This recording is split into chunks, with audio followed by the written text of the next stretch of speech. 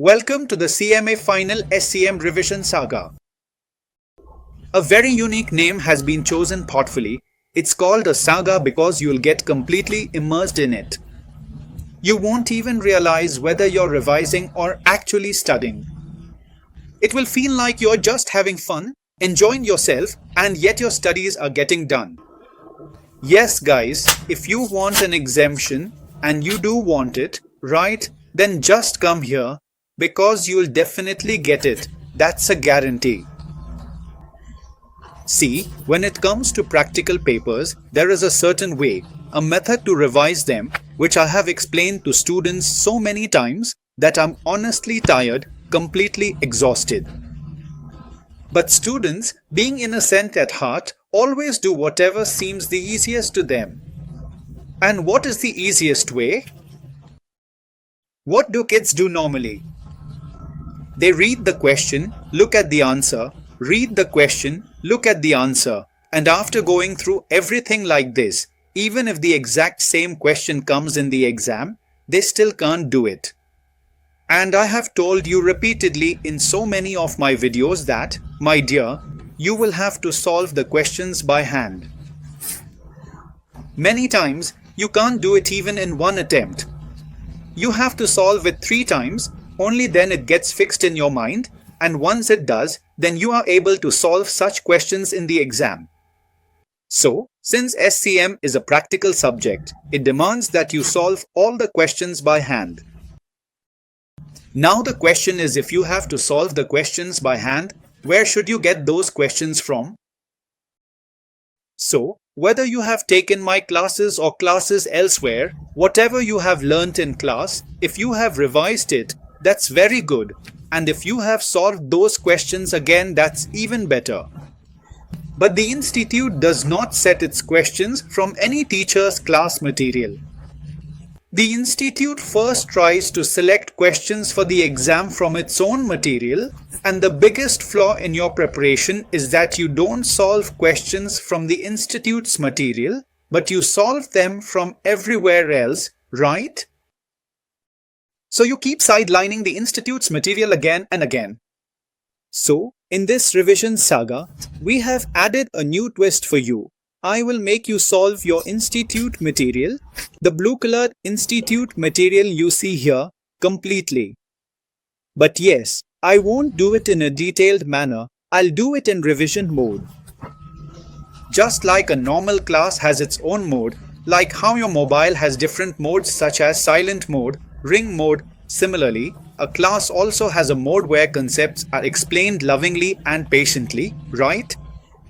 Then after that, we make working notes properly, write everything out neatly, let you do some parts, do some ourselves, and keep guiding you through the process. But since this is revision mode, we read the questions in a fast-forward way, solve them as quickly as possible, and whatever little is left, we leave it up to you. We make sure to cover the entire material for you, so don't you think you'll easily score 60 marks? Children often ask this question these days, Sir, questions are coming from the CA material, so should we do their sums? Brother, first open your own material and have a look. More than 90% of the sums in your material are actually taken from the CA material itself, so at least do those first. You don't even do those. You keep peeking at your neighbor's material.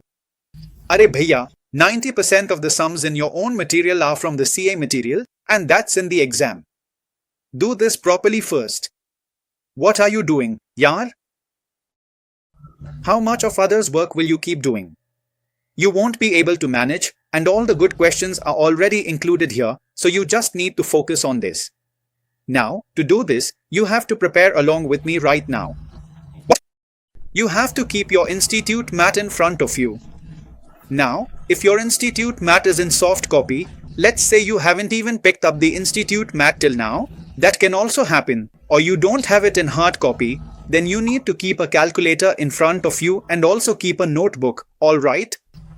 You have to keep a calculator and a notebook with you. You have to sit with me with a calculator and a notebook. How? You have to sit with a calculator and a notebook. If you have the institute mat in front of you, then you just need to open the Institute mat, keep a pencil with you, and you'll also need a calculator. You don't need a pen. If you have the Institute mat in front of you, it's better to take a pencil, an eraser, and a calculator. You will do the workings on the Institute mat just like I am doing. If you are studying on an iPad or a iPad, and you have an Apple Pencil or, like me, a laptop with a stylus, then you can open the soft copy and do the workings on the mat just like I do. Alright, so what will I do? I will quickly read the summary with you and show you how to solve it step by step. This has already been solved because I have solved it beforehand and am now sharing it with you. Alright, so when it comes up later in the video, I will solve it right in front of you and keep explaining what is unique about this question. If some questions are tricky, then why are they tricky? I will tell you everything, like what should be its alternate solution, what could be its alternate presentation, everything. All you have to do is, after you have understood everything from me, you can do it along with me, right there in your own notebook. Do it with a pencil. Just like I am doing. Wherever you find space, according to that, you also do it in your notebook. If you don't have a notebook, then do it in your copy. Just make sure to complete it properly after I have explained it. Alright. Now you might say that this will take a lot of time. But brother, if you don't give it this much time, then your dream will remain just a dream. I don't have any injection that will make you score 60 plus just by taking it. Unless you do these calculations yourself and fill out the entire presentation, it won't get ingrained in you, and even if the same thing comes in the exam, you won't be able to do it. If you don't believe me, you can try it out and see for yourself. After every June comes December, and after December comes June, it's not a big deal. It's your choice, otherwise you can join me. First, just listen to what I am explaining. If you can write along with me, that's well and good. If not, let me finish first. Then, when the question is over, pause the video. Complete the working part of that question, but you don't have to share the working in detail. Just do the working and check whether you are able to reach the final answer or not. For many of them, I will do them along with you. For the small ones and even the bigger ones, I will explain a bit to you. Some of them I will say are very easy, so you can do those on your own. So, do those on your own. But that doesn't mean you should skip them. In this way, we will keep solving all the sums and make your revision even better. Before this, it is assumed that you know the concepts of every chapter because I am not discussing the concepts here. I am only making you practice the sums here. Alright. If you don't know the concept, just go through your class notes once and revise the concept. After that, if you watch our video series chapter by chapter, you will benefit a lot. You will benefit so much that you'll truly enjoy it. You'll really enjoy it. I'm not joking. You'll feel, wow. You'll feel satisfied. You'll get complete satisfaction. But that will only happen when you are prepared in this way. So now, quickly, what should you do first? Pick up the decision-making chapter. Because this is your biggest chapter. So, go to the decision-making chapter in your class notes. Once, pick up one unit, the first unit. For example, your first unit is decision-making using alternative choice. So in that, CVP analysis, make or buy, key factor, right, service costing, all these are included. So, just go through all of those in your class notes once. The notes are not too lengthy, just a little, whatever is there, go through it once. Just keep going through it, again and again, go through it thoroughly. After going through it, what will you do next? Just keep watching this sum series with me. Alright, pay attention during the sums. My writing speed is quite fast. You already know this. So, if I write faster than you, just pause for a bit. Just watch the working on the calculator and let me complete it. Once it's completely done, then pause the video and note down my presentation. Now, you have to do this for every chapter. and then let me know whether you are able to solve the exam or not. Scoring 60 will be an easy thing for you, and if you get more than that, it's not a big deal either. And if you clear the exam with the help of this series, then you'll have to send a lot of gifts to Sir. Please keep that in mind. Yes, you can courier the gift or come and give it in person, whichever you prefer. Alright, thank you so much, and I wish to see your good marks in your answer paper.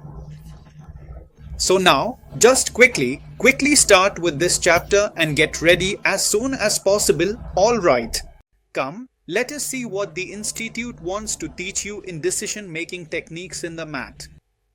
As you can see, there are 8 sections, so right now we will take up the first section, which is decision involving alternate choices.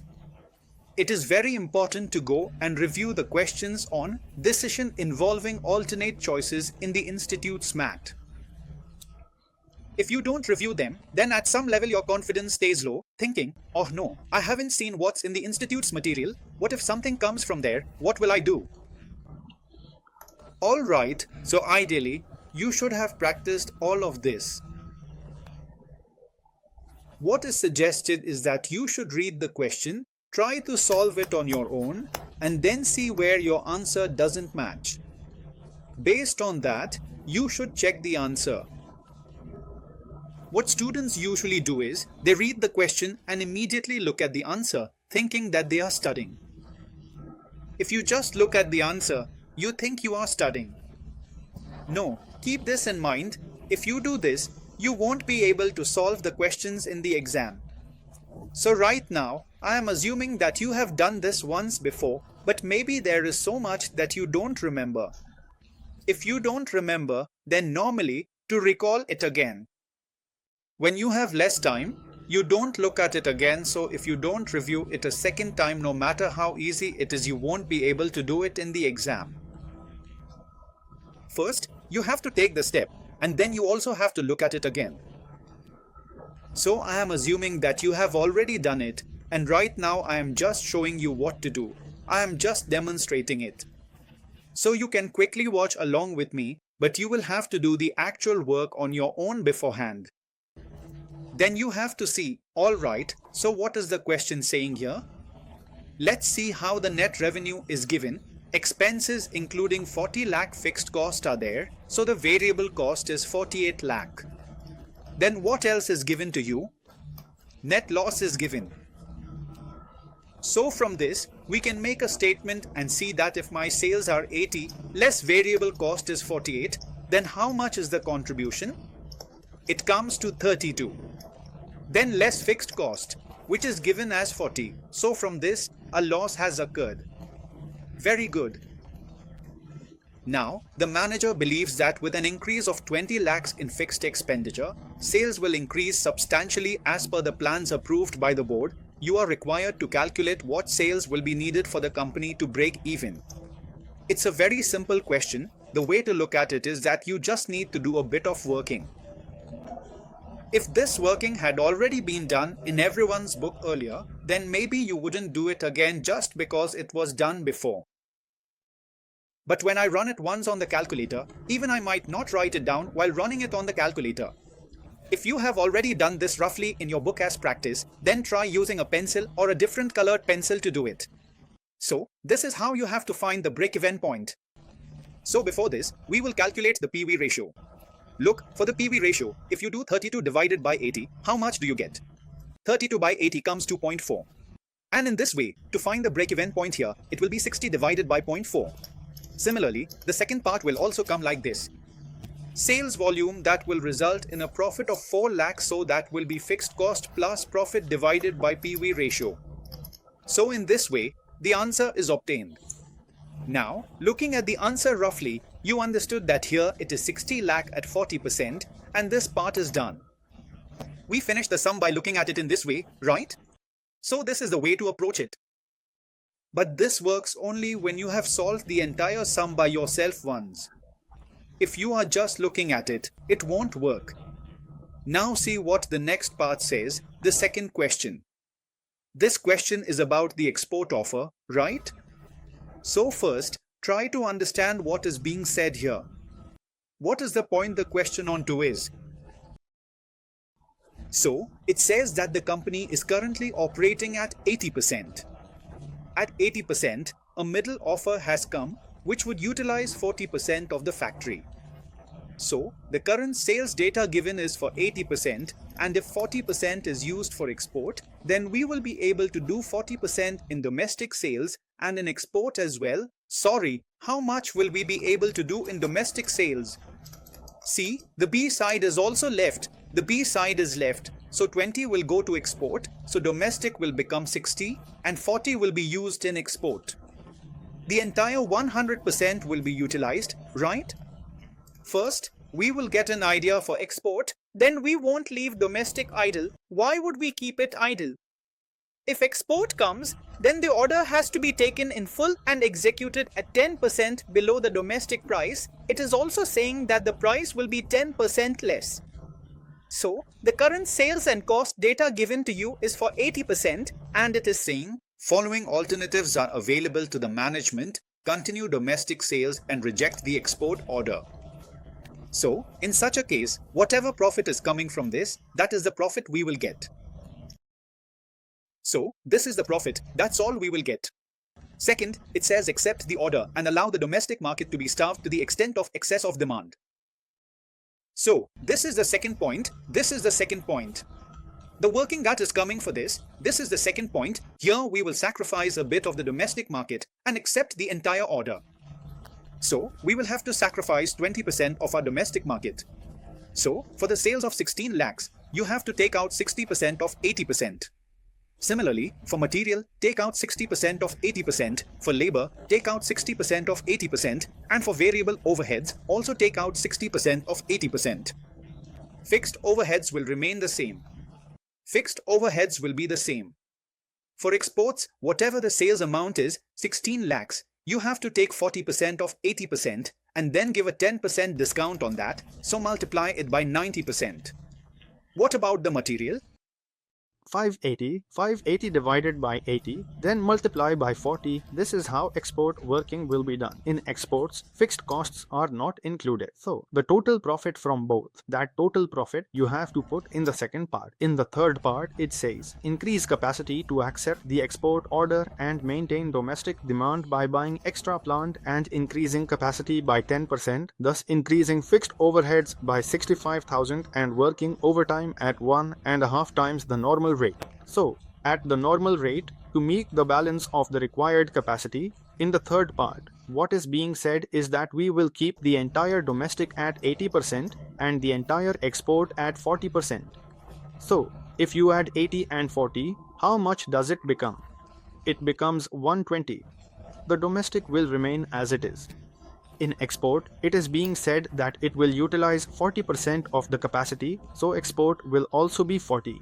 So, in total, you need 120. Now, where will the capacity for 120 come from? It is being said that 10% will come from buying new machinery and 10% capacity will be managed through overtime. So here, what will be the sales, etc. All those details, sales minus material, labor, variable overheads will give you the contribution. Then, after deducting fixed overheads, you will get the profit. So, this entire domestic part, all of this will be copied here as it is, right up to the fixed overheads. And the export part, all of that will also be copied here. The entire working you did for export will be copied here exactly as it is. And you also have to add an additional 65,000 in fixed overheads. You can also put the total in the total column if you want. Here, the additional fixed overhead will come, and after that, there will be a separate premium for overtime. This is the main thing in this sum, where many times you all don't understand the working, and I get a lot of queries about what to do with this, what to do with that. So, regarding the overtime premium, what you have to do is here, the labor cost is to 1,40,000 and this to 1,40,000 is given for 80%. So, how much percent are we getting done through overtime? We need 10% capacity for overtime. So, this cost is for 80%, So now we are calculating the cost for 10%. After that, overtime wages are paid at 1.5 times the normal rate. So you pay 1.5 times, but the one-time part is already in the labor cost. Raman has taken 40% of the labor cost. We have already considered the labor cost. If we have already taken the remaining 40%, then we don't have to take the one-time part again. Half time means, since this is the premium aspect, you have to take 50% of that premium. So, 240 divided by 80 into 10 into 50%, alright. Are you able to understand what I am saying? The amount that comes from this is 15,000.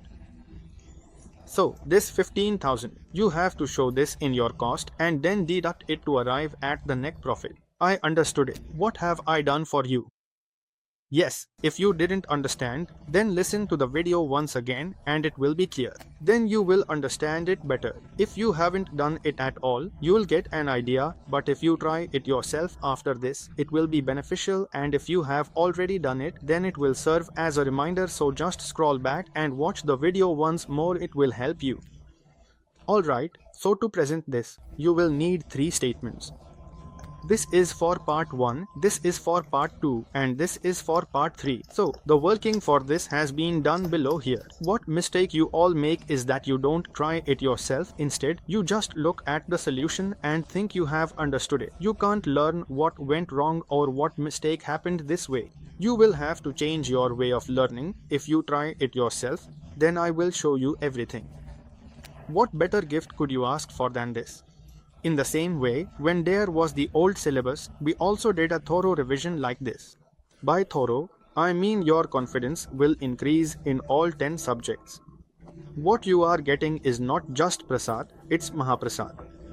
You should consider it that way. Alright, anyway, let's look at the next question. Here it's talking about the K factor, so it's about the K factor and optimum mix.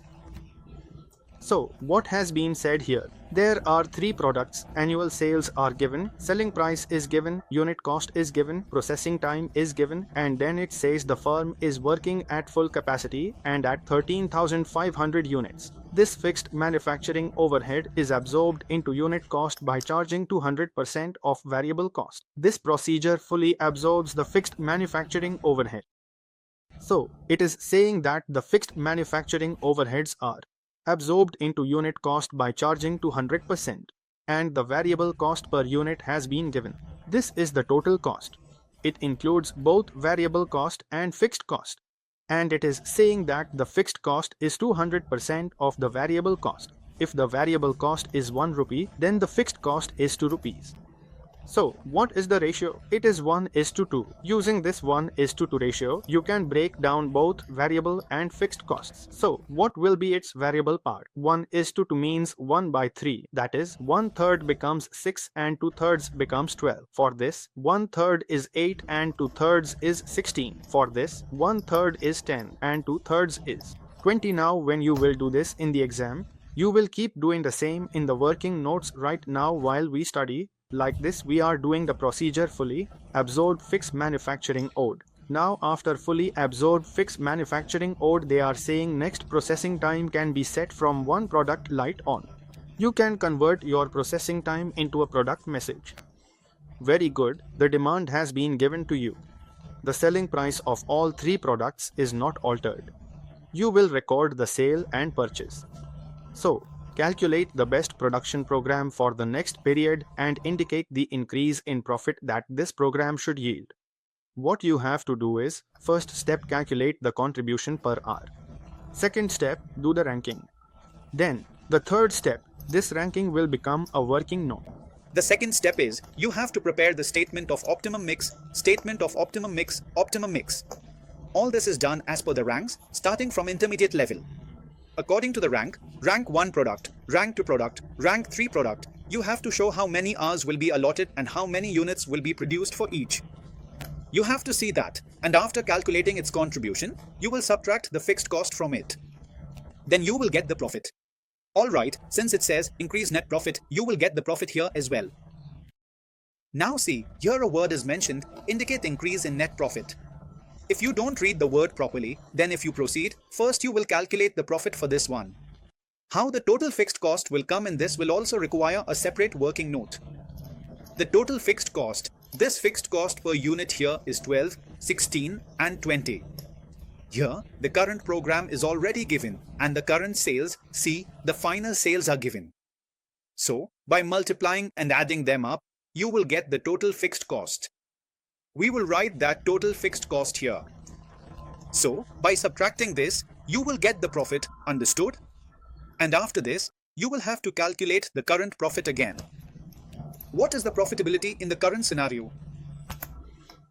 The given sales here are 6,000, 6,750. Alright, based on 6,000, 6,000 and 7,500, you will have to calculate the current profit. So, once you have done this much, then you will compare this profit with that profit and the increase in profit will be calculated. That's what is asked in the question. Alright, now there is one more new thing in this question. Find out the shadow price of processing R, the shadow price. So, shadow price is a new concept which you might not usually pay attention to. Whenever you come across a new sum, make sure to note down its number. We will review these on the last day. The sums whose concepts seem new to you or the ones you feel you might forget, just note down their numbers. Make a separate page for important question numbers and note down what is new in them. Write it down, the station, the 3, the page number, note all of this and write it next to it. Shadow price is a new concept, so make sure its concept gets included in your summary notes. You should also update your summary notes with the concept of shadow price. So, what exactly is shadow price? It is basically the opportunity cost. The opportunity cost is basically the highest contribution that you can get from the limited resource. So, this is a limited resource. So, what was its highest contribution? 23. So, 23 rupees should be the shadow price. Alright, 23 rupees should be the shadow price normally because that's the maximum they can earn from it.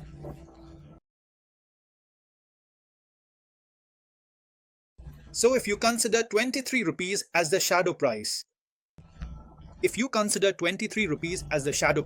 then that's correct, but since an allocation has already been made here. So, after an allocation, what happens is that there is a shortfall in rank 3. We have a shortfall in rank 3, meaning the amount of energy that was supposed to be produced there couldn't be achieved. So, if you got extra hours, you would use them to make the product of rank 3 only. So, the contribution of the rank 3 product is 14 rupees, so your shadow price will be 14 rupees. If, for example, you are asked without allocation what the shadow price is, then what value is it without allocation? The shadow price is 23. If you are asked the shadow price after allocation, then the shadow price is 14 because you cannot make 23 unlimited. Your product would have already reached its maximum in the optimum mix. Only the last ranked product could not be produced in full. If you had got extra hours, then more of the last ranked product would have been made. See, the answer for the shadow price is given as 14. Alright, so the answer is equal to 14. If you have left your math blank like this, then start marking it now. Keep doing something along with me. Just sitting idle won't help. Just watching won't help either. Keep writing a little bit. If you get the structure, your work will be done. Are you able to understand? I am having fun. Yes or no? Do press the like button a bit and keep commenting as well. Come, let's move on to the next question, which is visualization number 4. About land, this is the key factor. Here, the key factor is land. So, the key factor related to land usually involves crops or agricultural products given in the question. Nowhere is it explicitly stated that land is the key factor, but it is implied. Here, 96 acres of land are available, of which 28 acres will be used for 2 products, and the remaining 68 acres are mentioned separately. You can make any product from that, and then after that, a minimum commitment has been given, which we call Pran Jai Par Vachan Na Jai, that is, the minimum must be produced first. Then, A maximum limit has also been given. Here is the maximum, here is the minimum, this is the maximum, this is the minimum, and this maximum is also specified. Understood? After that, it is asking us to tell which product preference should be chosen in the required section. And the given constant consent is the land, so the contribution per unit of land per unit of land. Here, if it is given in hectares, then we will calculate the contribution per hectare and do a ranking. How will you find the contribution per hectare? If the box is given at market price, then you have to calculate the market price per hectare. How will you get per hectare? By multiplying the number of boxes per hectare. The boxes per hectare are given, right? So, you will calculate the market price per hectare for all four. Then, by deducting the labor cost, you will get your labor cost. The labor cost is also given per box, so you will have to convert it to per hectare by multiplying with the number of boxes. So, if you multiply both by the number of boxes, you will get your labor cost per hectare as well.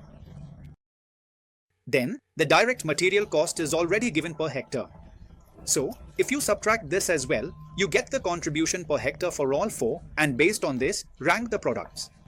The second question is asking to find the optimum product mix. So, in this optimum product mix, there is a unique thing: life may go, but the promise should not be broken. The most unique thing is that first, for the land, you have to allocate the minimum required for each, that is, the minimum production to be done is 1000 boxes. So, for 1000 boxes, whatever land is required, you will allocate that accordingly. So first of all, you will allocate land to all four: royal red, golden yellow, juicy crimson, sunny scarlet. Each will get the minimum land required. Check the total of this minimum land. Okay, then for juicy crimson and golden yellow, there are 28 hectares of land is available. So after allocating the 28 hectares to golden yellow and juicy crimson, whatever land is left after subtracting this from the total, that will be the remaining land. Between the two, whichever has the better rank, that one should be given the land. Which one has the better rank, we will check from the solution. The solution will show which one has the better rank. If juicy crimson has the better rank among these two, then we will allocate the remaining land to juicy crimson out of the 28 hectares. So, the total for these three will be 28, and then for the remaining product, the leftover land, which was your 68 hectares, will be used.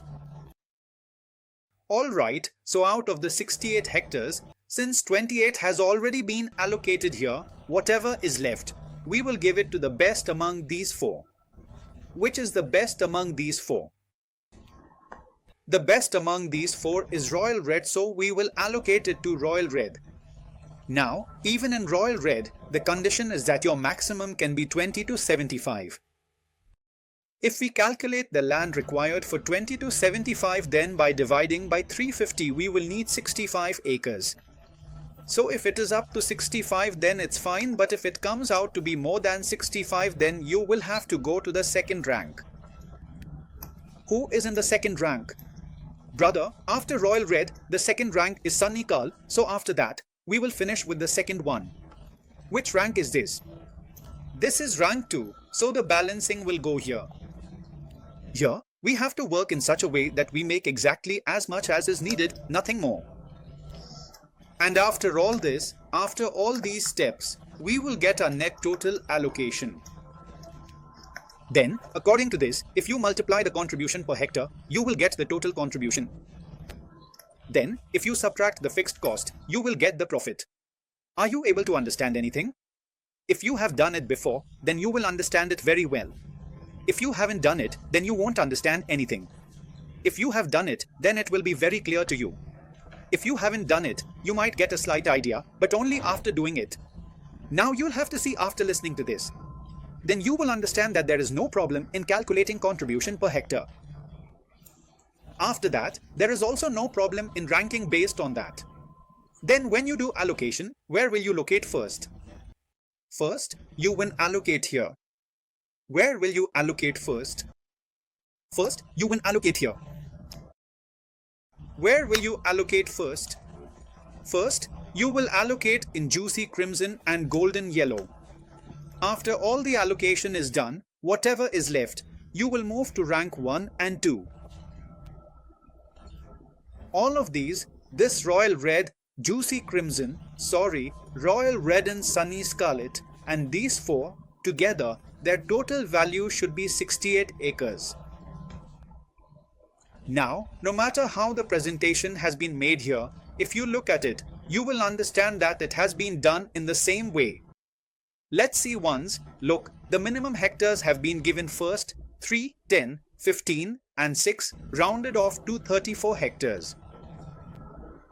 Now, by combining these two, by adding both golden yellow and juicy crimson, we get a total of 25.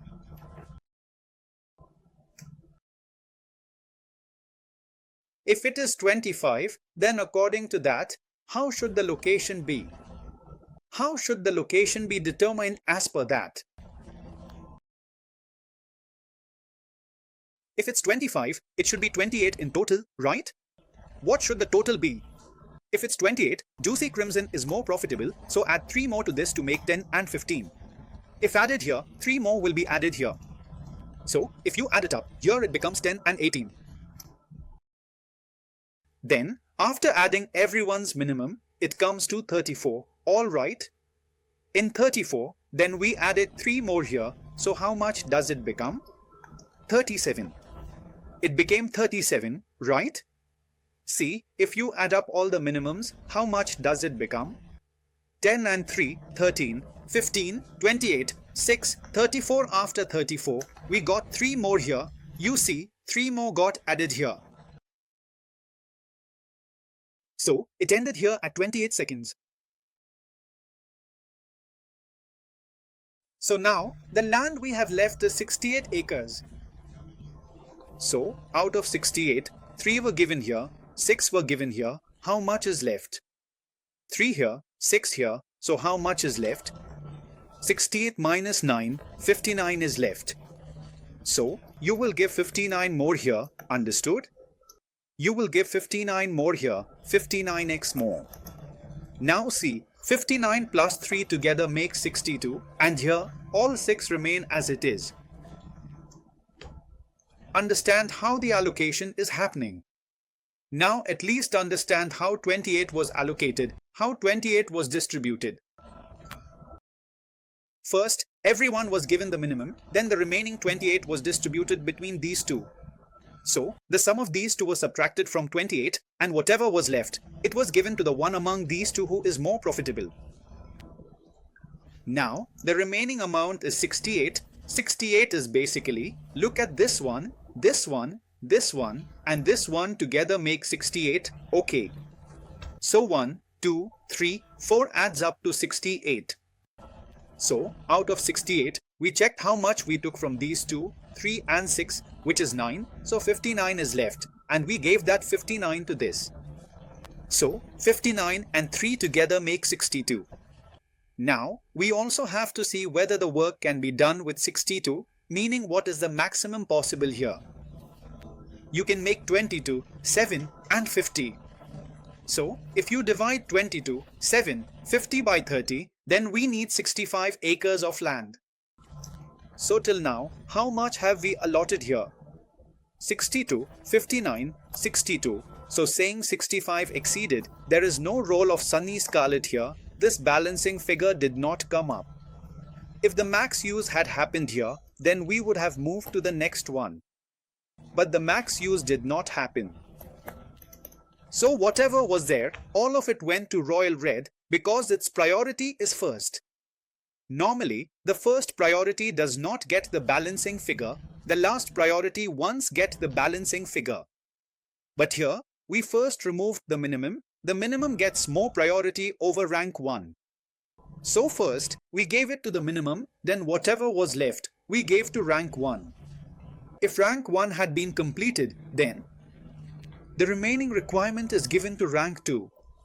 So it goes like this, guys. Third party C is very important here, which says that you have got an opportunity from a nationalized bank, which is saying that you can develop this 28-acre land and take a loan of 50,000. You have to stay at a nominal interest rate of 6%, and after developing it, you can grow royal red here. It will become suitable for growing royal red in addition to the existing golden, juicy and Kramash varieties. So if you are given such permission, what profit can you achieve? Of royal red, we are already producing, yes, we are already producing 62. So what is the further scope for production? And what is the scope for producing royal red? And how much more royal red can be produced? You people can make a maximum of 20 to 75. If you divide by 350, then 62, so there is scope to make for 3 more acres. 3 hectares, there is scope to make for 3 more hectares, so 3 hectares. We can transfer from here to there. Did you understand? These 3 hectares we will develop on this same land. Okay, there is an opportunity to develop 28 acres, but we will not develop all 28 because I have to keep the minimum, right? 25, 10 and 15, so I only have a surplus of 3, so we will develop those 3 hectares and put them here. Now, what will be the benefit of this? That is what I am explaining. The cost per box will be saved by 12.5 rupees, okay? And because of this, there will also be a cost involved, 6% of 50,000. So, the cost, if you see what is 6% of 50,000, the cost became 6% of 50,000. 3,000, 6% of 50,000 is 3,000. 3,000. This is your additional cost. But because of this, what are you saving? Earlier, what were they producing from those 3 hectares? Juicy Crimson, so from Juicy Crimson, we were earning a contribution of 1,316. What were we earning? 1,316. Juicy Crimson was giving 1,316. What will come in its place? Royal Red. So how much are we earning from Royal Red? 9,310. So 9,310 rupees. This will be our earnings, all right. So instead of 1,316, it's coming to 9,310. 9,310 minus 1,316, how much will that be? 9,310 minus 1,316, it's coming to 7,994. This is what is the interest cost? We'll call it incremental contribution. Incremental contribution, how much are we getting? It's coming to 7,994. Right. If this is coming to 7,994, then along with this, there is also a saving in material ruchi 12.5 rupees per box.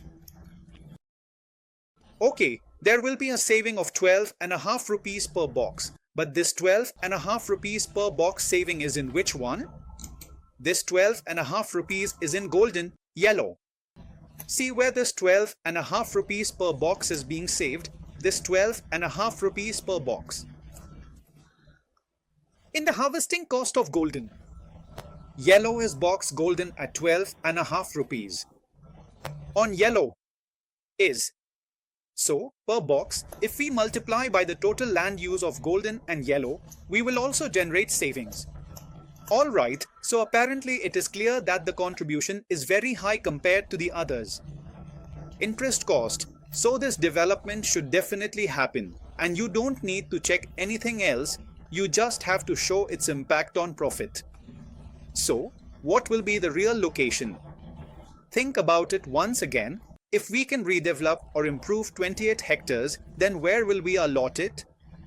We'll just take out these 3 hectares from here and add them there, and this 62 plus 3 will become 65. How much will it be? 62 plus 3 will become 65. 62 plus 3 will become 65. This will be 10, this will be 15, and this will be 6. And on the golden tin, you will get savings. So you need to read carefully to know where you will get what kind of savings, and that's how it will work. So, solve this question, I hope. You must have understood it now. The main thing here is this third part, which you need to do carefully, and the second important thing is that land is the unspoken key factor, meaning it is not even mentioned that it is the key factor. It's an unspoken key factor. Okay, good. Now look at the next question, this one from service costing. Yes, which chapter is this from? It's from service costing, and what is there in this? The working of gift shop, restaurant and lodge is included, so there are quite a lot of workings in this. This question has lengthy workings. It's from this question, right? The main trick in this is that after reading the question, you need to understand how each cost will change, in what way each cost will change. So, tell me about the current situation here. This is for one season, just one season, which is of 4 months, and it says that we have run the gift shop at 80%, the register at 80%, and the lodge at 90%, so the details for that capacity are given. Let me explain an analysis to you, which will make solving the sum much easier for you. By reading and understanding this additional information, you can see how each cost, like the variable cost of sales and supplies, varies. Occupancy rate. So, the cost of sales is varying according to the occupancy rate. And supplies, meaning if the occupancy increases, then this cost will also increase. Then, in the case of lodge and level of activity, in the case of gifts and strong, it's the occupancy rate and this level of activity. You can say that. Okay. Then, it is talking about insurance and taxes. They are fixed for all 12 stage. So, the fixed cost for 12 months is given for insurance and taxes. This means the cost for 4 months is actually the cost for 12 months. Basically, you will be operating for 4 months. But your cost is being calculated for 12 months. Operate. Even though you are operating for 4 months, your cost is being calculated for 12 months. Then it says, salaries are paid for the season except for the watchman. So the salary is for this fixed cost season means for 4 months. Salary except watchman except watchman. So the amount for the watchman is given. It is 400 rupees per month. The amount for the watchman is given, that is 400 rupees per month for the watchman. What is given as 400 rupees per month? Yes, the watchman is 400 rupees per month. So accept the salary watchman is for 4 months. So for the watchman, we included for 12 months. The cost of the watchman is included in this. It is in the lodge. That watchman is in the lodge. His cost is 400 rupees per month. So if you do 400 into 12, it comes to 4,800, which is the fixed cost for 12 months. Then in electricity charges, it is mentioned as fixed charges and 649, 19, 20, 9900, which is for the gift shop, restaurant and lodge. So, it is not written here right now whether this is for 12 months or for 4 months. Then it is being said that the balance amount varies directly with the occupancy rate in case of the lodge, so some balance amount of electricity will come here. Then it is saying fixed electric charges are for the season, fixed charges are for the season. So this 640, 1920 and 9900, these are the fixed costs of electricity which are coming here for the season. Electricity here means it is coming for the season. Except in the case of lodge, where 6900 is for the season, 33,000 is for the entire period of 12 months. So, in the case of lodge, it's for electricity. One cost is 3,000 rupees for the whole year, and in the case of lodge, 6,900 is for the period of 4 months. If you do this analysis, then you will be able to solve the next question very easily. The crux of this question is to do the analysis by preparing a working note. Now, in this question, it is saying that the first option they have to increase their income is to operate only during the season period. Just put an advertisement in the newspaper. In that case, lodge will run at 90% occupancy, the other two will run at 90% as well, and the advertisement cost will be 12,000. How much will the advertisement cost? It will be 12,000. Alright, so if you do this, what will be the benefit? If the occupancy increases by 10% in all three, Then with a 10% increase in occupancy, sales will also go up by 10%. And this variable cost, which depends on occupancy, all these three costs will increase by 10%, while your fixed cost will remain the same because you are operating for the same 4 months.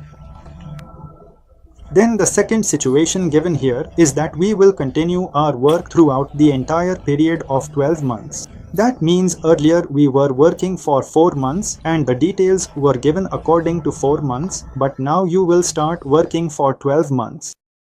So if we are starting to work for 12 months, then at that time we need to understand what our extra cost will be in this.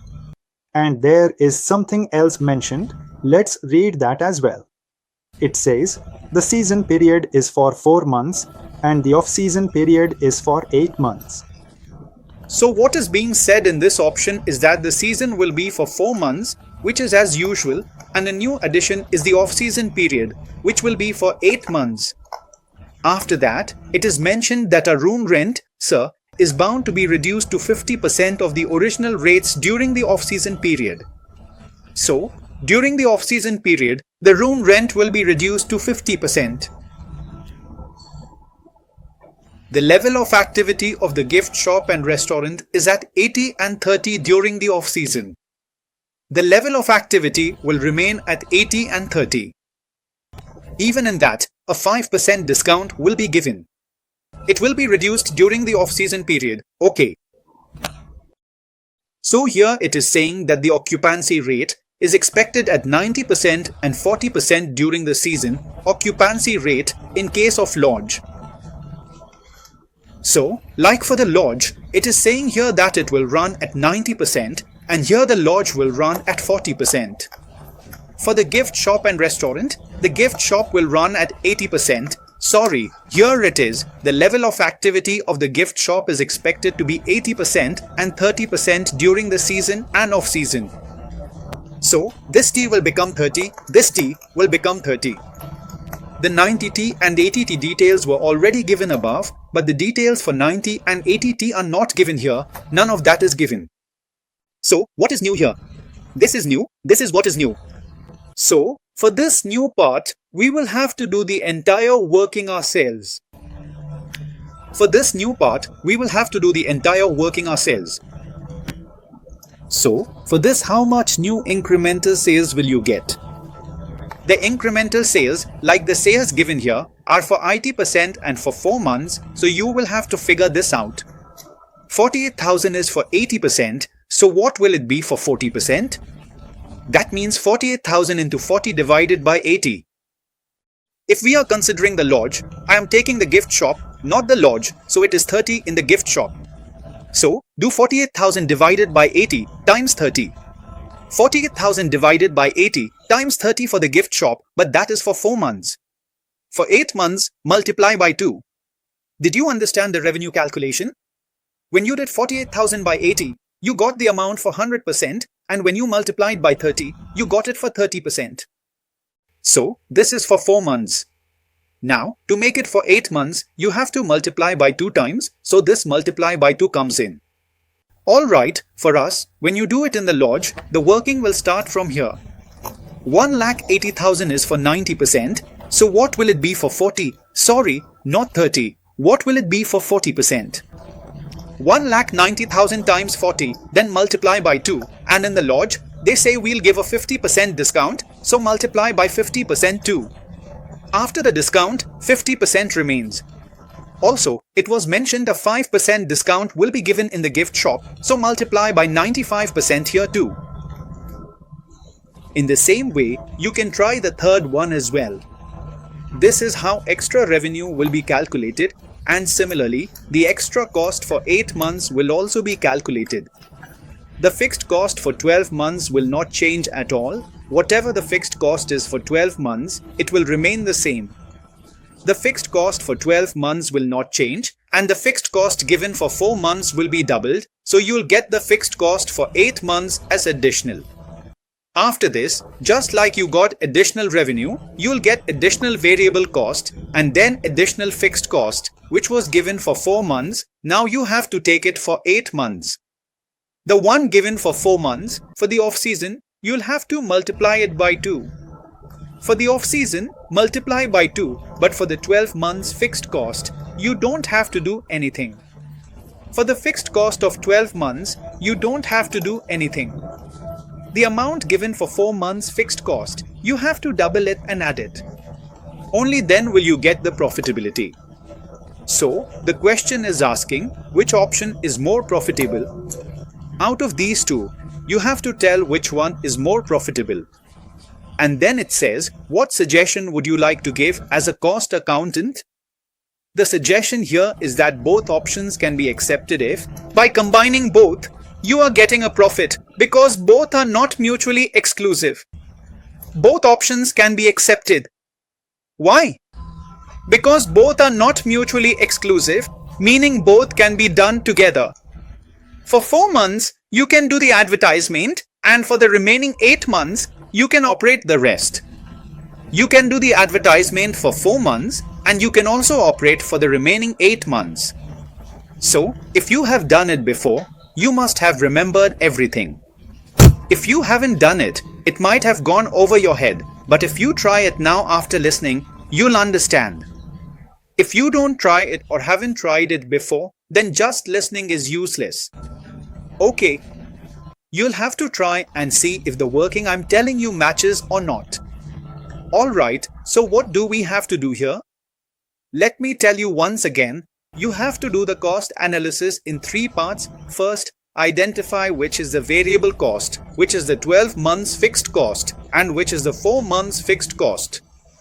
Then, the question says, first, that we will operate 10% extra activity, so you have to arrange all the workings for that extra 10%.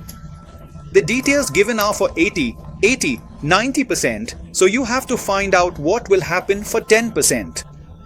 In that, you only have to take extra sales or incremental sales and incremental variable cost. Fixed cost will not be incremental, and along with that, only one advertisement cost, which is new and separate, 12,000 per month, will be considered. So, this is how profitability will come. In the second part, it is saying about 4 months and 8 months. If we operate both, then what? For the 4 months, we won't do anything because we are going on an incremental basis. So for the new one, we will only work for 8 months whose occupancy is 40, 30, 30. So, the occupancy is 40, 30, 30 for you. To calculate its profitability, you will have to find out its sales. To find the sales, you will divide by 1940 and also multiply by 2. It will be for 8 months, and even if we take 50%, there is a discount as well. In the same way, we will divide by 30, multiply by 2, and also take 95%.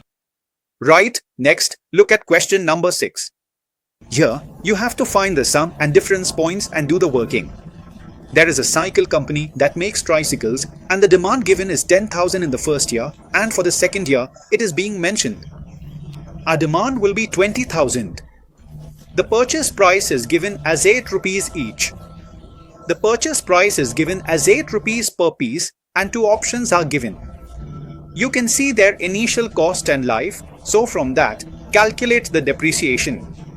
The rate of depreciation is fixed, so take the other fixed overheads and add them to the depreciation to get the total fixed overheads. After that, take the variable cost per unit here, total fixed overheads there, and variable cost per unit here. Alright, then they are asking which is better between 10,000 and 20,000, whether the community should purchase and install new. So what you will do is, you will check the total purchase cost, which is equal to, you can say, the rate of 8 rupees in both cases for 10,000 and 20,000, and you will also check the total cost of making. As per this, you will add the variable cost and the fixed cost that has been given, and then compare which one is lower. Similarly, in the second year, they are saying if it becomes 40,000 and 20,000, then check the total cost for 40,000. That means, check the total cost for 40,000 units at the rate of 8 rupees for purchase, and also check the total cost of making 40,000 units considering variable cost and fixed cost. Whichever is lower among these, select that one. Then it is asking, when will the cost of both machines break even? So, for break even, we calculate the indifference point. When it is asking for the break-even of two items, it actually means it is asking for the indifference point, which will be the change in fixed cost divided by the change in variable cost per unit. Change in fixed cost divided by change in variable cost per unit. So take this out. You can judge which one is correct. Normally, after the indifference point, the option with higher fixed cost is better, and before the indifference point, the option with lower fixed cost is better. How do we know what to do with these differences? It becomes clear when you see that where the fixed cost is higher, the variable cost is lower. Where the fixed cost is lower, the variable cost is higher. So from that you can understand that there will be a point of indifference. It becomes very easy. Now, let's move to the next question, which is question number 7, a make or buy question. If you know how to solve make or buy questions, you might not be able to do this one because there are some new things in it. Here, it says there are 5 components A, B, C, for which machine hours are limited, and for D and E, labor hours are available without any limit. So, machine hours for A, B, and C are limited to 1, 5, and 2 hours. Your expectation is that demand will increase by 50%. So, if demand increases by 50% in the next period, because of that, the hours are limited. Right now, the current operations are running smoothly, but if demand increases by 50%, then the hours will become limited and the machine hours will be the limiting factor. It is not possible to increase production like that. That's what is being said here. At present, everything is working fine, but to meet the additional 50% demand, it won't be possible to manage. The required labor hours will be available, that's not a problem. That's why management is considering buying A, B, and C from the market, so they have checked the market rates for these components.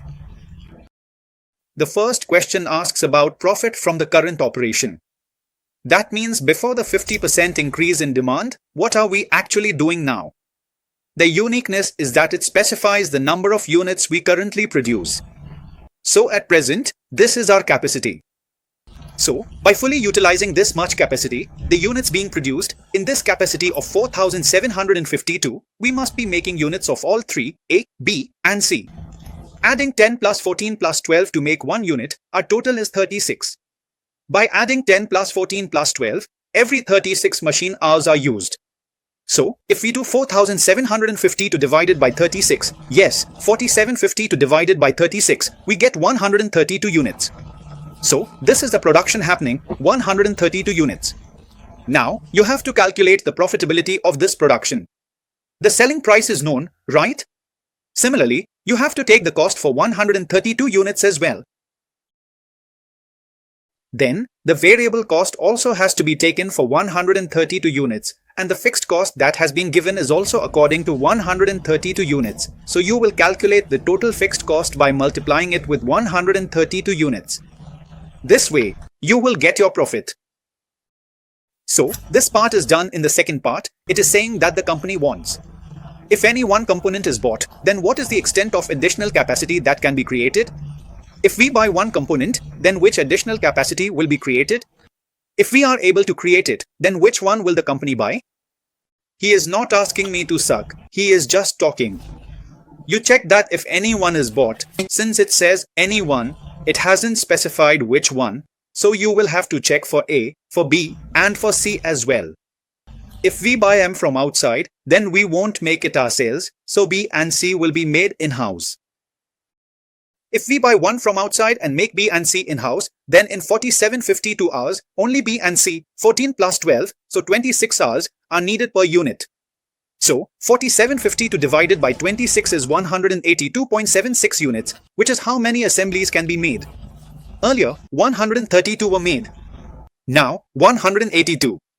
So, by how much has capacity increased?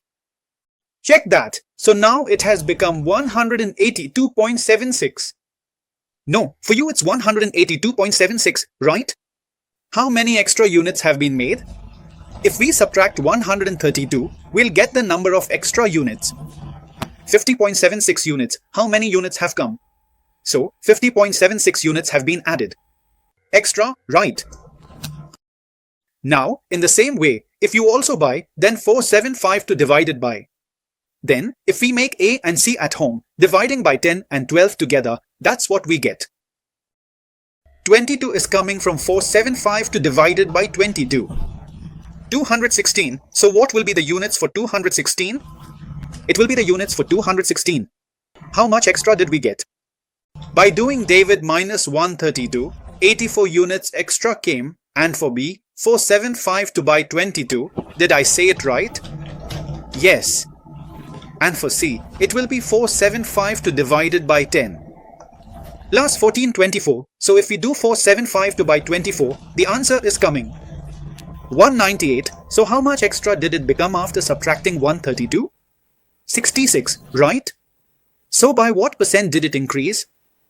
If we divide 66 by 132 here, it has increased by 50%. If we do 84 by 132, then here the capacity has increased by 3.6%. If you do 50.76 by 132, then here the capacity has increased by 38.45%. Alright, so this is also clear now. I'm telling you again. Assuming a 50% increase in net demand, which component should be procured from the market? So, this is about which component should be bought. When you get such a question, you have to check by applying two conditions. One condition is that you will do a ranking among A, B and C, which product should we make in-house and which product should we buy from the market. Meaning, for components, how do you do the ranking here between make and buy? You calculate the savings in manufacturing per unit, savings in manufacturing. How do you get it per unit? That comes by subtracting the variable cost from the purchase cost, or rather, by subtracting the variable cost from the purchase price, then you get the savings in manufacturing. After per unit, you will get it per hour. Alright, machine hour per unit. So from that, you'll get savings per hour. From this you'll get savings per hour. Then comes the rank based on savings per hour. From a you'll get the rank. Right, the rank will come from savings per hour. So, in the rank, whom should we select? The one whose list rank in manufacturing is there, the list rank should be purchased first, alright?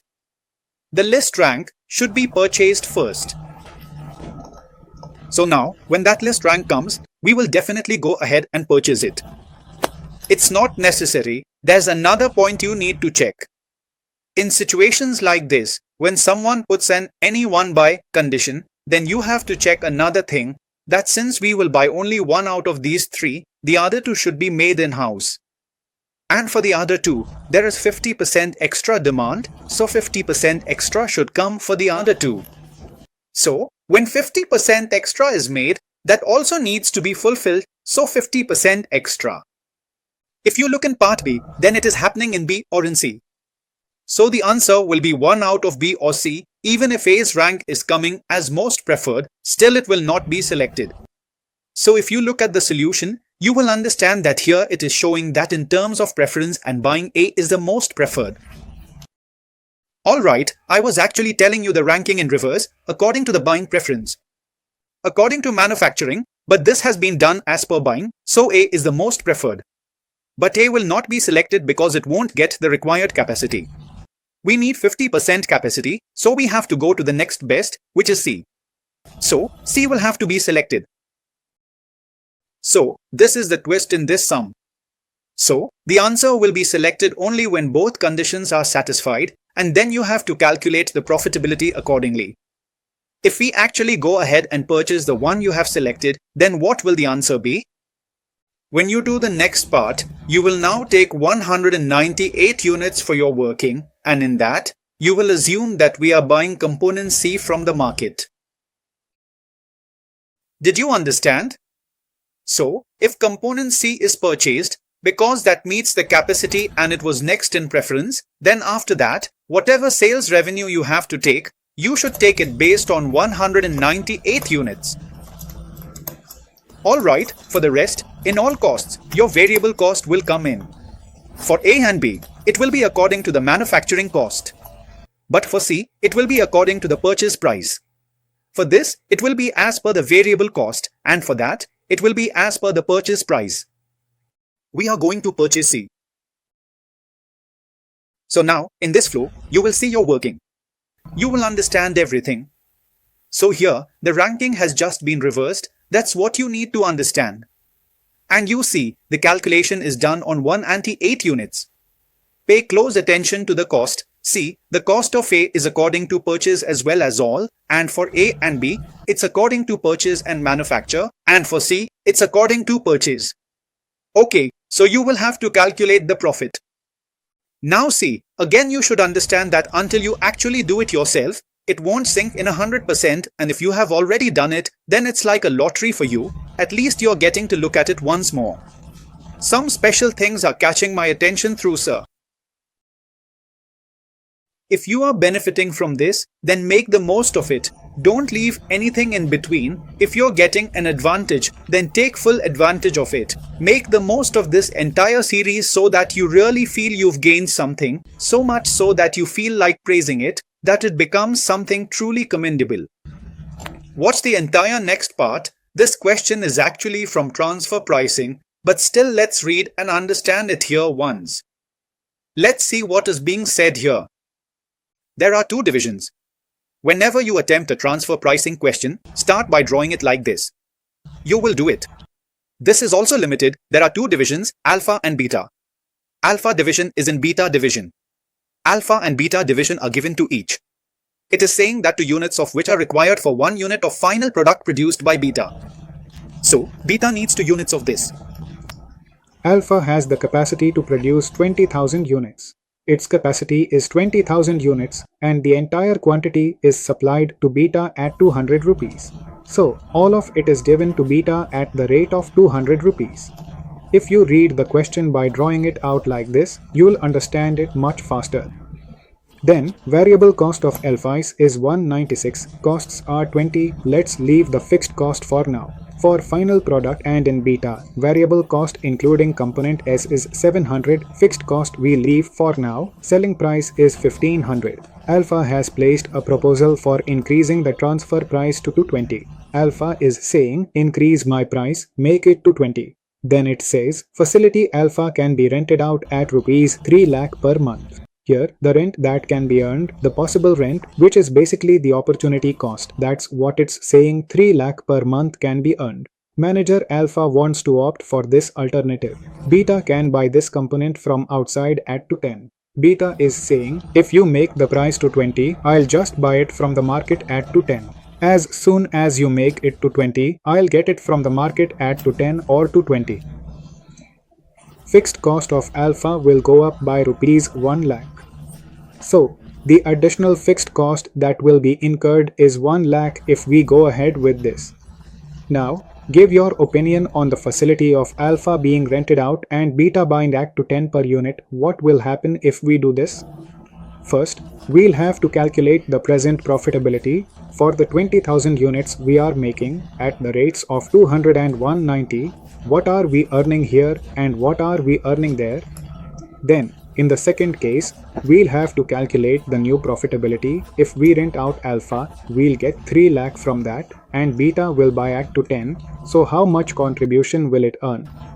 Second point, situation where Alpha sells to the outside market at 20 and Beta buys at 10. So, you've been given a new situation again, work out the profitability for both divisions accordingly and compare it with the present.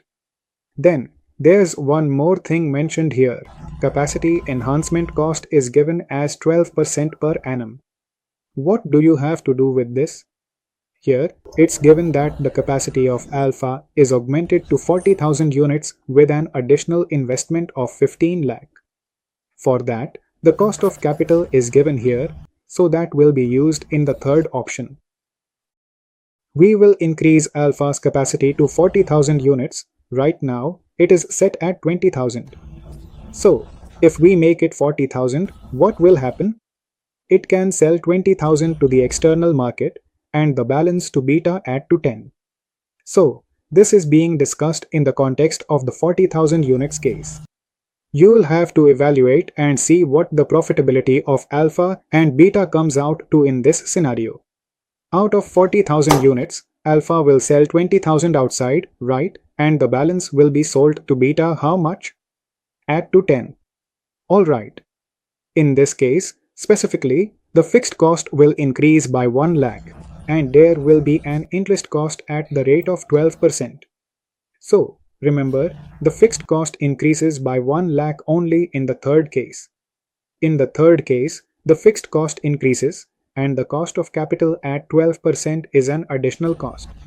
When selling outside, it is being sold at to 20. Here, the price for selling outside is not separately mentioned. For the external market, it is to be taken as to 20 and the balance to beta, the transfer price is given at the rate of to 10, balance to beta at to 10. You have to take it like that. Have you understood what I am saying? Yes. So in the third case, we will have to calculate the profit again. So first, we will work out the present profitability. This is the situation for present profitability. This is the scenario for present profitability. It's very simple. This is the present situation and after that, the proposed one. You have been given 3 cases. There are 3 proposals, Proposal 1, Proposal 2 and Proposal 3. So, you have to calculate the profit for all 3 and tell which one gives the best profit. Is it better than the present or not? Alright. And the fixed cost for the present is also given, which I hadn't taken earlier.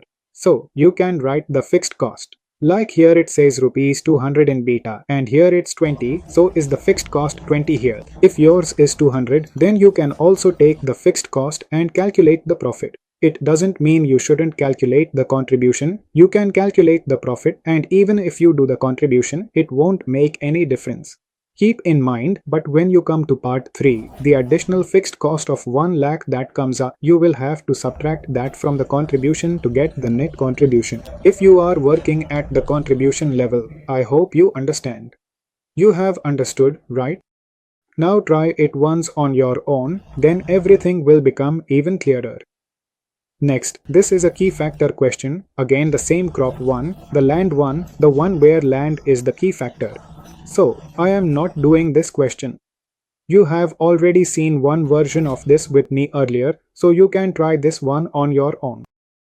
Right, in this, one more thing is asked, the break-even point of the most profitable crop in terms of acres and sales value. Okay, the break-even point of the most profitable crop in terms of acres and sales value.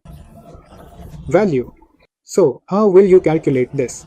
This is something to think about. Tell me, think about it for a minute.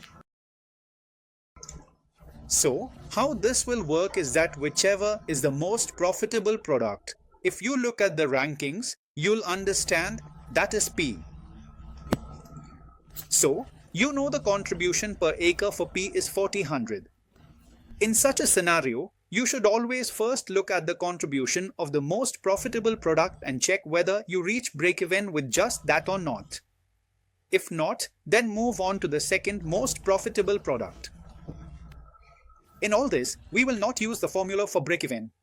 What we will do is, if P is the most profitable product, then you must have already calculated the optimal allocation for it, that is, how much land is being allotted to it.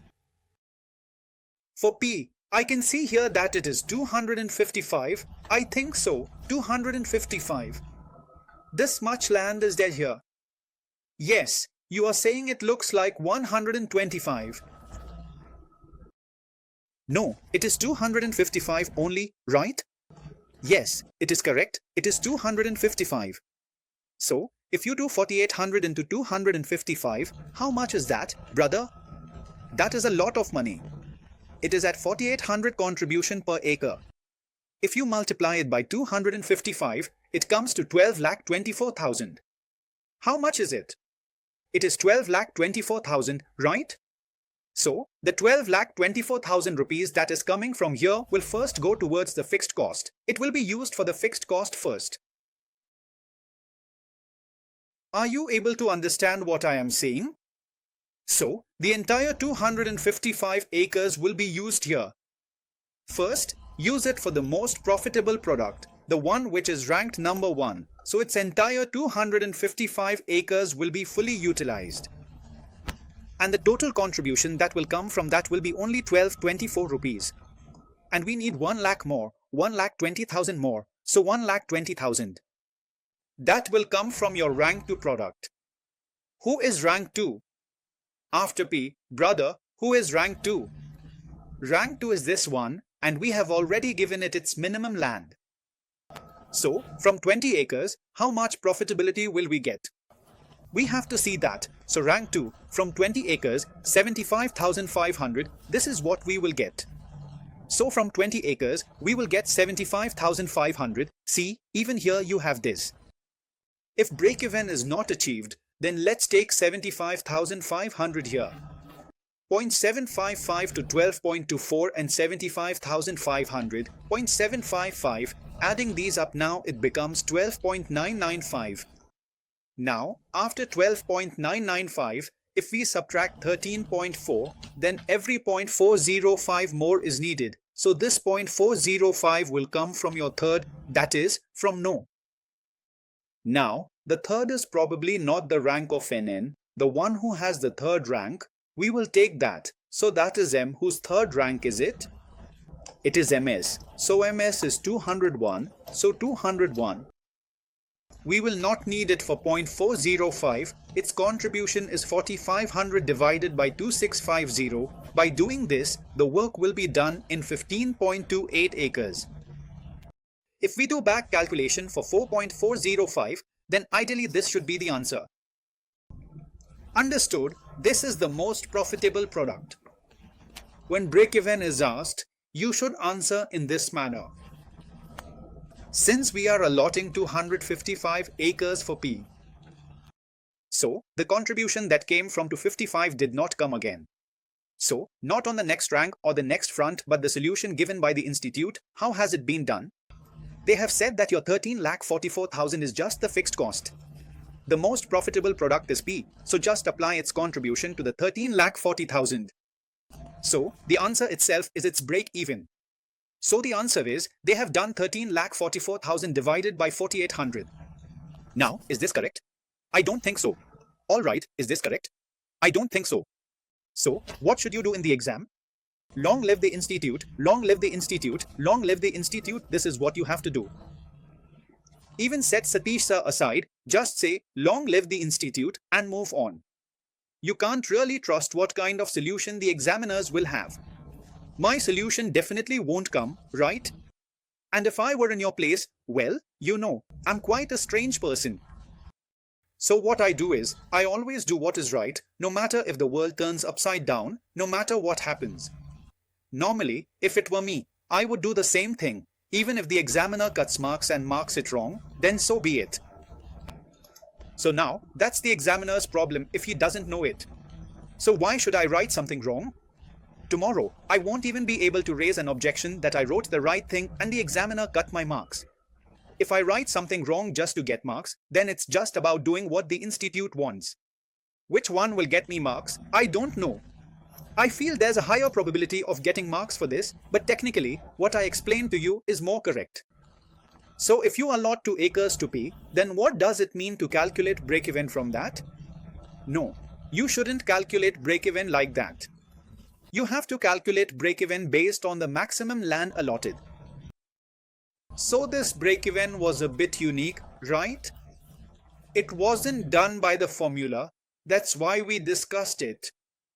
Now look at the next question, who is continuous and who is discontinued? So again, here are the sales details. There are material, labor, factory overheads and selling and admin overheads. It is saying 15% of sales. So check it, 15% of 160 comes to 24, so it matches here. Total is given, profit is given, under recovery of overheads is given, and profit before tax is also given. Then it says 40% of factory overheads are variable at normal volume. This means variable is 40% and selling diminution owed variable to the accident of 5% of sales. This is its variable part. 5% of sales, then it says 20% of the sales of C are done in connection with A, inasmuch as discontinuance of C will bring down the sales of product A by 10%. So, as soon as you stop C, the sales of A will drop by 10%. Consequently, the sales of C can be reduced. So, 20% of the present level can be maintained, or you can reduce the sales of C. The sales of A will then remain as they are. So, in view of the loss reported, for C management, for consideration 3 proposals. They are seeing a loss in C, that's why there is concern regarding C. Discontinue product C and even some of the fixed expenses can be saved. If we discontinue C, then its sales will stop. The variable cost will stop. Wages cost, fixed cost will not stop. Variable factory overhead will stop. Alright, fixed factory overhead will continue. Fixed cost does not stop. Variable selling overhead will stop. But fixed selling overhead will continue. Did you understand? Variable factory overhead will stop. Fixed selling overhead will continue. Fixed factory overhead will continue. Variable selling overhead will stop. But what is the penalty for this? That even A's sales, it is saying, will fall by 10%. So if you do this, whatever sales are coming from A, you will reduce them by 10% and you will also reduce its material cost by 10%. You will reduce wages by 10%, variable factory rate, variable admin by 10% as well, so its new contribution will come, but the fixed cost will not change. Even after shutting down C, the fixed cost of C will not stop. Similarly, 2 more proposals have been made. So you should read this and try it yourself. I also did not go through that. The main crux, as they say, is that the fixed cost of C will not stop. Alright, the fixed cost of C will not stop or reduce. Here, it is just mentioned that 8 lakhs will be saved, so only that 8 lakhs will actually be saved. So you will separately minus that 8 lakhs is to be saved separately. The savings in fixed cost, the 8 lakhs mentioned, you will minus that separately. You will keep both of these as minus. You will do 8 lakhs. That's how it will go. Alright, minus 8 lakhs means it's a saving. If you are calculating income, that is, suppose you are calculating profit. Whatever profit you get here, just add 8 lakhs to it, and otherwise, if you are adding cost, then consider the 8 lakhs accordingly. I'm not covering the other 2 parts. You should try those yourself and see what the solution would be on your own. And it's very easy, that's it. In discontinuation decisions, you just have to keep in mind that the fixed cost of the product you are shutting down does not decrease or stop. Unless the question specifically mentions a reduction, you cannot reduce it on your own, and sometimes shutting down one product may also lead to a drop in the sales of another product. Just like it was mentioned in the question. Let's move ahead. Yes, next, look at make or buy and choosing between the alternatives.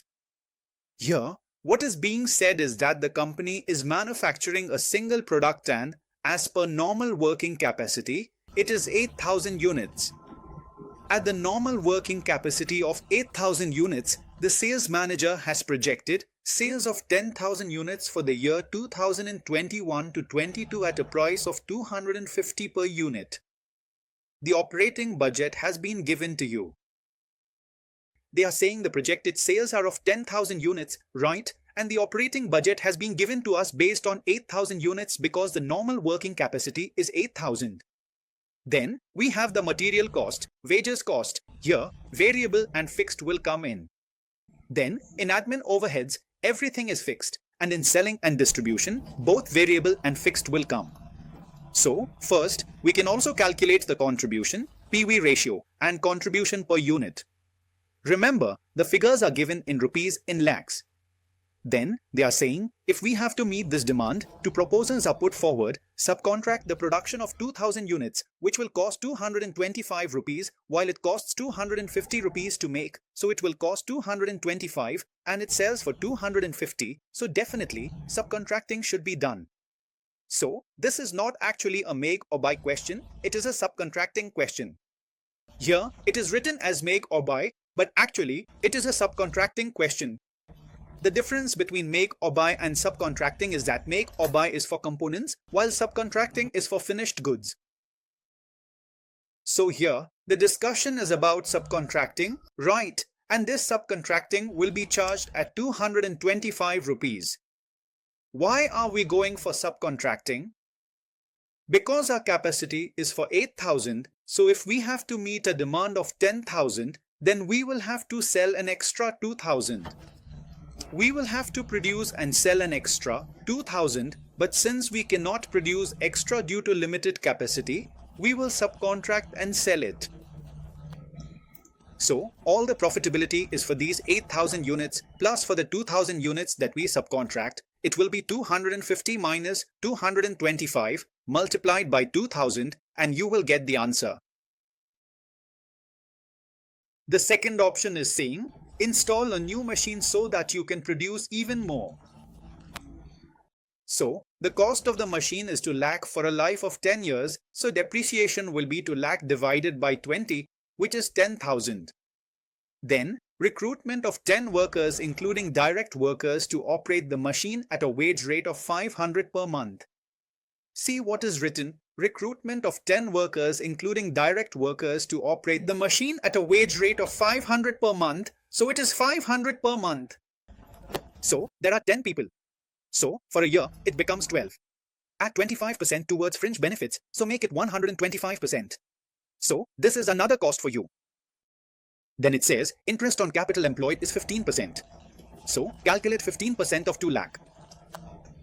Then he said that additional expenses will be required for both exchangers.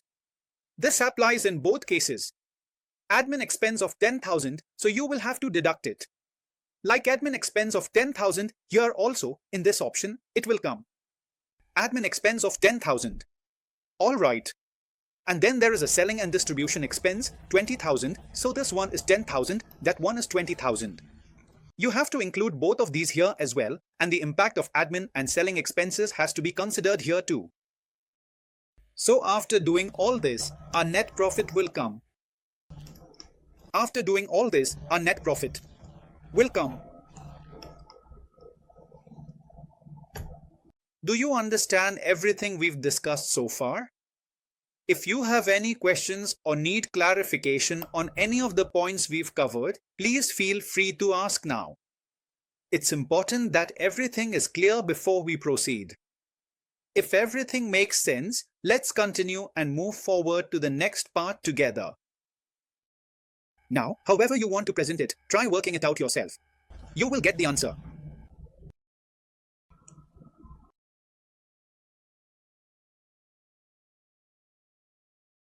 Look at this question. This is about make or buy, and it's a good question. It's about make or buy for tubes.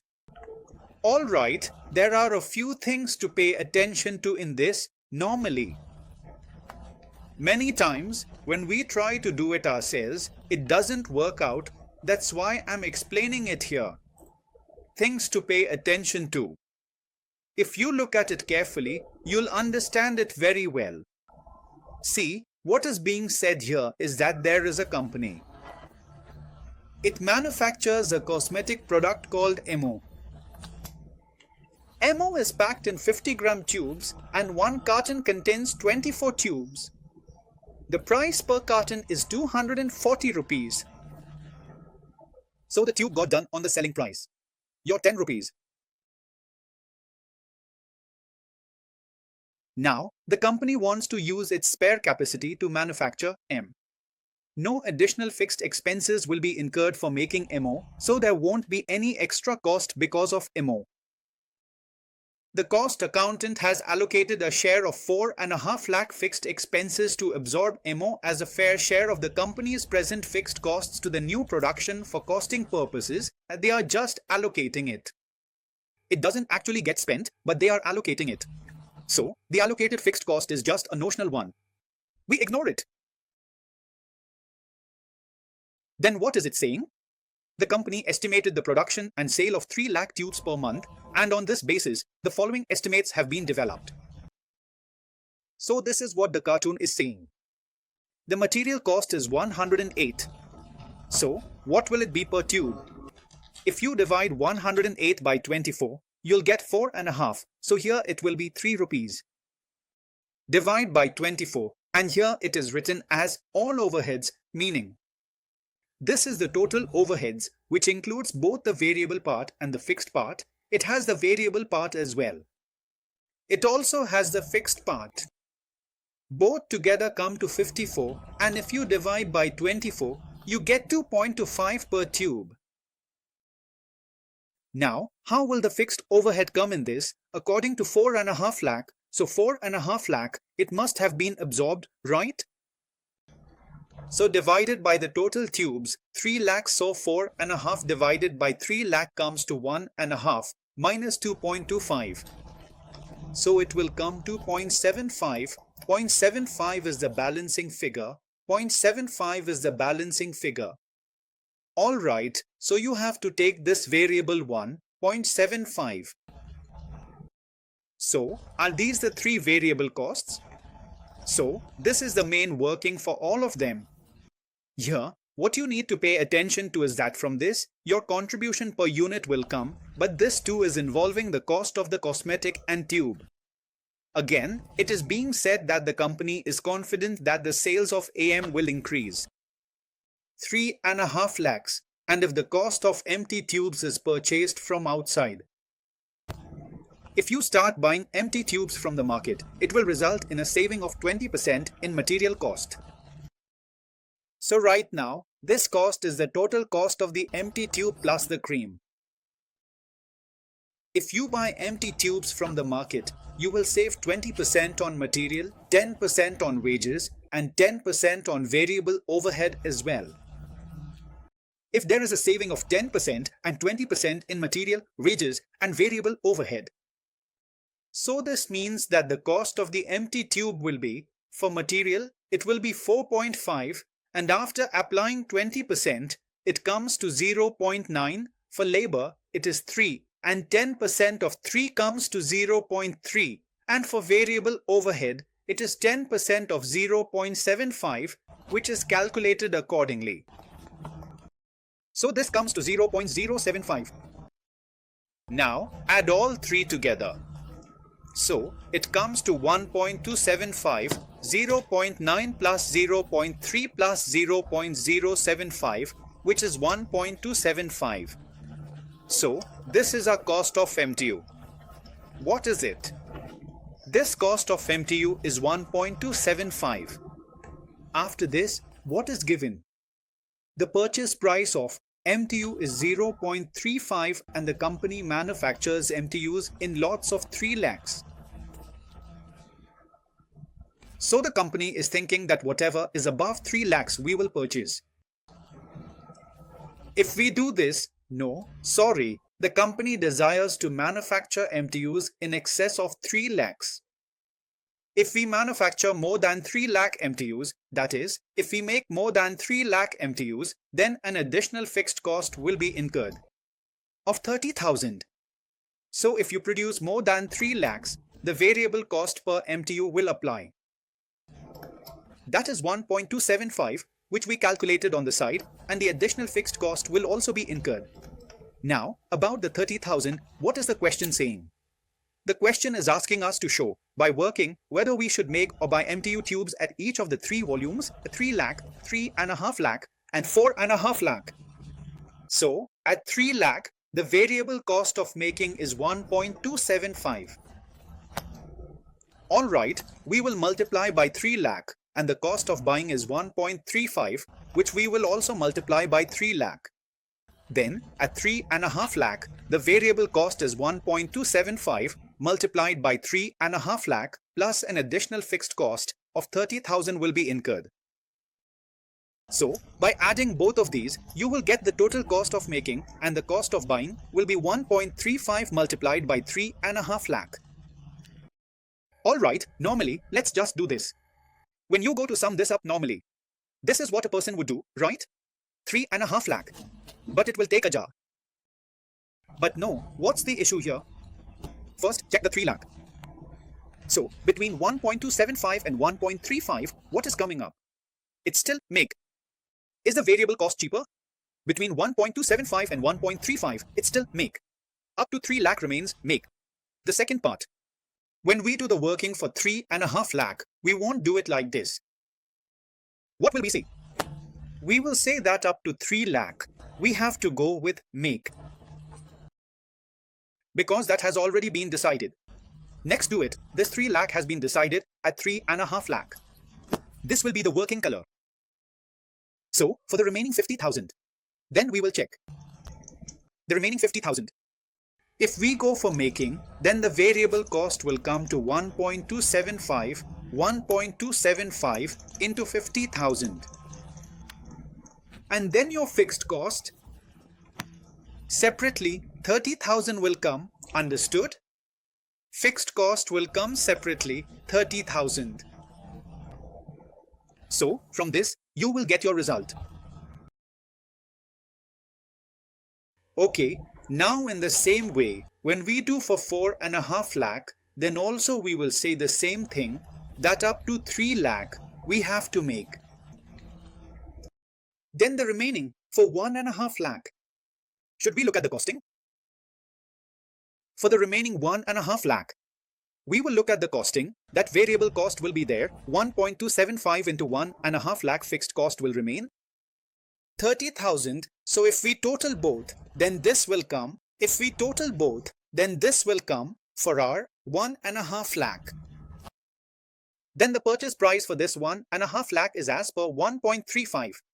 So we will see from this, here also we will have to write the purchase price 1.35 into 50,000. So this way you will evaluate. What do we normally do? When all this hasn't been done, 1. We get stuck here in MTT in costing, and second, we get stuck thinking what will be the total cost for 3.5 lakh. We start calculating what the total cost for 4.5 lakh will be. This colorful working starts happening. How to talk about it? 3 lakh separately, 50 lakh separately. You understood, right? Then what is the next question? What volume of sales will be economical? So, install additional equipment. So, will it be economical? When asked about extra equipment, you need to find the indifference point.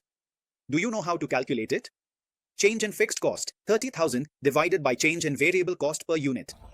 If we buy from the market, it costs 1.35 per unit. If we make it in-house, 1.75 per unit. Making in-house adds a fixed cost of 30,000. So, how much is it? You can see this extra. 1.35 minus 1.275 is 0.075. 30,000 divided by 0.075 gives 4 lakh. That is the number of units. So, only after 3 lakh units does it make sense to talk about manufacturing. Yes, but here we are talking about the additional fixed cost beyond 3 lakh. So, beyond 3 lakh and up to 4 lakh. It will become viable only when that happens. If you make it, then that will be the answer. Actually, 4 lakh plus 3 lakh equals 7 lakh. Because this 30,000 is for beyond 3 lakh, and then in the third part it is mentioned again. You have to calculate the profitability. Teach the workforce at 3 levels based on your decision and show the cost details as separate items of cost. So, when we prepare the profit statement in part 3, it will be very simple. There will be 3 situations, 3 lakh, 3.5 lakh and 4.5 lakh. And in that, you have to take the sales revenue given here. Take it as 10 rupees per tube, that is 10 rupees per tube. And in the variable cost, you have to decide on the cost of the empty tube as per the decision. We will manufacture the cost of empty tubes for 3 lakh units. So, we already know its cost. We will take it at the rate of 175. Multiply it by 3 lakh, and after 3 lakh, we will purchase. You just see. When you look at the working, you will see the purchase variable here. When you do this working, the purchase variable will come. After 3 lakh, the purchase variable will come. So here, 50,000 will be purchased. And here, we will purchase 1.5 lakh. And then, the other variable cost gets left out. That's why I have to explain. What will be the other variable cost? Just see this. Here. There will be other variable cost. The total variable cost given here for us, after adding all 3, comes to 4.5, 3 and 0.75, which together makes 8.25. So out of 8.25, 1.275. This has gone here. So 8.25 minus 1.275, by subtracting 1.275 from 8.25 we will get the other variable cost. Per unit, we will distribute it among all three. We will then allocate it to all three. After calculating the other variable cost and subtracting the variable cost from sales revenue for all 3 or 4, whatever result we get, that will be called our contribution, and then from that, we will subtract the fixed cost. Keep in mind, we are not making it at all. So the fixed cost, which is 4.5 lakhs that was absorbed, will remain the same. You can either include that absorbed amount here or ignore it. It doesn't make any difference as it is called profit segment. So we will subtract that same absorbed amount and the profit will be calculated. The absorbed amount is not used in decision making, but it can be included in the profit segment. Now, once you look at its solution, everything will become clear to you. But until we give you this idea, you won't get the question. If you haven't seen the question before, you won't be able to solve it. Even if you know make or buy, but haven't seen this question, you won't be able to solve it. Only if you've seen the question before, you'll be able to do it.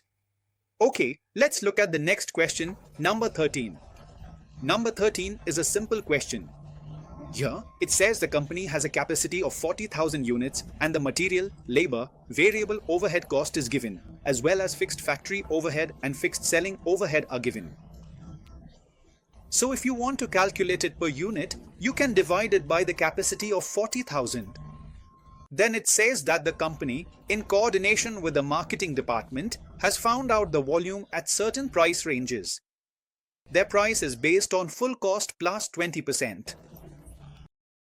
Their price is based on full cost plus 20%, so the first thing is to work out the price per unit at which ABC wishes to sell the computer for the first year and write the demand.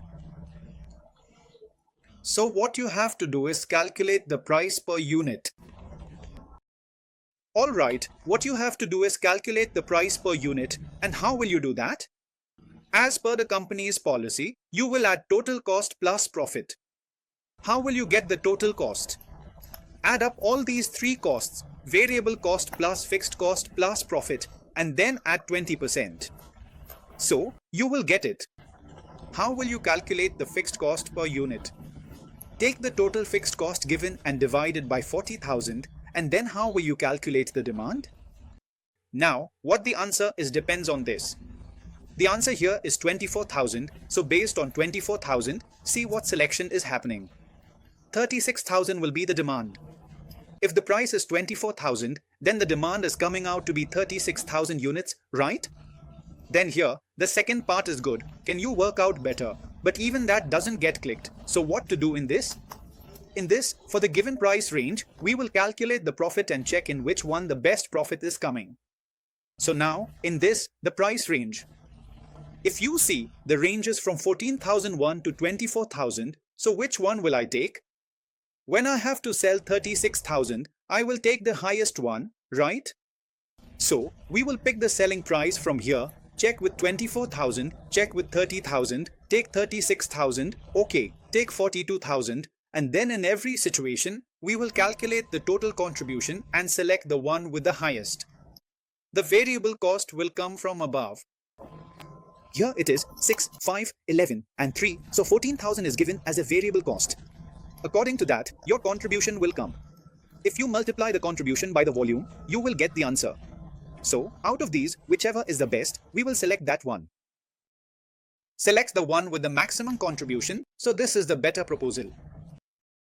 In the third part, I am going to tell you the profit value stock for Air 1 under merger costing approach based on demand ride on the company's pricing policy for the first year.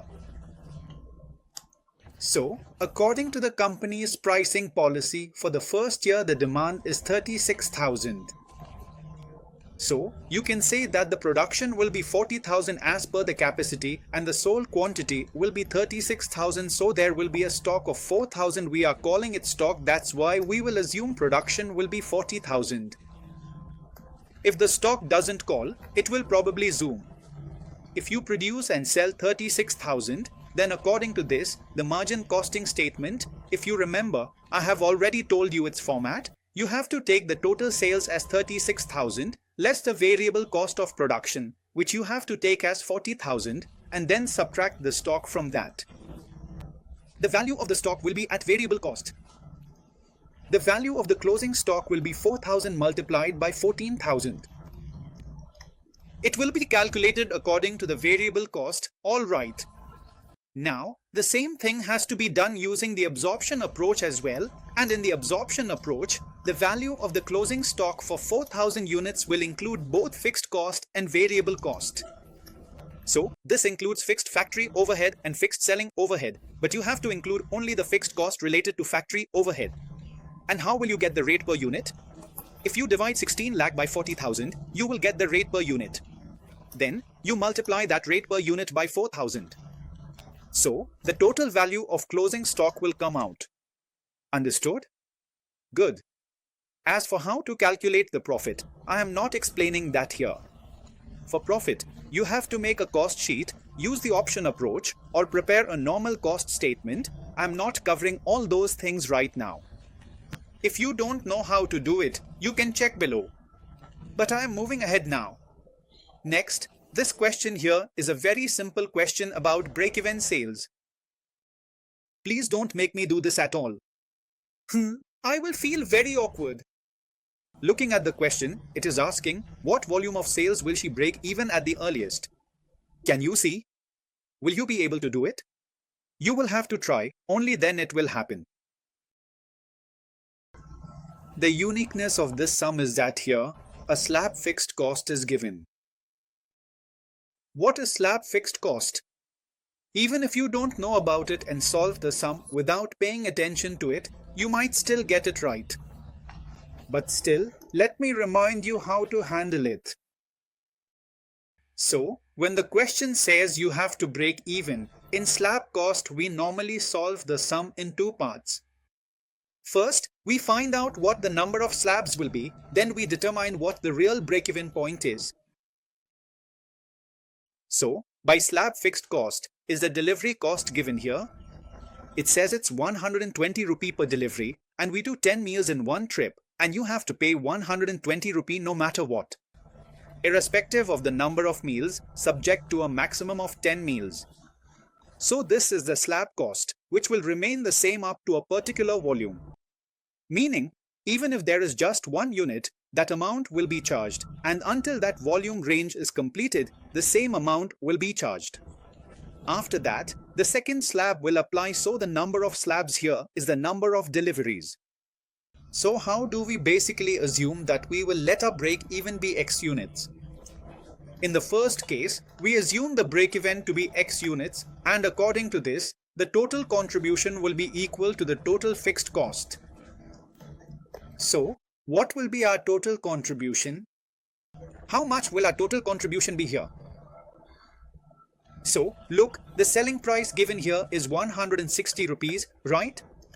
Minus the variable cost, which is given as 100 rupees. Alright, so this is your per unit contribution multiplied by X. In the total fixed cost, there is 1,44,000 rupees as fixed cost, plus we are treating one delivery cost as a fixed cost as well. This is how we have studied in class, that's why we are teaching you in the same way. However, if you look at the solution here, the delivery cost has been treated as a variable cost. We have studied like this only, so the delivery cost seems like for every delivery of 10, for every 10 in the approach, it's mentally 120 rupees. So, for X units, how many deliveries will be there? You can find out by dividing by 10, then multiply by 120, and you'll get the total delivery cost. Ideally, this is wrong because if it is 58, then 58 divided by 10 gives 5 point something deliveries. This is wrong because a 5-point delivery will not happen. You will have to make 6 deliveries. If you take 58, then 6 deliveries will be needed, right?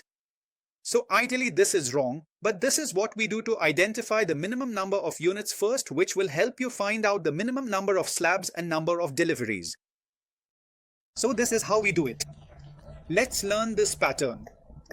So this is equal to, you can see here, it's coming as 12x, so 48x is equal to 144, and the value of x is coming as 3000. So if you get 3000 units, then this is the break-even units answer. But along with this, we'll also find out how many deliveries will be needed for this. So that's coming out to be 3000 divided by 10, which means 300 deliveries will be required. So what happened here is that the calculation we did earlier, where we did x by 10, that is technically wrong. To correct that, let's cross-check once again and find the real break-even point. It's possible that something went wrong because of this. So, to find the real break-even point, we'll again take the contribution, which is 60 times x, that will be 144, and take the cost for 300 deliveries, which is 300 times 120. Let's solve this again. The value of x still comes out to be 3000, so what we got earlier was correct. Even if you don't do so much working or show this part, your answer would still be correct. But technically, if you want to write every answer correctly, you have to do it in these two steps. Alright, so this is about the number of slabs. This is the real break-even one, the number of slabs one, and this break-even is worked out in two steps. Now, suppose for some reason the answer was 3025, then what would happen? If you divide 3025 by 10, you get 302.5, but you can't have a delivery of 302.5. If it was 303 deliveries and work was done with 303 deliveries, the answer would be different. This is because 3000 is divisible by 10, so everything matched, so this is correct. Then, you can conclude that the number of deliveries will be 300. Alright, so in the second part, it says, if we are selling for 5000 miles, then the profit will be maximum, so it is not a big deal. You can simply calculate the profit by subtracting the fixed cost and delivery cost from the contribution.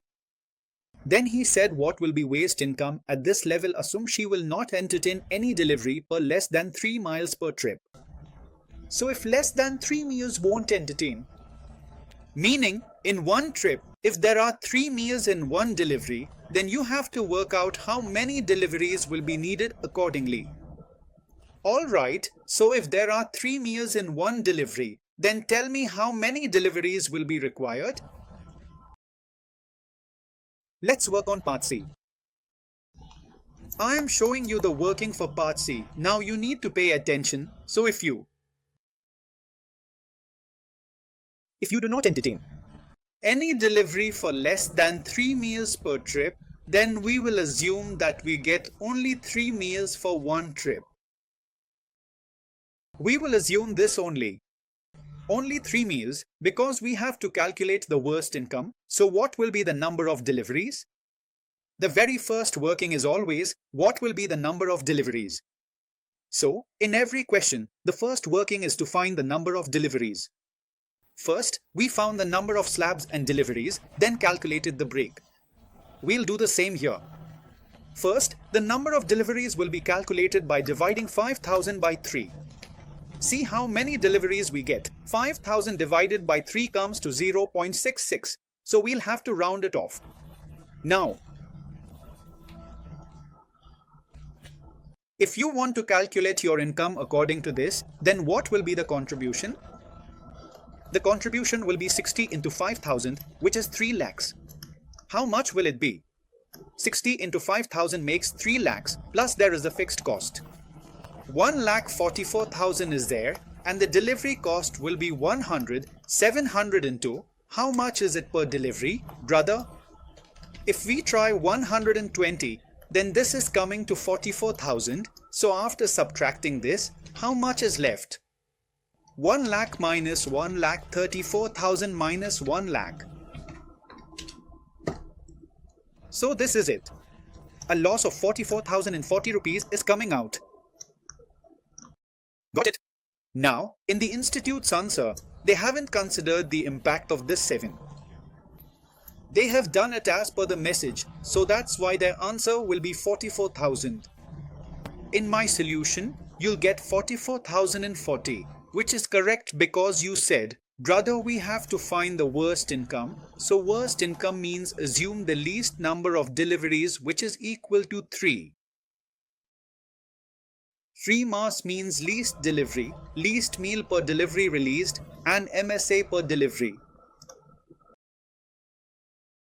Alright, this part is done, and I've left the second part for you to do. That one is very easy. You can do it yourself, and in the second part, your answer might not match the institute's, but in the third part, it will match because of that. Whatever must be done here is as per 10, whatever must be done here is as per 10 miles, and as per delivery at 10 miles. In the second part, your answer matches the institute's since there is no rounding off issue. What has the institute done in their working? They treated the whole thing as variable cost, even though it is not actually variable cost. So technically, what is wrong is wrong. We have already covered a lot of these concepts in class. Alright, I mean we have discussed them in detail, at length, and there are plenty of notes written on this as well. So, what happens in class stays in class, my friend. You can't replicate the class here. The class level is different, remember that. Some think, I'll just do this much, enough, there's no need to attend. That's very wrong, Roshan. You can't build concepts like this. What kind of shortcut is this? It's just like when you go to a temple. There's a certain way to do things in a temple. First you remove your shoes, wash your feet, take the prasad, bring flowers and a garland, go inside and offer a full prostration, take the charanamrit, offer the flowers, take the prasad, ring the bell, sit inside the temple, and then do a round of the temple. Then, the feeling you get inside the temple is something else altogether. And then there's the other way, standing outside the temple, talking on your mobile, and just waving at God from a distance while still on the call. Is that really visiting a temple? So, this revision class is doing exactly the same thing. Alright, the revision class is working just like that. If you just look at the temple from outside and do it that way, then the revision class is also doing the same thing. So, the real tradition of going to the temple, the true feeling and joy of it, you will only experience when you actually go inside. The joy of a regular class can only be found in the regular class itself, and whether you get some special blessing from God otherwise, we don't know. What do you get by doing it that way? The thing is, who knows, maybe something will work out even by doing this. So for someone who has already done it, it becomes a bit easier to do. It's a simple matter. Alright. Okay, this question is also a really interesting one. It's a bit long, so I'll explain it through the solution. So, what's in this? There are two products that the company makes, A and B. The material and labor are given, and the labor attraction force is also given according to the Texas model, along with the rate. It comes to 3 hours per unit. I have 3 and 2 as the overheads proportion, more than the interest chargeable to products, all called factory overhead. 50% is fixed, so with the 100% safe taste, you can calculate these amounts for both products. Factory overhead is 100% of direct wages, so if direct wages are 9 and 6, overhead will also be 9 and 6. Now, of that, 50% is fixed, the variable part is 50% of it. 4.5 and 3 are the fixed parts. This will make 4.5 and 3. It has been divided equally in half. The admin overhead is 100% fixed and 10% of factory cost, so we need to calculate factory cost. How do we calculate it? Add material, labor, and factory overhead 15, 9, 24 and 9, 33, 14, 6, 20 and 6, 26. Understand? 14, 6, 20 and 6, 26. Now, take 10% as admin overhead, so 10% is 3.3 and 2.6. Then it says selling overhead is 3 and 4 per unit. So, for selling overhead, it says 3 and 4, so we've taken 3 and 4. And in selling overhead, he is talking about variable and fixed part. 50% of it is variable, so this will become 1.5 and 2. The fixed part will also remain 1.5 and 2. So this is your variable and fixed part, so we've got the breakup as well. We've got the factory cost for all costs. Admin overhead is done. Selling overhead is done. Then it says fixed capital investment is 50 lakhs. The fixed capital investment is 50 lakhs. Then it says working capital requirement is equivalent to 6 months stock of cost of sales of both products. Look at this. They've said something really interesting here. Working capital is equivalent to 6 months stock of cost of sales of both products. So how will we calculate the working capital? That's a big question now. So here, annual production is given. So what will be the 6 months stock? 6 months stock of cost of sales. So, for what's given annually, we take 6 months worth and multiply by the cost of sales. If we add both, we'll get the working capital. Then it says, for this project, a long-term loan amounting to 40 lakhs has been obtained from a financial institution. And the interest rate is 14% per annum. So, there is one more interest cost now. That is 14% of 40 lakhs. It says that 50% of the working capital needs are met by bank borrowing, carrying interest at 18% per annum. So, whatever working capital amount comes here, 50% of that working capital is coming at 18% per annum. Into working capital, 50%, into working capital, 50%. The department is expected to give a return of 20% on capital employed. The department is expected to give a return of 20% on capital employed. So, whatever the capital employed is here, both of these together will make up the capital employed. This is the return on capital employed. So, we have to take 20% as the return on capital employed. Basically, if the capital is employed, then the return on capital employed should be 20%. We have to assume a 20% return on capital employed. What is the question saying? Fix the selling price of the product so the contribution per labor hour is the same for both products. At first, it might feel like, oh, how did we end up here while doing all this? The contribution per labor hour should be the same for both products. We have to fix such a selling price. Alright, so the contribution per labor hour should be equal for both. Now, how do we calculate this? This is the biggest part to be noted. So first, we need to calculate the total contribution. See, just have a look at the flow of the working here, how it is coming. I am referring here. Look here in the cost sheet, as I broke up the cost of sales above, here it is 39.3 and 32.6. Only variable cost 30 and 25 is taken. For total capital employed, fixed capital of 50 lakhs rupees is taken, and for working capital, dividing 1 lakh and 2 lakhs by 2 and taking it for 6 months, then introducing variable cost. The cost working capital is calculated, so total capital employed is calculated. Taking 20% of that, return on capital employed is calculated. Contribution per labor hour should remain the same, so first we need to calculate the contribution. What is step 1 here? If you look closely, step 1 is to prepare your cost sheet and calculate cost of sales. What is step 2 here?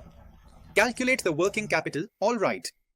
Step 3, calculate total capital or capital employed. Step 4, calculate return on capital employed, which is the profit element. Step 5, calculate total contribution. How will you get the total contribution? The total fixed cost plus the return on capital employed, that is the contribution we need. Alright, so if you see, in the computation of required contribution, what is written for us? After calculating the cost of sales, we added 20% of capital employed to it and got the sales value. Then if the variable cost is subtracted from that sales value, the contribution comes to 44.95. How did this 44.95 contribution come? You can also do fixed cost plus ROC. I have told you this as an alternative way. Are you able to understand this? Here, by adding profit to the cost of sales, then calculating sales and subtracting variable cost, the contribution is being shown. I was telling you the shortcut, fixed cost plus ROC. Now, how does fixed cost come? Fixed cost, this part here, like this is fixed, and this is fixed. Just add all three. Or do it like this. As you see, total cost is 39.3 and 32.6. If you subtract 30 and 25 from these, you get the fixed cost per unit. You get 9.3 here and 7.6 here, so by multiplying the fixed cost by the number of units, you get the total fixed cost. Plus, the ROC you saw in the working here, add 20,45,000 rupee to it and you get the contribution. Then calculate the total hours because you need to go to contribution per labor hour. The total labor hours are also not given, so step number 6 will be to find the total hours. How will you get the labor hours? According to 3 and 2, 3 lakh and 4 lakh, so it will come to 7 lakh. The total labor hours will be 7 lakh. Then you will get the contribution per labor hour. The total labor hours have come to 7 lakh. Then you get the contribution per labor hour, and keeping this in mind, you have to fix the price. Alright, so what will be step number 7?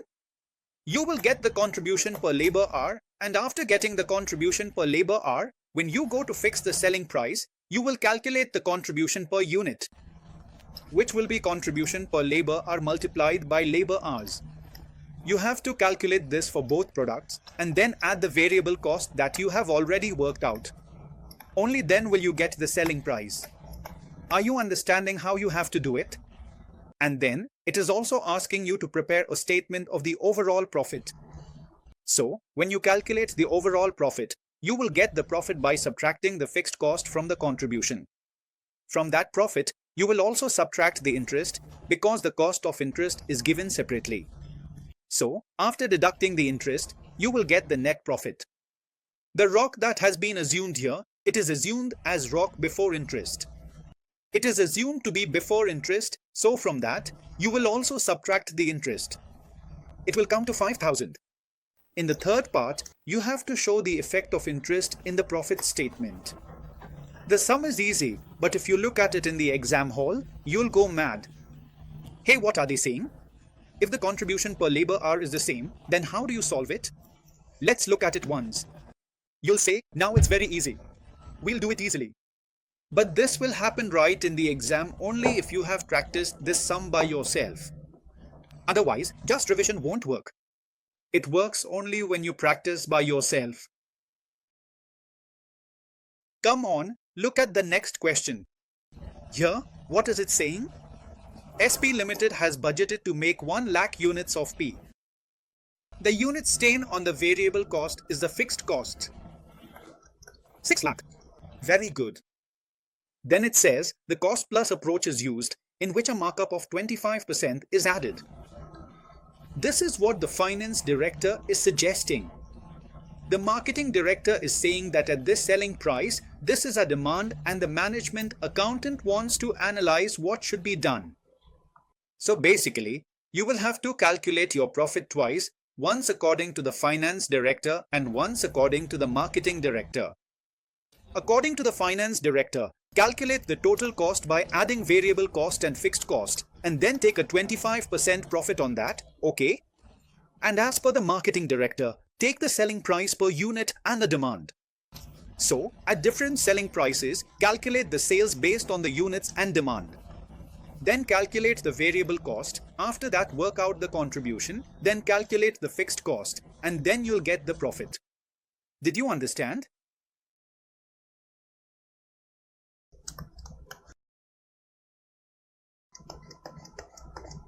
Is it okay?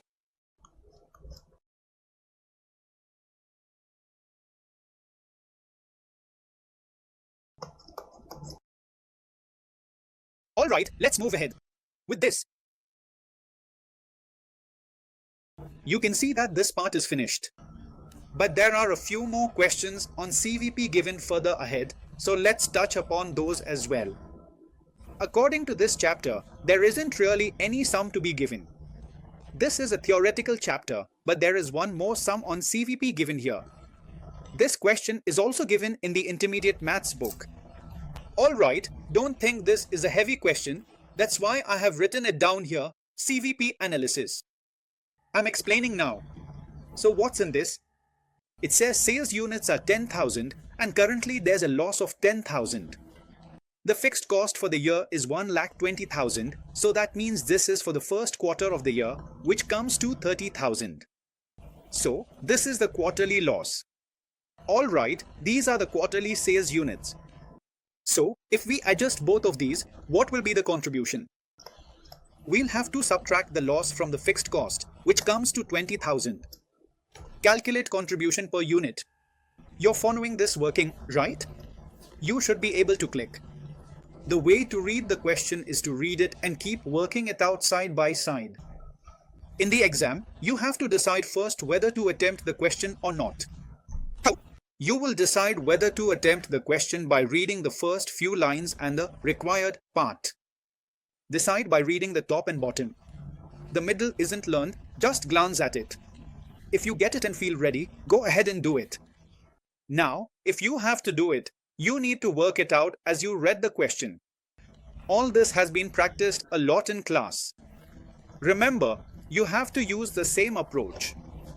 The variable cost per unit is 8, the selling price per unit is 10, and now management and finance feel that the company should at least break even.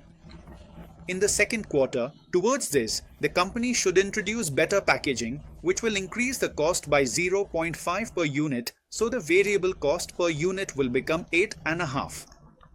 Alright, as an alternative proposal, the sales manager suggests running a sales promotion in the second quarter, which will bring in a profit of 5,000, and this can be achieved during the period with increased sales. The production manager, on the other hand, feels to improve demand, the selling price per unit should be reduced by 3%. As a result, the sales volume will increase to achieve a profit level of 4,000 per quarter. So, the manager is telling you, the director asks you to evaluate the 3 proposals and calculate the additional sales volume that would be required in each case in order to help him take a decision. To calculate the volume, you have to use the basic concept of CVP analysis, the master equation, sales in units equals fixed cost plus profit divided by contribution per unit. You also have to follow this part where you do the break-even calculation. In the first part, you do the working for break-even. The variable cost has changed in that. In the second part, you are being asked to calculate the sales required so that our current fixed cost is covered. For example, if you see, at the quarterly level it is 30,000 plus this is adding the new fixed cost. An additional 5,000 plus a profit of 5,000 is required, so the contribution per unit, which is 2 rupees, will be calculated accordingly. And in the third part it is saying, as per the production manager, you have to calculate the sales units, so in that, the fixed cost is 30,000. A profit of 4,000 is required for the quarter. Pay attention, it's for the quarter. After that, it says to reduce the selling price by 3%, so you will have to calculate the new contribution per unit. Did you understand? Then you won't be able to solve such simple questions. What do you say? Final year students have almost become cost accountants now. Almost. Now look at the next question here, example number 2. Consider this one important. I have prepared a bit here so that I can explain it to you quickly, alright? So it is going to help you to understand this question quickly. There are often queries about this question. Can't understand. Even after doing it in class, you will have to pay attention once to see what is happening in it. So, what is happening here?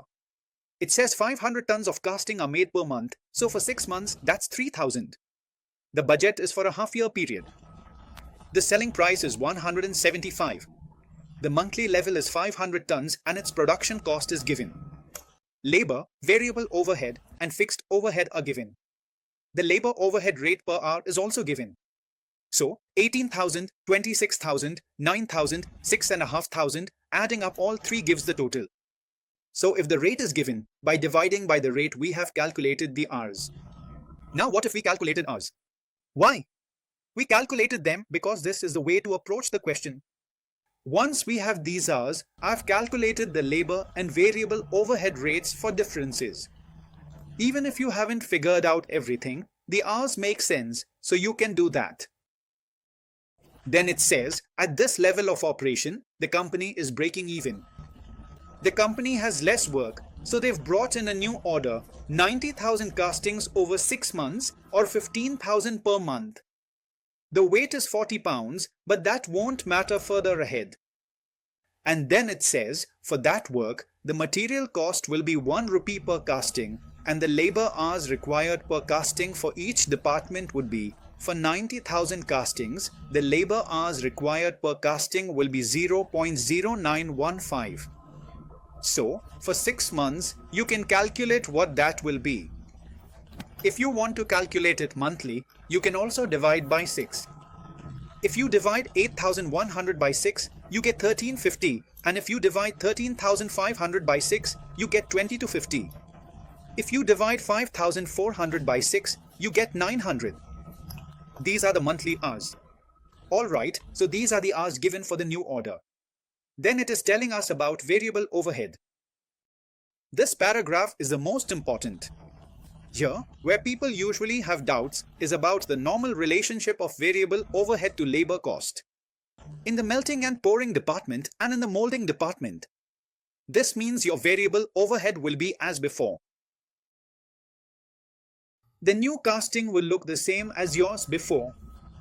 For the new casting, the material cost is 1 rupee per casting.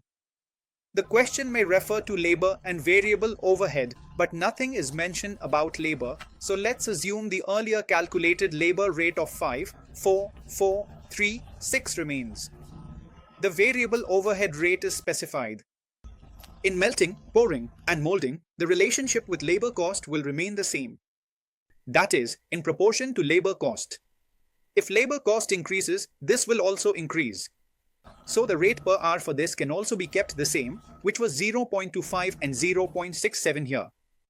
After that, it says that the variable overhead would increase by 1.20 for every additional output in core making and by 30 paise for every additional iron cleaning.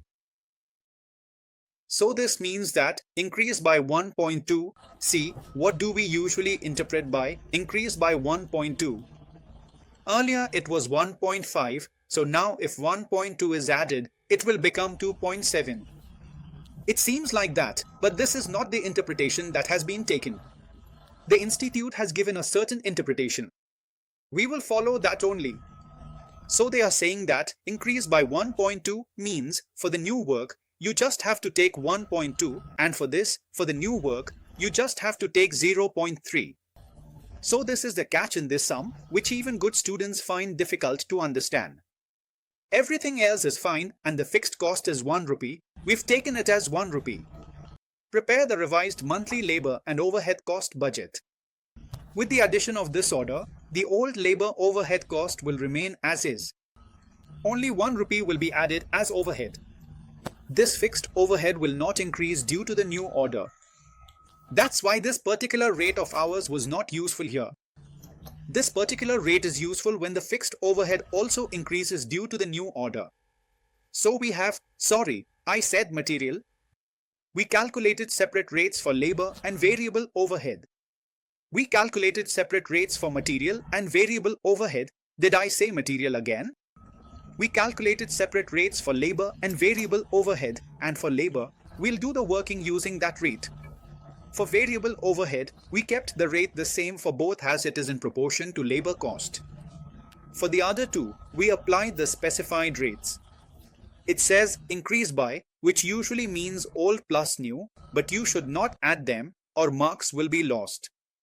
Then it says the lowest price for this quotation, so this is the lowest cost. Just add material, labor, variable overhead and fixed overhead and you will get the lowest price. Alright, so just check this once, you will understand it. You should understand the process, and where we usually get stuck is that we don't have to do anything with the fixed overhead. You have to take labor and variable overhead separately, and you should understand what increase by means here. You should also understand the role of increase by 1.2 and by 30 paise. Alright, so some things just can't be written down in the notes. You understand it by looking at the sum, And this sum is just like that. So I hope this has been helpful to you. But this is not the end. Alright, what I have done is, I have included all the decision-making questions I could find in the Institute material. Now what? As we move ahead, we will find more questions. Like, maybe there could be some decision-making questions included in transfer pricing as well, or perhaps even in Chapter 1 there might be some decision-making questions included. If there is a question from CVP analysis included, you should try to solve it on your own after looking at it. I have no contribution in that. I am concluding this chapter here. By the way, I had marked it. If you go to chapter number 1, as per the syllabus, chapter number 1 is a theory chapter. Which chapter is it? This is a theory chapter, but even in this theory chapter, at the end, 2 or 3 questions have been included, which in my opinion are basic CVP questions, just like you had in intermediate. So, these have been given for practice purposes, and you have to do them as per the solutions provided. I am not discussing this, but I would advise you to try this yourself, because this is for the exam, and whatever is given in the book is all relevant, whether it has come in the exam before or not. You should go through all of it. This is my suggestion, so you should also go and look at these 3 questions on your own. Now, what will happen along with this? If I pick up any chapter in the future and by chance there is a question on decision making, I will let you know at that time. But for now, let's pause decision making for a while.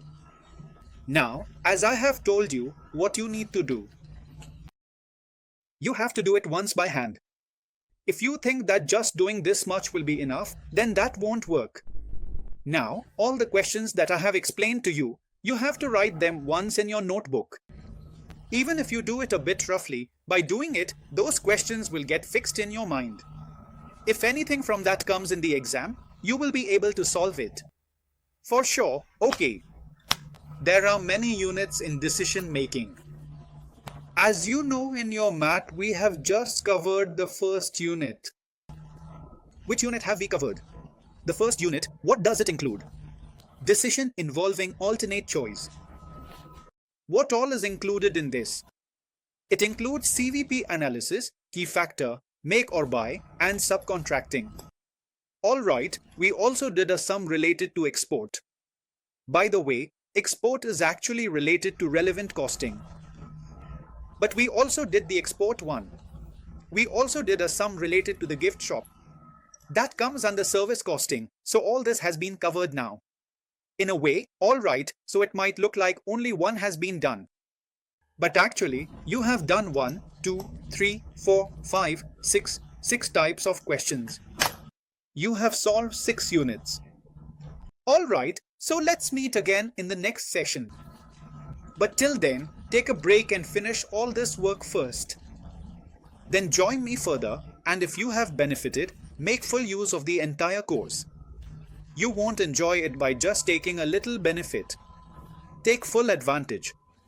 If you have benefited, then make sure to take full advantage. Ideally, the best time to refer to this is 1 or 2 months before the exam. Alright, you should refer to it during that period only. What I am making you do right now, that is the ideal period to refer to it. If you try and refer to it on your own, it will be very beneficial. If you refer to it and try it now, you will definitely get some benefit. Do not look at this on the day before the exam. Please remember, don't watch it right before the exam. It won't help much because you won't even have that much time then. What will happen then? At that time, you just have to keep revising your notes again and again. You have to keep going over your revision notes, and the day before the exam, quickly flip through them like this. If you have marked any question as a tricky one that is confusing you, or you found it hard, or you couldn't solve it, then you should write down its question number right now. You have to stick its question number in your notes, in your summary notes, and please make sure to look at those questions in the summary notes once again before the exam. For example, if you feel that now you have understood this question, then it's fine. You don't need to look at it anymore. If you feel you might get stuck in this question, Like with overtime premium, note this is question 1. Note the page number to check overtime premium before the exam, not the whole question. If you see this question and think shadow price is new, you might forget it. So, how is shadow price calculated? The extra we could earn by getting one more unit is earned on the left. Usually, the shadow price is highest, but here you take the least. If you remember this concept, that's really good. I don't remember. If you are having trouble, note this question number and look at the shadow price and move ahead. This is how you will revise the day before the exam. The revision you do the day before the exam is different. It is not this kind of revision. Right now, you have done a thorough, in-depth revision. Right, so I have explained to you how to revise the day before the exam. I think this is enough for you right now, and now please take time to practice this and to do this once again. If you have not done it ever before, okay, let's go. Okay, now we are going to do the transfer pricing chapter from your institute material. So come quickly. Understand it quickly, and as I have said before, if you try it yourself once, you will really enjoy it and feel confident. And even if you haven't done it at all, just listen to it once and then try it once, you'll still do great, really great. But if you just watch this and think that your work is done, then it would be just like telling someone how to swim. You'll say that you know how to swim, and then you'll directly go to the Ganga river to swim, even though you haven't actually tried swimming yourself. It's like you've only watched someone else swim, and then you try to swim in the Ganga. It's exactly like that. You got it, right? Anyway, in the transfer pricing chapter, we usually get 3 types of questions. One is the calculation of transfer price, the second is the evaluation of transfer price, and the third is evolution. Basically, you can say it's like the goal congruence concept, where you have to see which is the best transfer price for the company or the division. And then there are questions about the best strategy. So, there are 3 types of questions. So, in transfer price calculation, the question that is asked follows a certain method, and after that there are different methods available. Those methods are used. Alright, so let's continue with our session. Let's see what the question is saying. Come on. Question number 17, which you can see here. Open your institute material and look at this along with me, alright? And if you can write quickly, then keep writing in your book with a pencil, and later on, make sure to try this again. So, what do you have in this? The budget division has been given. In exams it doesn't come like this. I've studied this. So I am quickly reading the middle part. People usually read everything word to word, from the first word to the last word. Alright, but right now, I already know what has been given. So I am quickly skipping to the railway part because I am doing revision, not explaining in detail. So here, fix it in the set, set it. In the set debtors are included, but debtors are given separately. So we will assume that it must be excluding debtors. So this 538 into 10 then 11, capital employed also gets worked out as a working note. Alright, the envelope cost and variable cost volume, the desired value is given. So what do you have to find? You don't have to find the transfer price per vision, so the transfer price will be equal to total cost plus profit, right? So what will be the total cost?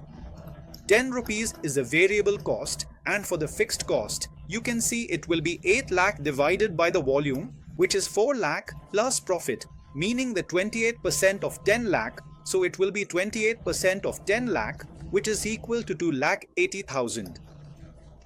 So just solve this and take it per unit.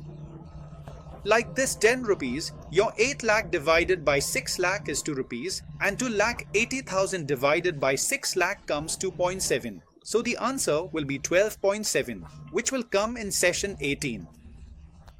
What is being said in this? Whenever there is talk about two processes or so, you should draw a small diagram for the question. For example, there is a company called Transfer Limited. It is talking about two parts, preparing and finishing, and even at normal output, it has 7,500 units. The capacity was 75%. This is about the completed units. Transfer Limited had problems in preparing and requires 2000 minutes per week of prepared material for their finishing process. So, who is the transferee here? Okay, it is clear that Transfer Limited has two processes, preparing and finishing. Then it says Transferee Limited, Transfer Limited. It seems like the question is a bit confusing. It was Transfer Limited. Fire that Transfer Ltd had production problems and preparing and requires 2000 units per week of prepared material for their finishing process. So, Transfer Ltd needs this material for their finishing process. The existing cost structure of one prepared unit of Transfer Ltd is, so what is the structure for one unit here? For material, it is saying 2 rupees. For labor, if we take the variable part, it is 50% of 2 rupees, that is 1 rupee. For overheads, the variable part is 25% of 4 rupees. 1 rupee. So 2 plus 1, 3 plus 1 makes 4. So, the variable cost is then calculated per unit at the selling price. 16 is fine, and they are saying the profit is 4. So, see how this 4 has come? This is something to understand. Here, if you add 4 and 2, 6 and 2, 8. Here it is showing 8 rupees. Total cost is fine. Now, if you add 8 and profit, that is 4, it becomes 12. 8 plus 4 profit makes 12, so the selling price should be 12, but the selling price is 16, so what is this? Simply, what is the supply if the selling price is given as 16? What does that mean? Think. So this is variable cost, this is fixed cost. You can understand that here, the remaining 4 must be there, right? How did we figure out the remaining 4? Because our total cost is 8. And we are being told that the selling price for transfer is 16. And here in Transfer Limited, there are 2 processes, right? So you should understand that the selling price given is 16. If the profit is 12 and 4, then the total cost for us is 12. So 8 rupees is here and 4 rupees is here. This will be the cost, right? The cost of finishing cannot be found just by taking the balancing figure. Now, after this, what has been said is a very easy thing. Consider the effect of profit. The effect on profits of Transfer Limited for 6 months, which is 25 weeks of supplying units to Transfer Limited, with the following alternative transfer prices per unit.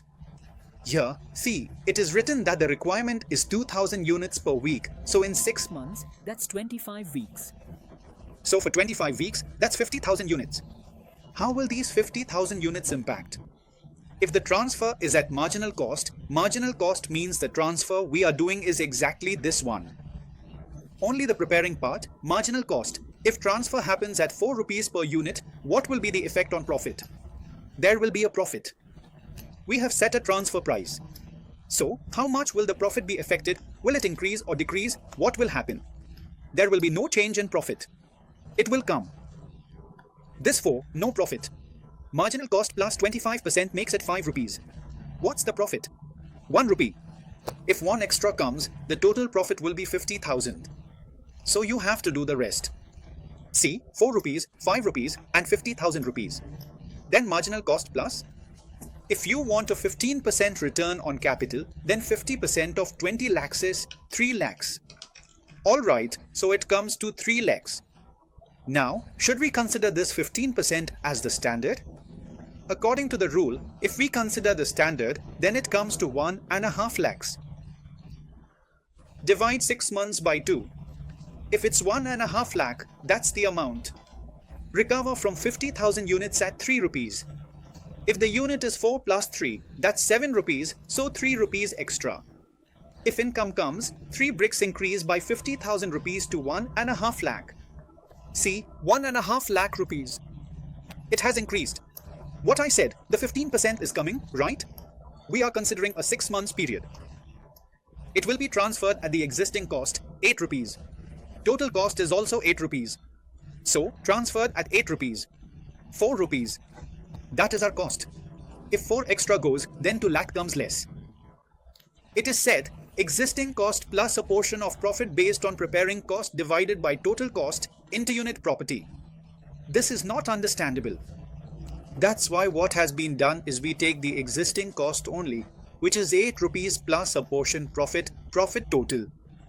Right now, it is 4 rupees. Okay, on the basis of preparing cost plus preparing cost divided by total cost, how much is the repairing cost? 8 total cost is taken. 12, 8 plus 4 makes 12 into unit profit. We have bought it for 4 rupees.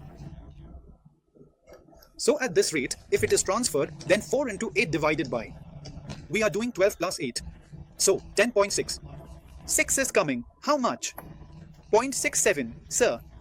So, because of that, by how much will profit increase? Basically, in profit, by calling it cost. With idle capacity, as written here, we use 75% capacity, so 25% is vacant, 75%. If it is 7500, then 25 years will be done. Out of 2500, only 2000 is transferred, meaning we have idle capacity.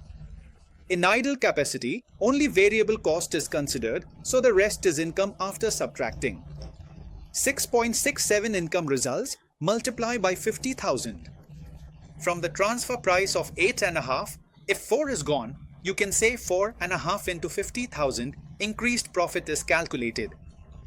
The extra profit from such a transfer is what we calculate. Do you understand? Very good. If not, watch again. Now, let's go to question 19. This is from November. So, what is being said here is that there is a company with 2 divisions which have been organized on a profit center basis. So, there is a company with 2 divisions.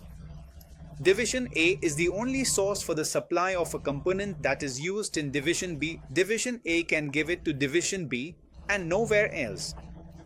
Division B is the manufacturer of product climb. The important part is that the demand for product climb is not steady. Division B can obtain orders for increased quantities only by spending more on sales promotion and by reducing the selling prices. Since the demand for the product is not steady, Division B can do business only by spending on sales promotion or by reducing the selling price. The manager of Division B has accordingly prepared the following forecast. The Division B manager has made a plan that if I want to sell this many units, then I will have to keep this price. Then it is mentioned that the manufacturing cost of climb in Division B is 3,750 rupees for the first 1000 units. 3,750 rupees for the first 1000 units. Then it says 750 rupees per 1000 units for any units in excess of the first 1000 units. After that, for every additional 1000 units, it will cost 750 rupees per 1000 units. Division A incurs a total cost of 1,500 rupees per day for an output of 1,000 components. So basically, this 1,500 rupees is the cost for 1,000 units. And the total cost will increase by 900 rupees for every additional 1,000 components manufactured. The manager states that the operating results of his division will be optimized if the transfer price is set at 1.2. So, according to this, the transfer price is set at 1.2. Now, as per the requirement, you have to prepare a schedule showing profit at each level of output for Division A and Division B. Here, both divisions are profit centers, so everyone will try to maximize their own income and will charge either the market price or a price higher than the cost. You have to show this at each level. The levels are already created here, so first, just understand the format. The levels of units are given, then what will be the working for Division A? Division A will have its own total cost structure its transfer revenue will come at 1.2, so its profit will be calculated. For Division B, you should do the same. Division B's total cost will include its own cost and the transferred input, which is the transfer revenue for Division A and becomes the cost for Division B. So, first is transferred input, then second is own cost, then third is total cost. After total cost, total revenue will come and then profit. Understood? So, for units 1, 2, 3, 4, 5 and so on, your profit will be calculated like this, and similarly, profit for the other division will also be calculated. Got it? And you also have to calculate the company's profit, so you can add the profits of both divisions. So, what does the question say next? Find the profit of the company as a whole at each level. So, for this second part, to find the company's profit, you just have to add the profit of Division A and Division B and you'll get the answer. Then it asks, at which output level is the profit of the company as a whole the highest? Here, you don't have to tell the direct profit, but rather, where the division's profit is maximum, you have to calculate the company's profit at that point. So, wherever Division A's profit is maximum, you have to find the company's profit at that level. Similarly, wherever Division B's profit is maximum, you have to find the company's profit at that level. In the third case, where the company is not organized on a profit center basis, at what level is the company's profit maximum? So, in the third case, wherever the company's profit is maximum, you have to find that profit. Understood? In Part C, at the maximum of this, the company's profit. In Part B, at the maximum of B1 the company's profit, and at the maximum of B2 the company's profit. And at the maximum, you have to select the total profit and volume. If you look at the structure, you'll understand. So, for example, wherever the division's maximum profit is, you have to calculate the company's profit at that point. When the division's profit is maximal, what will be the company's profit at that level? So, at 6,000, how much is Division B earning? Minus 2640, 1200, after subtracting 2640, you get the answer. Similarly, where is BS maximum? BS maximum is at 1060 and 2000. So, at 2000, 1060 plus 2000, there it is 0, so the answer will be 1060. And in the third case, you have to choose the maximum from the combined profit of both divisions. So, that column has been made here, and from there, which is the maximum? See, 1350 and 3000 are the answers. Understood? Next, this question is a big favorite of the institute, very, very favorite. You know, it comes up in exams quite often. We call this transfer pricing based on key factor. So, what's the basic idea? Normally, there is a company with two divisions, Division B and Division A. Division A has three products, X, Y, and Z. Division B's product is not accepted anywhere, but Division A is busy with X, Y, and Z, so their market prices are 48, 46, and 40. The variable costs are 33, 24, and 28. Then, labor hours per unit, basically, you can say how much contribution is coming in. First, you can see that your contribution is 15, here it is 22, and here it is 12. Then, the labor hours per unit are 3, 4, and 2. Then comes contribution per labor hour, so it's 5, 0.5, and 6. After that comes the rank, so you can understand the ranking. 3, 2, 1. Then it says that Y can be transferred to the division with a maximum quantity required of 300 units of Y. External sales for X have been given. It is telling you, if Y is purchased from outside, it is available at 45 per unit in the outside market. The outside price is 40, so now the transfer price should be 3 labor hours are available, 3000, 3600, 3800, 3000 and 5600. So, if these hours are available, what do you need to do? First of all, you have to make the optimum mix table. What do you have to do? The optimum mix table. In your division before any transfer, what are you doing? First, you need to understand the current scenario. You will have to do this, which we call, it will be done by way of the optimum mix table, right? How will it be done? It will be done by way of the optimum mix table. So for this, what will we have? According to the rank, you will allocate based on rank 1, rank 2, rank 3. First, rank 1 for Z, then for Y, then for X. For Z, 300 units will go. So, for 300 units, how many hours will be required? 300 into 2, that comes to 600. For Y, 500 units will go. So, 500 multiplied by 4 hours comes to 2000, and for X, the total hours we have is 3800. So, out of 3800, 1200 are left. So, in 1200, how much will be made for X? 1200 divided by 3 gives 400, whereas the demand for X is 800. So, this is what becomes our optimum at 300 hours. So now, if we have to transfer, how many hours are needed? The transfer hours required equal 300 minutes of Y. For 300 minutes of Y, multiplying by 4 gives 1200 hours. Where will we release these 1200 hours? We release hours from the least product. We release hours from the least rank. So list rank, which rank 3, are released from rank 3. So how many hours are being released from rank 3? That is 1200. How many hours are being released from rank 3? That is 1200. Hours released from rank 3, and that is equal to 1200 because 1200 are needed. If we do it only from rank 3, how much contribution loss happens because of that? This contribution loss is equal to, what will you say? 1200 into, how much less is it because of this?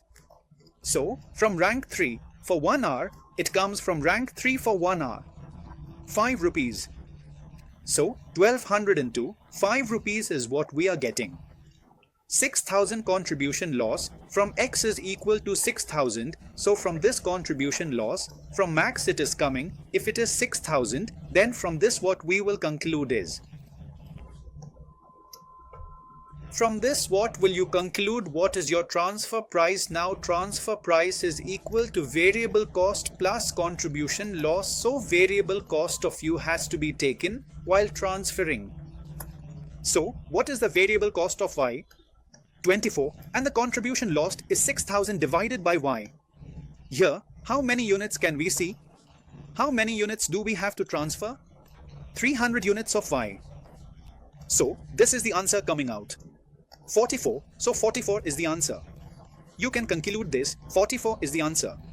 So I have done this for 3800. Now, in the same way, if you do it for 5600, all the steps are here. First, make the optimum mix. From where will it transfer? How many hours are needed? From where will hours be released, and where will retrenchment loss occur? Then it will come to transfer. So now you have to do the second part on your own. For 5600 you will see that maybe some idle capacity will be left, about 600 hours. Here, first you will allocate from idle, then from rank 3. So, when you do the allocation for 5600, if 600 is lying idle, first allocate from idle and then from rank 3. So, I'll just explain it to you. What will be the answer here? The hours released from idle will be 600, and the hours released from rank 3 will also be 600. Accordingly, the contribution loss, idle will be 0, and for rank 3, it will be 500 rupees. Here, if he gets it from the market at 45 and we give it at 44, it's cheaper. The transfer is possible. In the same way, you can check in the second part as well whether the transfer is possible or not, right? So this question is very important. You have to try the second part on your own. That's why I'm leaving it. Let's move on to the next situation. In the next question, again, there's nothing much to do. You just have to calculate the profits. That's it. Nothing else. Just calculate the profits. So just find the amount of profits. So, to calculate the profit, what do we need to do? First, you need to understand the question. Once you grasp the situation, you have to set it up. Until you are mentally prepared and understand the situation, you won't be able to solve the sum. Otherwise, PH Limited has two profit centers, the basic unit and the processing unit. Learn to draw such questions in the exam as well, basic unit and processing unit. After that, what does it say? The basic unit has a capacity of 4,000 tons per month of KBAX. What is its capacity? 4,000 units per month of KBAX, then. After that, what he is saying is presented sales limited to 2,000 units and outside market and 12,000 terms to processing unit. So, it is selling 2,000 units in the outside market and transferring to the processing unit. 1,200, so the rest is lying idle. 800, alright. After that, what does it say? The transfer price for the year 2021 was 400 per ton. The transfer price for 2021 was 400 per ton. The transfer was at 400 rupees per ton, fixed in line with the actual wholesale price as of 1st January. Due to heavy competition, Basic Cement had to reduce the wholesale price to 360 per ton, but this price did not apply to the processing unit. Earlier, the price was 400, now it is 360. But this transfer price was not applied here. Then what is being said is that the processing unit refines, comes back and packs the output, known as clinker, in drums of 50 kg. Yes, the selling price is 40 rupees per drum. So, the selling price for this is being mentioned as 40 rupees per drum. Now, the details given here are in tons, 4,000 units. No, these are tons. I wrote nets, but all of these are tons. Alright. So, to match both, we will also convert this to tons. So, if one drum is of 50 kg, then how many drums are there in 1 ton? For 1 ton, I will do 1000 divided by 50. So, by dividing 1000 by 50, does it come to 20 grams? By dividing 1000 by 50, we are getting 20 grams. So, what will be the selling price equal to? It will come to 800 rupees per ton. How much will it be? The selling price will be 800 rupees per ton. Did you understand? The selling price will be 800 rupees per ton for the processing unit. There is a potential for selling a further quantity of 16,000 drums of Turex provided the overall price is reduced to 32 per drum. The overall price is reduced to 32 rupees per drum. If we further reduce it to 32 rupees, then we can sell even more. So if we do 32 into 20, then it will come to 640 per drum. So how much more can we sell? At that time, we can sell a further 16,000 drums. 16,000 drums means we can sell another 800 tons. Here, at this price, we are able to sell 1200 tons. So our sales are 1200 tons. Are you able to understand anything? I am explaining, solving the entire sum and showing it to you. Brother, what more do you want? I am revising. I am teaching the class. I don't understand what else you need. It says the outside market won't absorb more than the current 2000 tons. The price stays 2000. What does this mean? If it sells another 800, the price for everyone becomes 640. So, it will sell another 800, making a total of 2000 tons sold. Now, if it sells 1200 and then 2000, then the price for everyone will have to be reduced. So, for those 2000, the material will then come from here. 1200 is already coming, and another 800 will come as well. After that, what is it saying? The basic unit, the material per ton for the processing unit is 70, the variable cost per ton is 140, and the fixed cost is 3 lakh. Then for the processing unit, its fixed cost is given as 120. Its own variable cost is given as 170. So, in both situations, it will be on variable cost, on 70, and all this is given per ton. Pay attention, that's why we have to convert everything from drum to ton. Now, in the question, it is telling you about different situations. Just tell the profit. Alright, for the division and for the company. So, at 80%, 100% capacity of the basic unit, at market price and transfer price to the process unit of 400, if the situation itself is not clear, then in this, what does 1800 mean? That means there are two situations within it. Basic unit, processing unit. You have to use the capacity at 80%. What does 80% of this mean? Out of 4000 tons, 80% is 3200. So this means it will sell 2000 to this one and 1200 will go to this one, 2000 tons and 1200 tons. At that time, both the market price and the transfer price will be 400. So the market price will also be 400 and the transfer price will also be at the rate of 400. Alright. So now, according to this, you have to calculate your profit. To calculate the profits, there's nothing much to do. Simply subtract all costs from sales for the particular processing unit and then total it up. So, your sales figure will come from this number, which will include the external sales and your transfer sales. So I won't be doing that working out. I am just explaining the process to you. 2000 into 400, 1200 into 400. By doing this, you will get the total sales. Then, less our cost, the total cost. In the total cost, there is a transferred input and a non-variable cost. From this, you will get the contribution. Then there is the fixed cost. So, the profit will come directly when you calculate the profit. In this, the transferred cost will not be included. The own cost rate here, which I have written as 210, so at the rate here it is 210. The fixed cost here is 3 lakhs in total. 210 into 3200, pay attention to this. And for external sales per processing unit, when it is 1200, the price is 800 each. There is nothing for transfer here. This will be the transferred input and this revenue here will become the cost. Then, the own cost is 170 into 3200, 70 into 1200. 1200 is from the process and the fixed cost is 1,20,000. So, in this way, you have to calculate the profit. You will have to put in the effort. If you have never done it even once, you will be able to do it in the exam, because in the exam you won't be able to figure out where to put which figure. Now see, what is next? At 80% capacity, the market price is 360, transfer price is 400. So, after 80, I am telling you all the situations. After 80, in A, there is one more, at 100%, 2000 tons at the rate of 400. Then here also, 2000 tons will be transferred at the rate of 400. Understand this, I have made two cases here, 80 and 100.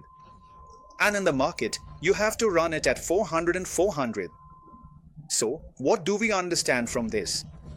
In this working, 2000 at the rate of 400 will be the same. The external one, this is the basic unit of external sales, this is external sales and this is your transfer. So, for the basic unit, both external sales and transfer sales are 2000 each. So, you can see what will happen here, 2000 into 400, 2000 into 400, this figure will come, this is the sales figure, just like above.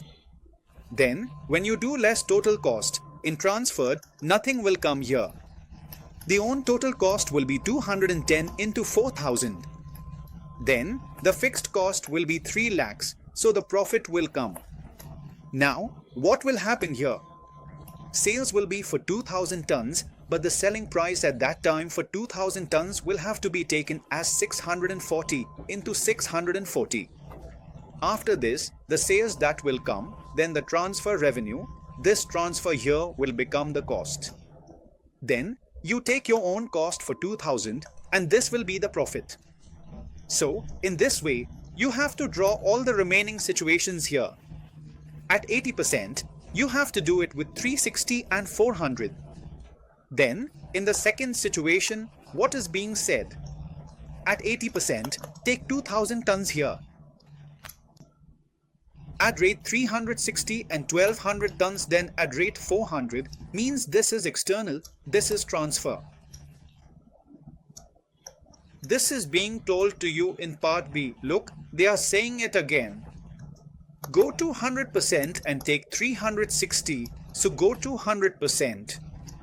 2000 tons at the rate 360 and 2000 tons at the rate 360, understood?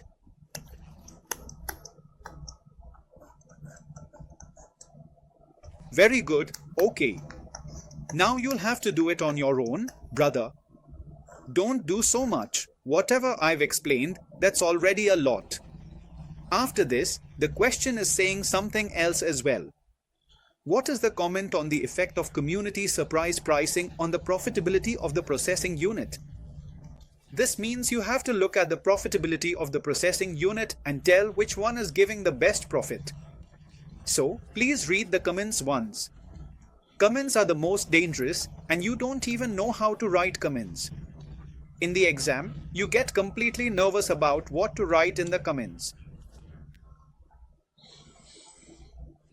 Next is the shared profit method, the concept of the shared profit method. Now, we have to solve this sum.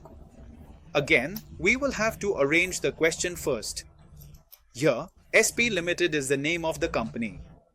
It has two divisions, one is the bottle manufacturing division and the other is another division. Here, the product division, the bottle manufacturing division makes metric ton bottles 8 lakh and 12 lakh. After making the bottles, their purchase cost, that is, their own cost is given below. Alright, the cost analysis of the bottle manufacturing division is as follows. Purchase value in both places is wrong. Here, it should be 8 lakh and 12 lakh. But its own cost is 1040 and 1440. The general manager of the bottle manufacturing division received an offer from an outside manufacturer for empty bottles. This means it's the market price from an external source. 14 lakh and 20 lakh. It's a bit confusing. The language is a bit unclear, but I have explained it to you, and the end product division's own cost is on 8 lakh and 12 lakh. Its own cost is 64.8 and 96.8 and the sales value is 91.2 and 127.8.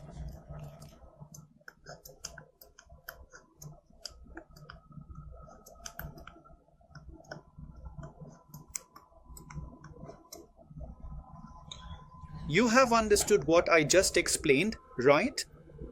Just to make sure, do you feel confident that everything I discussed makes sense to you and that you fully grasp the main points? Now, what needs to be done? What is the question actually asking? You are required to show two levels of profitability, market price and shared profit relative to the cost involved for the remission transfer price. Alright, so the market price is already known. So in this case, we have to calculate the profit of both divisions as well as the profit of the company. Alright, so it's very easy. You are able to understand how to do it. Since the market price is given, the profit can be calculated directly from that. It is coming to 3.6 here, and here the profit is coming to 5.6. For this profit, you will have to include the market price in its cost, so calculate its profit accordingly. Suppose you add 14 and 20 together. So in the cost, 64.8 plus 14 minus 91.2, so this is coming. Add 12.4 and 20 there, so 96.8 plus 20 minus 127.8, that's what is coming. 11. So by adding both, you will get the total profit. 12, 3, 15, 116 and 16.6 will be the total profit of the company. What will be the total profit of the company? The total profit of the company is 16 and 16.6. To clarify, this means the company has achieved a profit of 16 as well as an additional 16.6. So, when we talk about the total profit, we are referring to both 16 and 16.6 combined. Did you understand this explanation about the total profit of the company, or would you like me to go over it again? This part is over now. Now, in part 2, we have to move on to shared profit. In shared profit, Step number 1 says that first you have to calculate the total profit of the company in the two volumes of 8 lakh and 12 lakh. So, how will that come? The company's revenue is the final revenue minus the total cost, so the final revenue will be considered. The total cost of 91.2 and 127.8 will be for both divisions. Alright, bottle plus product. So add the total cost of both 10.4 and 64.8 by adding 10.4 and 64.8. How much does it come to? It comes to 75.2. Then 14.4 plus 96.8 subtracting 111.2 gives the result. 91 to minus 75.2 is coming to 16,127.8 minus 1 on 1.2. So from 16 point, this is the total profit that has come. Now this needs to be split into two. You have to split the share of profit between these two in the water division and in the end product division. This is the shared profit method, and in which ratio? Relative to the cost. So you have to split it in the cost ratio, that is, in the ratio of 10.4 to 6.4. So 16 into 10.4 divided by, what do you have to do? The ratio is 10.4 to 64.8. So if you add 10.4 and 64.8, you get 75.2. So this profit of 8 lakhs will be split accordingly. Alright, and what do you have to do in 16.6? In 16.6, the ratio will be 14.4 to 96.8. So multiply by 14.4, and after adding 14.4 plus 96.8, you get 111.2. This will give you the water division. Now, the end product division will also come, so you will get the total of both. Here, by splitting 16 and 16.6, you will get the amount. 16 is the balancing figure. For the end product, its division has a balancing figure. The third step is the transfer price. How is it calculated? The transfer price will be the total cost plus the share of profit, right? This share of profit, this total cost plus share of profit. Now, I haven't done the working here, but let me do one. 16 into 10.4 divided by 75.2. So, if you see here, it's at 0.2, so the total cost on 8 lakhs is 10.4 and the profit share is 2.2. The transfer price will be 12.6. Now, for 12 lakhs, try calculating it yourself. The total cost there is 14.4. So, what will be its profit share? That comes from here. Check how much. 16.6 times 14.4 divided by 111.2, 2.14. It comes to about 2.15. At 2.15. So this has come to 16.55, 14.4 plus 2.15. So it comes to 16.55. Okay. So 12.61 and 16.55, 12.61 and 16.55, that's the answer. So this is your transfer price. This is your transfer price, do you understand? 12.61 and 16.55. Now, based on this transfer price, you need to calculate the profit for both. I won't do it, you have to. How do you calculate profit with this transfer price? Just like before, the total cost was based on the market price. Instead of the market price, use the transfer price. The profit will be based on that. Take the transfer price as input, add it to the total cost, subtract from the sale value, and you get the profit. So now, practice this on your own. Either pause the video right now and finish it, or you can do it comfortably after my chapter is over. And if you remember it and feel confident, that's a very good thing. Next comes the residual income approach. So first you should focus on how residual income is calculated. Residual income is your net profit minus capital employed into, what you have to do is minus capital employed. So again, to understand the question, first you have to draw it. Excise Limited has a system of assessing division performance based on residual income, division alpha and beta. So there are alpha and beta. Alpha can manufacture 15 lakh units. Sales are to be made to outsiders, but it has the capacity. The budgeted residual income of beta is 120 lakhs and alpha's RI target is 100 lakhs. Other relevant details from alpha's budget: sales to outside customers. This is what it sells outside: 12 lakhs. This means 3 lakh units are idle and will be transferred. Outside sales 12 lakh units, budgeted selling price 180, variable cost 160. So you can say that the contribution from external sales comes to 20 multiplied by 12 lakhs, so 20 into 12 lakhs. See, by the time you solve 11,240 questions, so much work gets done. So get this skill, then less after this. If we take fixed cost, that is 80 lakhs. After subtracting, the profit comes to 160 lakhs. Alright, and capital employed and cost of capital. If you see, by doing 750 times 12%, it comes to 90, right? Alright, so if you look at the current one, if you see, if we do profit minus capital employed into KO, then it comes to 70 lakhs, meaning 30 lakhs. So even now, its residual income shortfall is continuing. So what is the question saying? Beta S received a special order and needs alpha components aware of idle capacity. Beta S asked for a quote for 3 lakh modified alpha units. Alpha and beta agree this involves an extra cost of 5 rupees. Whose extra cost is this 5 rupees? This is alpha's cost. It's not written but understood from the solution. Then, shall we calculate? The transfer price at which alpha would quote so as to achieve its budgeted income. So what will alpha quote? Alpha will quote its own cost, the variable cost, which is 160 plus the 5 rupees extra cost.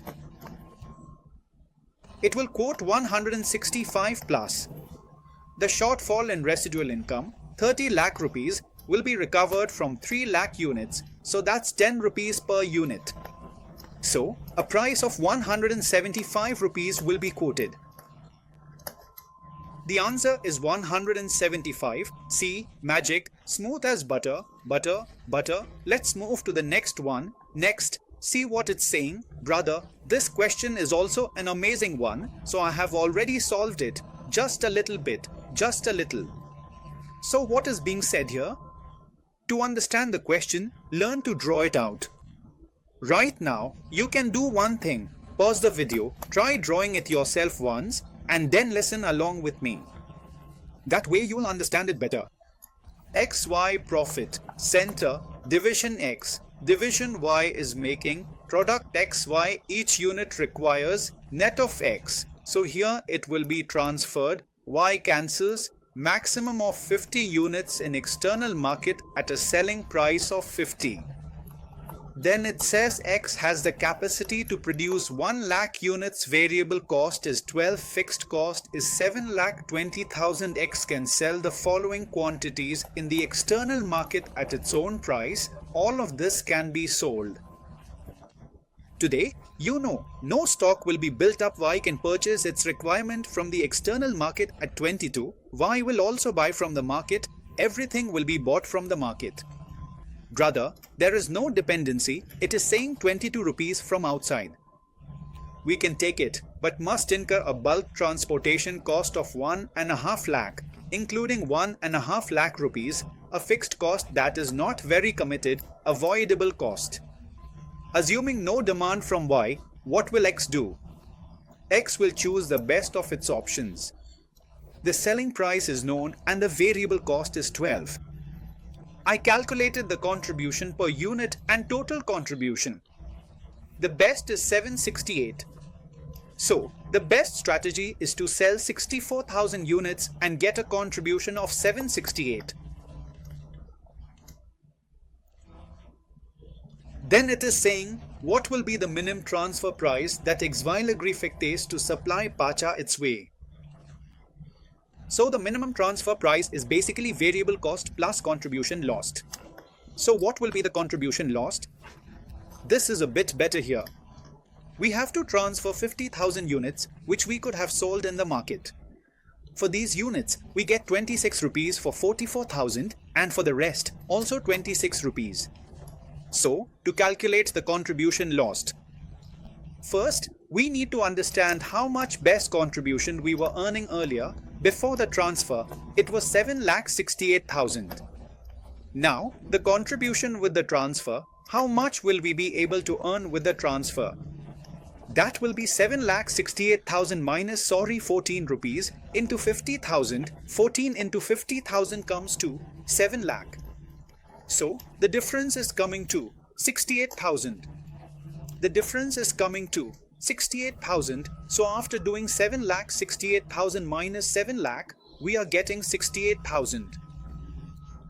60,000 contribution is lost, so the transfer price will be variable cost plus contribution lost per unit.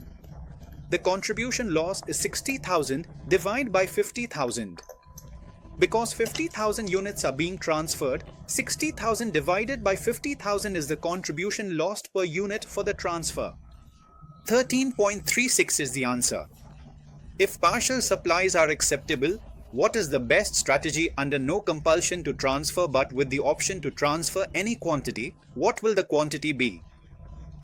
We'll agree to transfer and the corresponding price, assuming both divisions agree to share the benefits equally. If we transfer without hindrance, in the market we can sell at 64. Our capacity is 1 lakh, so we will transfer 36,000 units without hindrance, but what will happen because of that? The variable cost itself is the transfer price. So the variable cost will be 12. If he buys from the market, it would cost 22 rupees plus 1.5 lakh rupees. And it seems so. So that means this is the cost for A. So what is the benefit for B? If the entire benefit is to be shared equally, then what is the benefit for B? That is, for division B, what are its savings? 22 rupees plus transportation cost, 1.5 lakh, divided by 50,000, 1.5 lakh, divided by 50,000, that's 50,000. He doesn't need that, 50,000, he won't buy that much from the market. How much will he buy? If it costs 36,000 rupees here, then it will cost 14,000 rupees from the market to buy. Wait. From the market, he will buy 14,000, right? So for 14,000, his transportation cost will be incurred. See. Listen carefully, there's a trick in this. For 14,000, YS transportation cost will be incurred. So, if taken through transfer, there will be no separate transportation cost. But when buying from the market, like B has two options, right? Either he will take it through transfer or not through transfer. If he buys from the market, then by making an outside purchase, no matter what the quantity is, a transportation cost of 1.5 lakh rupees will be incurred.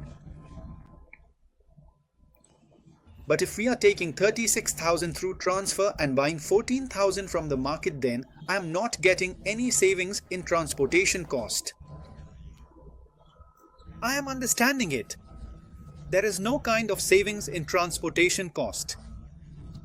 There is no savings in transportation cost because that 1.5 lakh is fixed. You cannot take it unit-wise. Transportation cost isn't saved by transfer. You need to buy 14 jars from the market, and if I buy 14 jars, my transportation cost is still 1.5 lakh. So, my transportation cost isn't saved. The saving is only 22 rupees. 36,000 units transferred on double, so there's no transport cost saving, so the saving is just these 10 rupees. But per unit, the net saving is said to be 10 rupees. If you divide it equally, that's 5 rupees. This gets the benefit. The transfer price will become 17 rupees.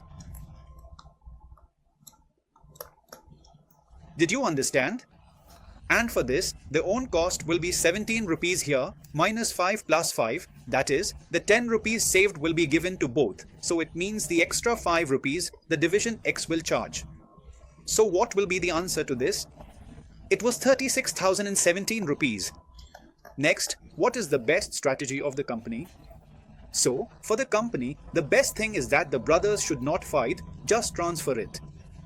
So, after evaluating, the company saw that even if the full 50,000 is there, the transfer should still happen. So, the evaluation mechanism for the company, I have explained it here. So, Division X will take 50,000 units multiplied by 12 and Division Y will also take 50,000 units multiplied by 12, apply their variable cost and the contribution lost will be 68,000. So, for Division X, the net cost comes to 668 and for Division Y, if the full 50,000 is transferred. Now, there is no need to buy anything from the market. So the entire transportation cost will be saved. 22 rupees are saved on market purchase and 3 rupees per unit of transportation cost is saved. So the total saving comes to 1250. So the company's net savings here is 582. So if the company is getting a saving of 582, that means a saving of 5,82,000 is coming in. If the company is getting a saving of 5,02,000 in hand, then what would the company want? Full units should be transferred from BIX to V, so this is the best strategy for the company. Now, you can present it however you like, there's no fixed way to present, but you should understand the question properly. I hope you're enjoying and benefiting from this. You might feel that these sessions are just going on, but actually, doing them quickly takes more effort than doing them slowly and comfortably. Because everything needs to be in your mind at once, just like when you're about to give your exam, you get that feeling because in the exam you have to solve sums just like this, read the question and start solving. So, you have to prepare and study in this way. It takes a lot of time to bring these classes, especially revision classes. They actually take a lot of time and their value is very high. I don't know whether you're able to understand this or not, but whatever I'm giving you, make full use of it. Don't just leave it aside. The best use of this is in the 1 month before the exam, the 1 month exam period. You can make the best use of it then. Now, the company is organized in a decentralized way with each manufacturing division as a separate profit center. What's written is, the company is organized in a decentralized line with each manufacturing division as a separate profit center. Each division has full authority to decide and divisions always purchase requirements from other divisions. So, there is Division A and C. But when Division A increased its selling price to 150, the manager of S decided to look for outside suppliers. So, the transfer price will be 150. Then, Division C can buy the components from outside at 135. Division A refuses to lower its price because it needs to maintain ROI. Top management has the following information. C generally purchases 1000 units.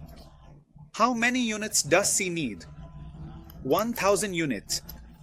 Then, the variable cost is 120 rupees. A's fixed cost is 20 rupees.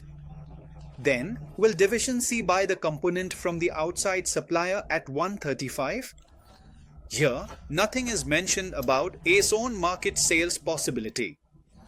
With the division manufacturing as a separate profit center with authority to decide, nothing is mentioned about A's own market demand. So, if they make it in-house, it costs 120. If they buy from the market, it costs 135. And nothing is said about contribution loss. So, buying from the market would be foolish. So, the company's benefit, the answer is no. By transferring within the company, there is a benefit of 15 rupees per unit. The benefit is 15 rupees per unit. It comes by doing 135 minus 120. 15 rupees per unit, right? The benefit is 15 rupees per unit. It comes by doing 135 minus 120. 15 rupees per unit.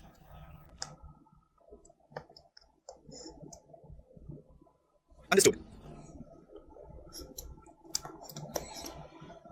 Second case, division is not producing material for division B. It could use the facility, resulting in operating cash loss. 18,000. So, should division C purchase from outside? So, what is happening in such a case now? Think, with the transfer, the benefit was 15,000. But otherwise, now by transferring 18,000, you can say there is also a loss. You are able to understand. How am I talking? In the division, 18,000, that can come down. And in B, after transferring, will the variable cost come in? Here, we will do a separate transfer. Will the variable cost come in? Which is 12,000. So the net cost, the contribution lost, 18,000 gets added to it. 30,000. And what will be the savings in B? 135. This will be 120,000 only, right? 120 into 1,000, it will be 1,20,000. So this 38 comes, and what will be the savings in B? 135. Because one was being bought from the market for 35 rupees. 135,000. So there is a loss of 3,000 here. The saving is lesser. So the net loss to the company is 3,000. That's why, therefore, the transfer should not take place. Did you understand how the transfer advice happened? Division has negative variable cost and contribution loss, store income lost. If you are transferring, then you won't be able to earn 18,000 rupees that you could have earned. And in the first case, there is no talk of earning anything. In the first case, there is no question of earning anything. Transfer is viable if you can alternatively earn 18,000, so the transfer is not coming out to be viable.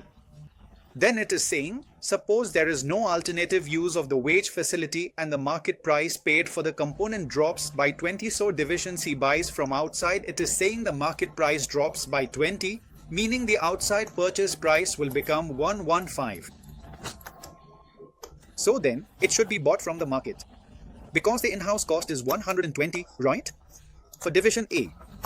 Here, the company's cost will be 120 and division B will buy from the market where the purchase price is 115. So what should be done? Brother, it should be bought from the market. So what will you say transfer note advice? Now just present this. It's better to show it in the total amount. And this is for you, that's it. Finished. Next, look at question number 26. Question number 26 is a good question. It's something to learn as well. Once again, look, the company is organized decentralized, which means each manufacturing division is operating as a separate profit center. So, this is the company. There are two divisions, Division A and what's the other name, brother? I just wrote it from my mind. Each division manager has full authority to decide on the sale and division output. This one line is important. Each person decides their own output themselves. The division manufactures a single product. Some output is sold externally and the remaining is transferred to the next division, that is, to R&X, where all these are assembled in the manufacture of the division's product. The unit cost of index is as follows. So, for A and X, we know the costs: material, labor, direct expenses, variable overheads, 6, 3, 3 and 6 and 15 comes up. Then here, the variable cost is visible, right? Let's just take the overheads as 15 for now. Then, the variable selling expense is also shown, 15 and 3, that makes 18. Alright, then what is it saying next? Brother, what is the total cost?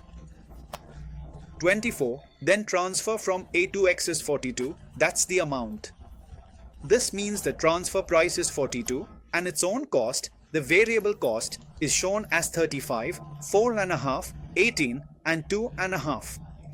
If you add these up, 35, 4.5, 18 and 2.5, it comes to 60 rupees. How much is it coming to? It's coming to 60 rupees, all right. Then what is it saying? The division sold 40 units at the external price of 40. Okay, so for the external sales, the price is 45, and when transferring, the price is 42. Then what does it say? In addition to the external sales, 10,000 units are transferred. So here, there are 50,000 units, 40,000 units, and here there are 10,000 units. What is he saying? Variable selling and packing expenses aren't incurred by the supplying division, so variable cost is 18. Since selling and packing are not applicable, here it will be 15. So, what is he saying now? The manager of the division. What is he saying? The division is incorporated, transferred into the advanced product manager and division. They disagree with the basis of the transfer price. This transfer should be at variable cost since, as claimed, the division is taking the output. The division can't sell at 45. We also submitted a report on the link between selling price and demand. The report of customer demand at various prices for A and X is as follows, so demand and price for A and X are given. The company has capacity to meet various demands. The number of units demanded for internal transfer will be set by the X division. This line is important here. The importance of this line is not understood. When did people come to have this property? This came in the CA exam in May 2009 when I took it. I still remember it well, even today. See what is being asked in the requirement. You have to calculate divisional and overall profitability. Here, one more word is missing. Divisional and overall profitability. You have to calculate for the company as well as for the division. If division A transfers the demanded units to X at a price of 42. See what is written here. The word is demanded units to X, and X itself demands its own units. Here, the line says internal transfer demand decided by division X. So, the main trick in this question is this: if you don't understand this line.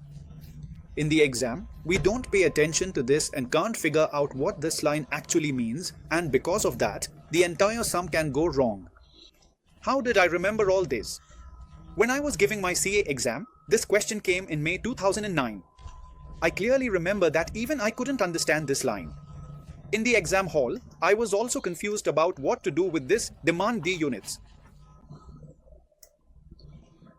Alright, so before dealing with demand D units, there will be some working for this. Every time when such an item is demanded, the units means the price is being decided, but the quantity is being decided for transfer. Division X knows the different prices for different volumes for transfer, so it will check that its selling prices are 120, 135 and 150 and the cost of transferred input is 42, 42, 42 which is its own cost. My own cost is 60 rupees. Here, we had calculated it as 60 rupees, so by subtracting 60, 60, 60, it will find its contribution per unit, and using this contribution per unit and the units 15,000, 10,000 and 5,000, the total contribution will be calculated.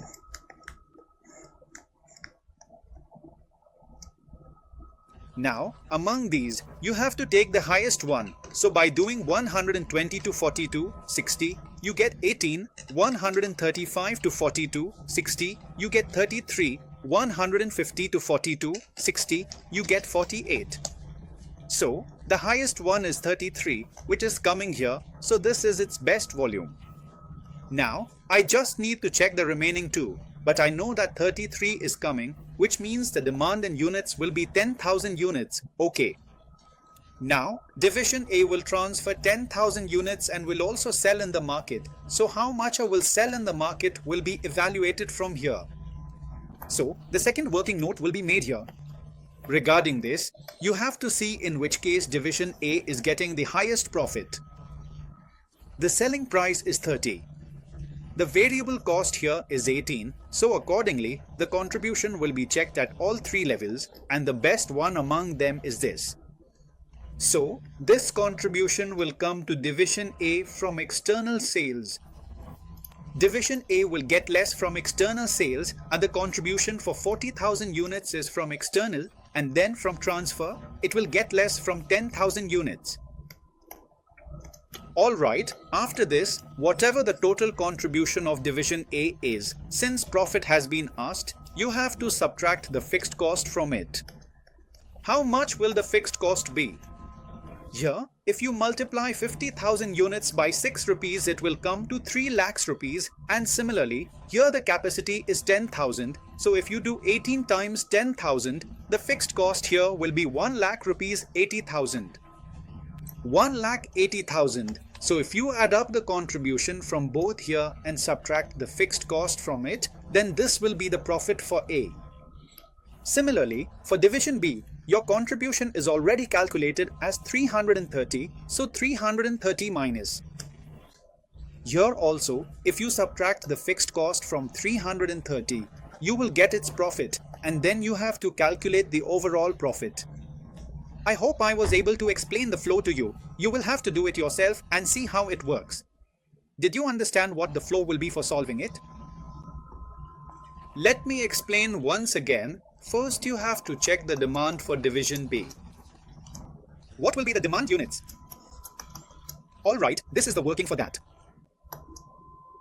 You have to check at all 3 levels to see where the best profit is coming for A. Then, accordingly, division A will also check what is best for its external sales. At all 3 levels, the best result is coming at the middle one. These are the 2 workings. There is note 1 and note 2. Now, your working for part A will be to see from where division A's profit will come. One will come from external sales, which is this one for A. One will come from transfer, but it won't be the one above. You will have to remove that. By doing 42 minus 15, you get its cost. Here, the cost is known. So, what will 42 minus 15 be for 10,000 units? Alright, then there is a fixed cost, which is 50,000 units multiplied by 6 rupees. So after subtracting this, you will get A's profit. Now, we have to do BS. The contribution of B, which is 10,000 rupees, we have already calculated. This is that one. This is BS contribution. From this, we will also subtract BS fixed cost, which is 1,80,000 rupees. So this will give us BS profit, and if you add both, you will get the company's profit. Did you understand the flow? Sir, you could have just completed the whole thing. Hey, how can I just finish everything like that? Then who will take the class? He is just joking. Now you have to do it on your own. You have already attended the class after all, isn't it? So you will fill this up yourself. Now you will be able to understand it. In the final, we can expect you don't want so much hand-holding. At the very least, I should do everything for you. In the final, we can at least expect that once you have got the format, you will be able to do it on your own. Then in the second part, it's the same thing. But the transfer that is happening is on variable cost, so this entire flow will repeat. When it was demanded units, the transfer price was taken as 42, so this entire flow will repeat in note 1. Alright, note 1 will repeat. Here, you will have to check by taking the transfer price as 15. In which one is the best result coming? But this one will remain the same. This will remain the same in part B. There is no change in this, so there is no need to do it again, and the rest of your figures will change. When you look at the solution, you will understand that in part B, when the transfer price is 15, which one is coming out to be the best? It is coming out to 675, so 15,000 units will be transferred. Alright, so 15,000 units will be transferred. In part B, when you do the working for part B, division A's external sales will remain the same. But you will have to do the working for the transfer of 15,000 units because it is being transferred at variable cost. The fixed cost will remain the same. The fixed cost should not change. That means if the units increase, you will not change the fixed cost, and the contribution of B, which you will note in this new working for the units demanded by X, where the best 15,000 is coming, So the contribution from those 15,000 units will be shown here and the fixed cost will remain the same, so you will get the profit for this as well.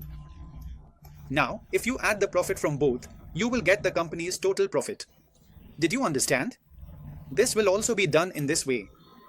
Then it says, instead of internal transfer, A can sell 10,000 units of its product in a new external market without affecting its existing market. At a price of 32, an X can purchase these units at 31 in the open market. So, this is very simple. There is no need to evaluate different situations in this.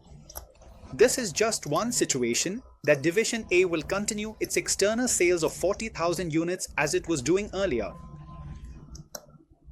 Alright, then it has found a new market for 10,000 units, so you can calculate its income accordingly.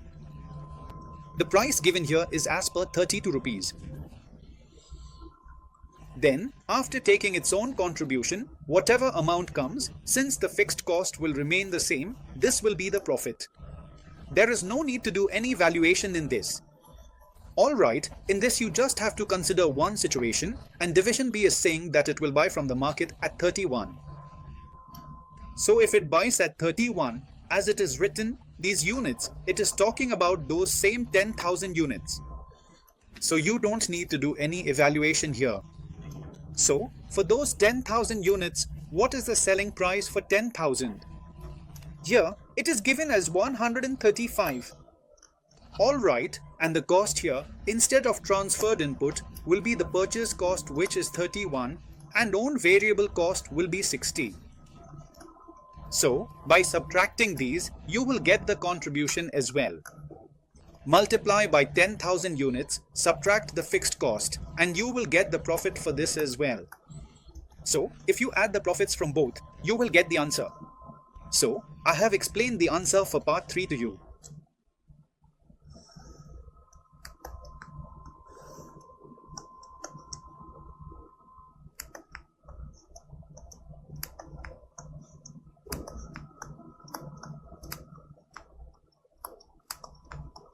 Clear? Okay. Is this clear or not?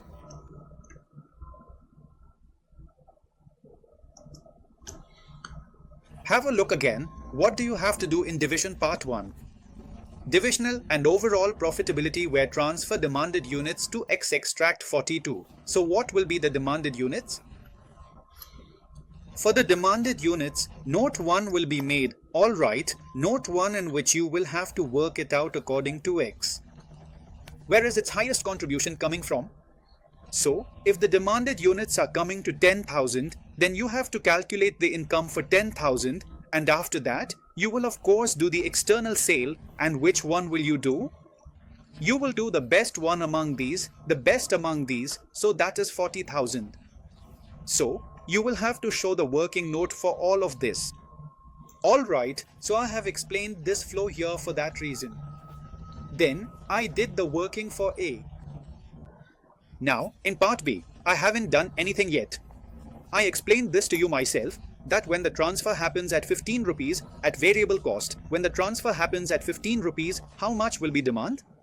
15,000 units is coming. I told you after looking at the answer. 15,000 units is coming. You can see for yourself when he gets it at 15 rupees.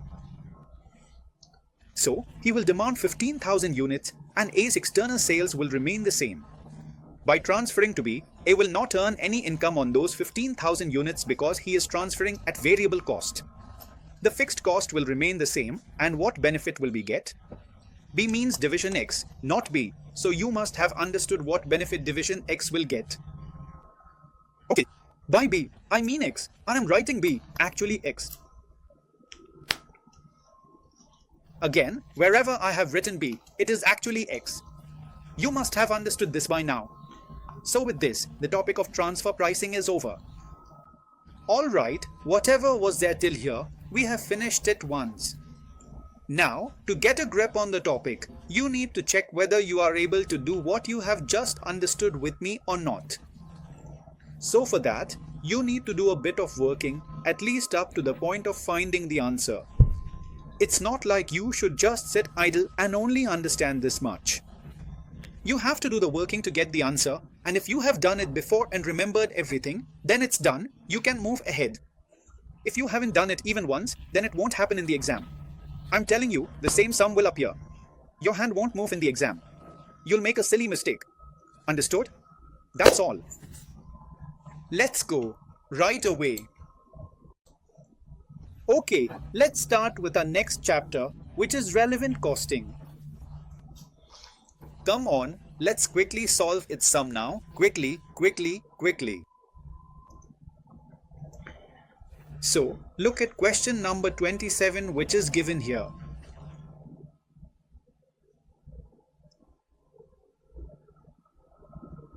Company A manufactures bicycles. Company A manufactures bicycles. It can produce 1000 units in a month for a fixed amount of 3 lakh and a variable cost of 500 rupees per unit. Can you see this? Make it a habit to write down a bit of data. 500 is the variable cost. The current demand is 600 units, which it sells for 1000. Okay. It is approached by Company B for an order of 200 units at 700 per unit. So our capacity is for 1000 units. We sell 600 in the market, so 400 are left unused. Alright, there is idle capacity of 400 and an order is coming in for that. Its selling price is 700. Should the company accept the order? Its evaluation will be based on the variable cost. For idle capacity, the only extra cost we incur is the variable cost. So, it comes to 200 rupees per unit. The order is for 400 units. How many units is the order for? If the order is for 200 units, then 40,000 rupees extra will come in, brother. 200 multiplied by 200 gives 40,000. Yes, this is good. The offer should be accepted. There will be a profit of 200 rupees per unit. Why was it necessary to look at such a small example? Every example is important. Remember, every example is important. Alright, next, question number 28.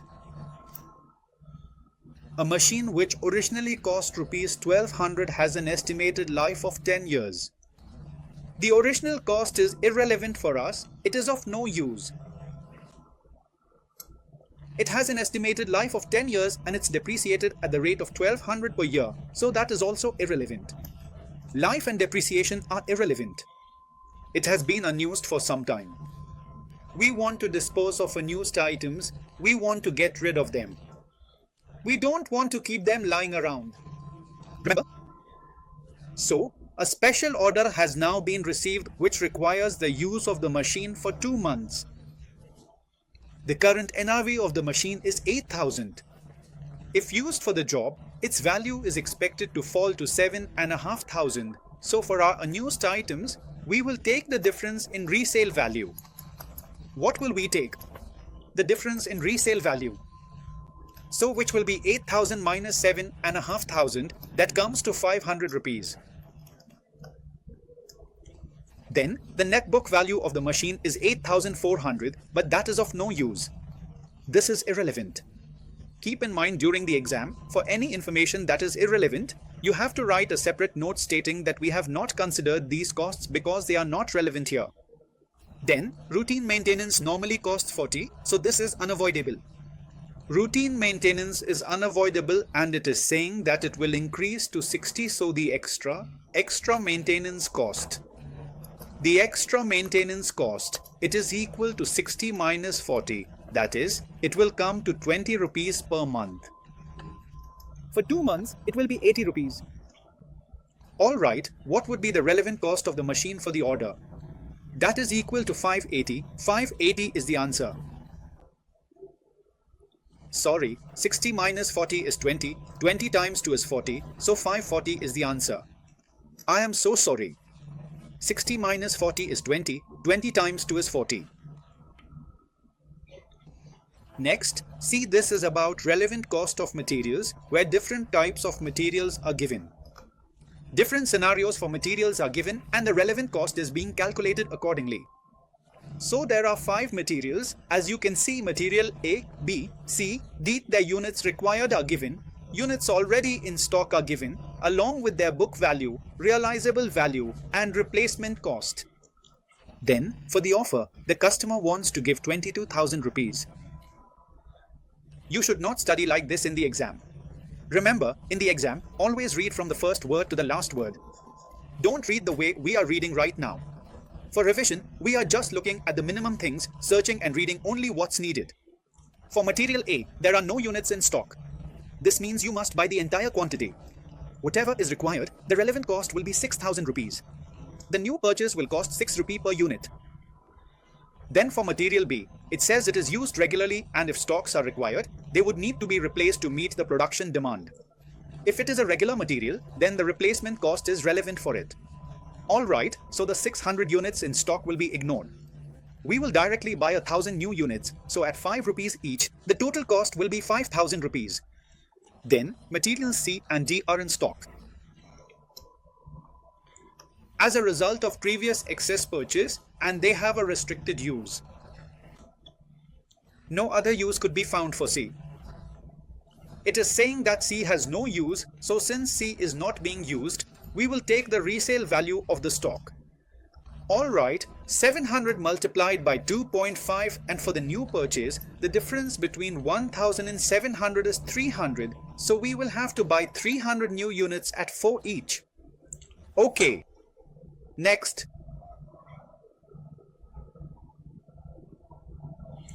For D, it is mentioned that D has a substitute use for 300 units, which currently costs 5 rupees. So, we need 200 units of D, and since there are 200 units in stock, we can resell those 200 units. What will be the resale value? 200 multiplied by 6 is 1200, and what is the value of the substitute? 1500. So obviously, we would prefer to use the substitute. So the idea for D is to take the higher of the substitute and resale value. Alright, for items that are non-moving, you have to consider the opportunity cost. Opportunity cost is the higher of the possible options, so the answer here will be 1500. Alright, why didn't we think like this in case of C? Because in C, no other opportunity was given. In D, the opportunity was given, so we took the higher of substitute and resale values. Substitute value is 1500 rupees, resale value is 1200 rupees, so we used 1500 rupees. That is the opportunity cost. Add all 4 to get the total cost. What are the relevant material costs in deciding if the project should be accepted, assuming all other expenses on this contract will be specially incurred?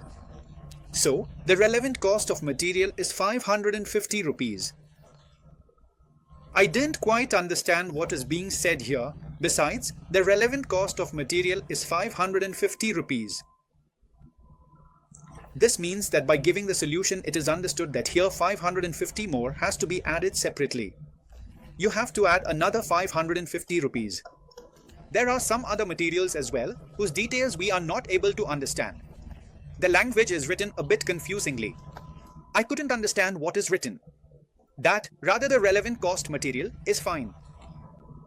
Resumement of all other expenses on this contract specially incurred, so we don't know about all the expenses, so that line doesn't make any sense. Besides relevant cost of material 550. This line is a bit confusing. So what exactly needs to be done here is not very clear. But from the solution, it is understood that we have to add 550 separately, so we need to keep that in mind. It is important to do this example because sometimes a line like this can come up and get us stuck in the exam hall. So, there is only one way to avoid such situations. If you practice every example, you get an idea of how to approach it, and then nothing in the exam will trouble you. Here, whatever you are doing, you need to write the workings as well as the explanation. Alright, the reasoning to accept relevant cost must be given. Without a reason, you won't get marks. Keep in mind, if you write the answer without explanation, marks will be deducted. If it's an objective question, you just need to find and choose the answer. In that, you don't need to give a reason or show the working. Look at the next question. This is a make or buy question. It clearly looks like a make or buy decision question. Alright, So Chakra Limited manufactures mixers, and the manufacturing involves the assembly of various parts which are processed in the machine shop and purchased components. We make some parts ourselves and some parts we buy. The on-off switches are currently being purchased from a vendor at 4 rupees and 30 paise each. The annual requirement is 20,000 units. We currently buy them at 4 rupees and 50 paise each. The production manager proposed 2 months ago to make the switches in the machine shop. It is said the company would profit and save taxes on switch purchases. The casting department was today to make an estimate of making the item, and the cost of making was 4.73. The market price for buying was 4 rupees and 50 paise, and according to the cost department, the in-house making cost was 4 rupees and 73 paise, which is not practical. The purchase department continued buying the item because it was cheaper to buy, based on the cost information given to them. Recently, the vendor has sent a letter requesting the purchase department to grant a minimum 10% increase in price as the input costs have gone up, so 10% will be added to 4 rupees and 50 paise. So, after the revision, the purchase price is being quoted as 4 rupees and 95 paise. After revision, the purchase price will become 4 rupees and 95 paise. The casting department was once again requested to estimate the cost of making the switch. The casting department has considered the cost estimation. The cost of making the switch will come to 5 rupees and 33 paise. See, the new cost given is 5 rupees and 33 paise.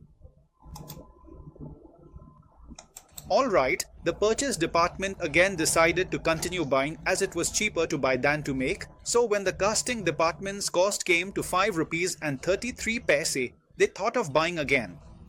The cost estimates of 4 rupees and 73 paise and 5 rupees and 33 paise have been given to you. So, in this, material and labor are included. Normally, you only take the variable overhead, not the fixed one. Keep this in mind, and in this, an arbitrary expected increase of 5% has been taken. We don't make provisions like this. This is some kind of provision that accountants make. We don't pay attention to provisions in relevant costing. Then it says 25% overhead is fixed and 75% is variable, so we should only take the variable part. Required, do you agree with the decision of buying considering the relevant cost and the cost of making or buying is more or less? What factors other than cost will influence the make or buy decision?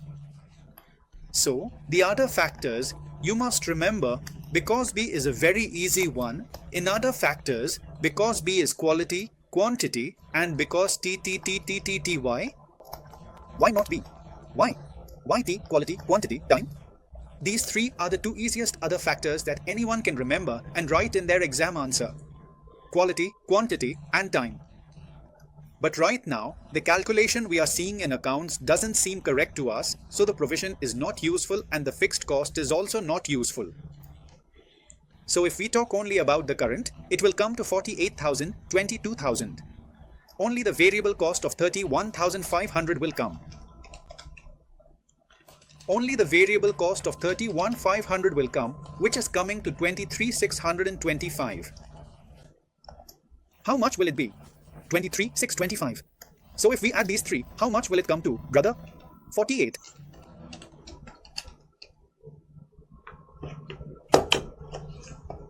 $22, 23. 625, 93. 625. How much? Is this? It is 93,625. All right. Now it is 93,625.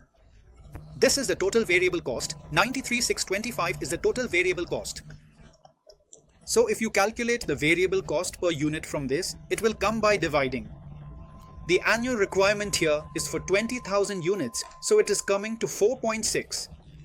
So 4.6 is set, and now here the market price is 4.95. So what suggestion will we give? Should we make it in-house? If you compare 4.6 set and 4.95, it will become clear. So now, the cost that you have not considered, you have to ignore that cost. You have to keep this in mind, okay? In this, Even the previous one has been shown, so I don't think the previous one should have been shown. But since it has been shown, you can also show it in the exam.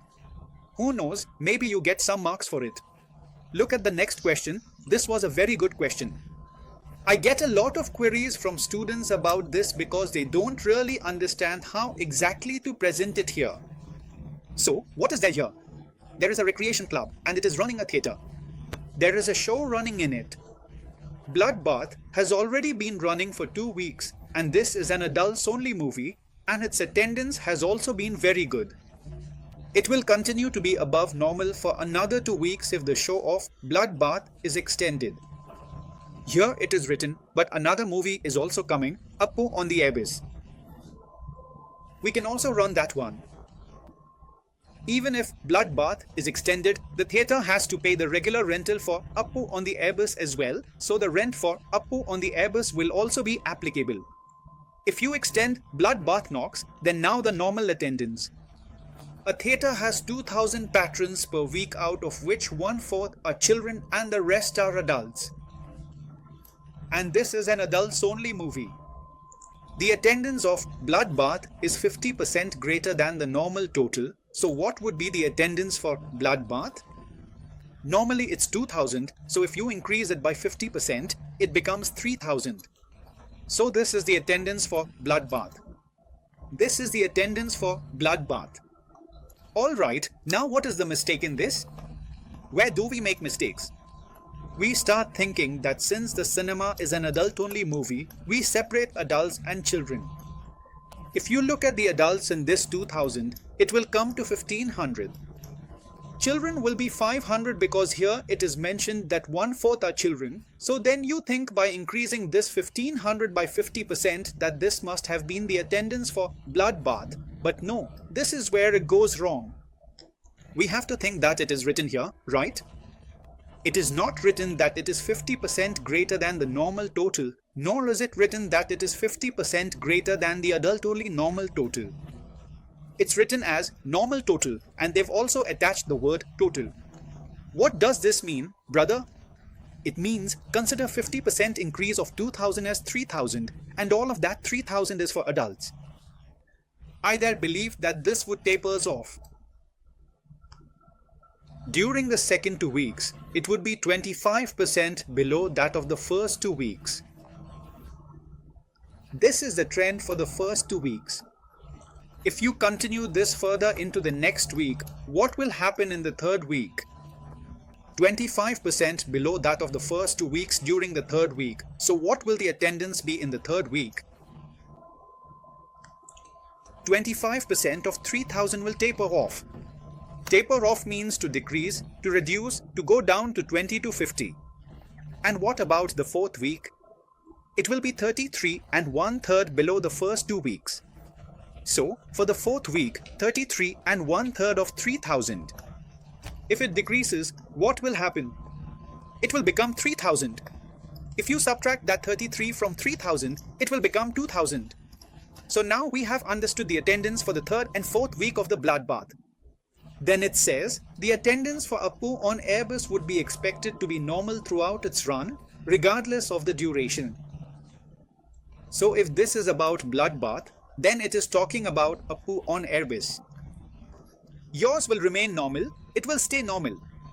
Meaning, this normal is 2000, that will remain.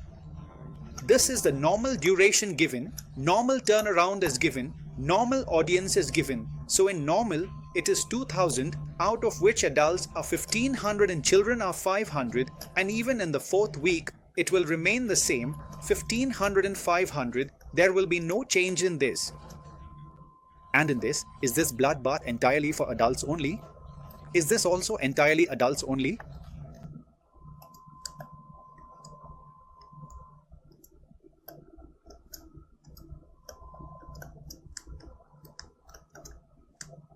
Did you understand?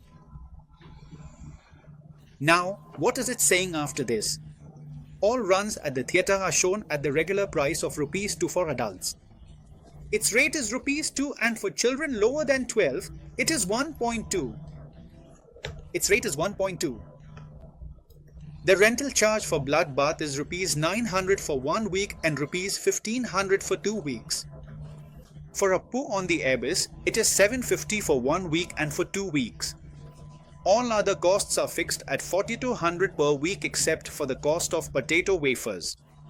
Cakes, which average 60% of the selling price, so in this, the cost of potato, wafers and cakes is 60% of the selling price. Sales of potato, wafers and cakes regularly average 1.2 per pattern, regardless of anything. Okay, so on that 1.2, 60% is the cost, so you get 40% as income, which you can say is another income. Have you heard about our contribution from wafers? Contribution from wafers. So, another income is coming in, that is, a sales ticket is coming in. From the sales revenue ticket, the contribution for wafers is coming in. From each of these patterns, 40% of 1.2 is our income, that is, as per 0.48. Then the manager can arrange to show bloodbath for 1 week and a poo on the abyss for 1, or he can extend the show bloodbath for 2 weeks, or else he can show a poo on the abyss for 2 weeks, as originally booked. So, what options does he have? Bloodbath continued. So, this option comes up, the one I wrote in the first column. Bloodbath continued. If bloodbath runs for 2 weeks or a poo and abyss run for 2 weeks, then this will happen. And one is saying, if bloodbath and a poo and abyss each run for 1 week, then in the 3rd week bloodbath was shown. 2,250 adults will come, and if a poo and abyss run in the 4th week, then 1,500 adults and 500 children will come. So, according to this working, you have to find out what the total revenue will be. The rate is 2 for adults and 1.2 for children. Accordingly, the revenue A will come. The contribution from wafers will be A. For wafers, the rate is at 0.48 per pattern. By pattern, I mean, for example, if the pattern here is 20 to 50 and here it is 2000, then by multiplying with 0.48, you can calculate the contribution here. Then, deduct the rent for the movie, which is given as per this. If bloodbath runs for 2 weeks, the rent will be 1,500 rupees. If a poo and abyss runs for 2 weeks, the rent will be 1,200 rupees. And if bloodbath runs for 1 week, then it will be 900 rupees. If a poo and abyss runs for 1 week, then its cost for us will be 750 rupees.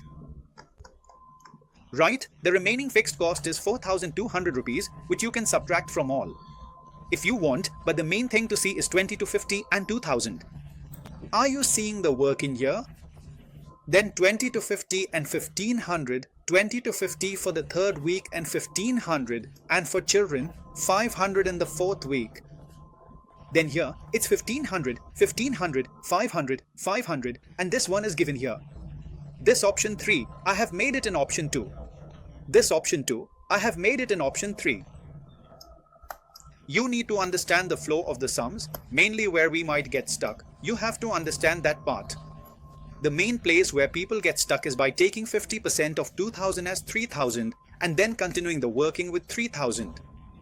This is exactly where we get stuck, nowhere else. Everything else is easily manageable and there's nothing much left. Revenue from sale of tickets has come, contribution has come, in incremental cost we have taken rental charges and fixed cost has been ignored. Alright, so we have to create 3 situations and find out how many patterns will come in the 3rd and 4th week. And then, that's it, all done.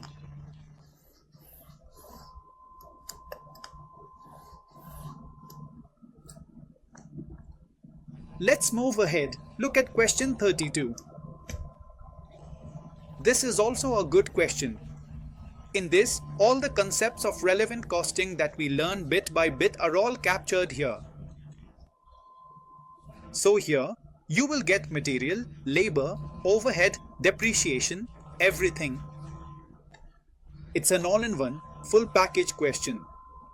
Alright, so here it is saying that the company is considering whether to end further products or to continue with the superb range. Here, a market research survey was conducted for 50,000, which is of no use, it is irrelevant. You have to separately mention why it is an irrelevant cost and then exclude it. This is a sunk cost, so remove it. Alright, it could be sold at a price of 25 rupees. Then it says that production and sale will take place throughout the year, and it is talking about the material.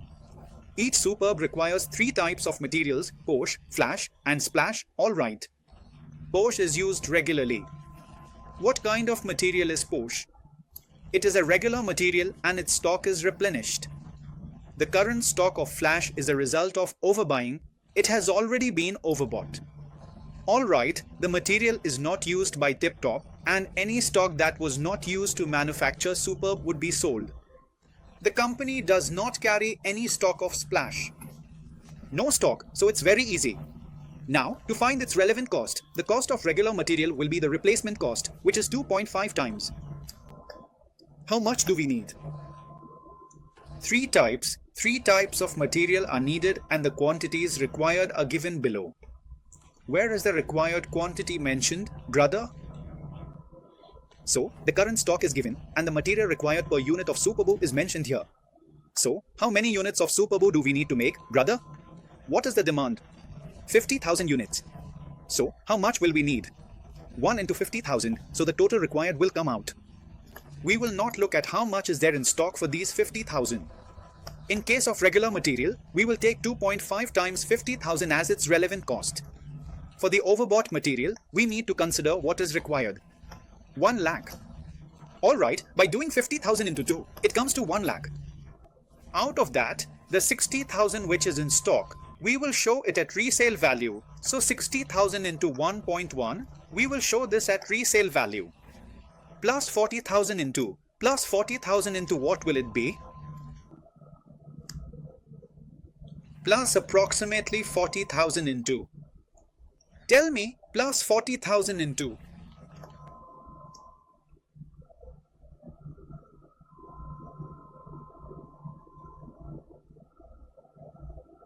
You will have to buy at 2.8, alright, and for which there is no stock, 0.5 will be applied.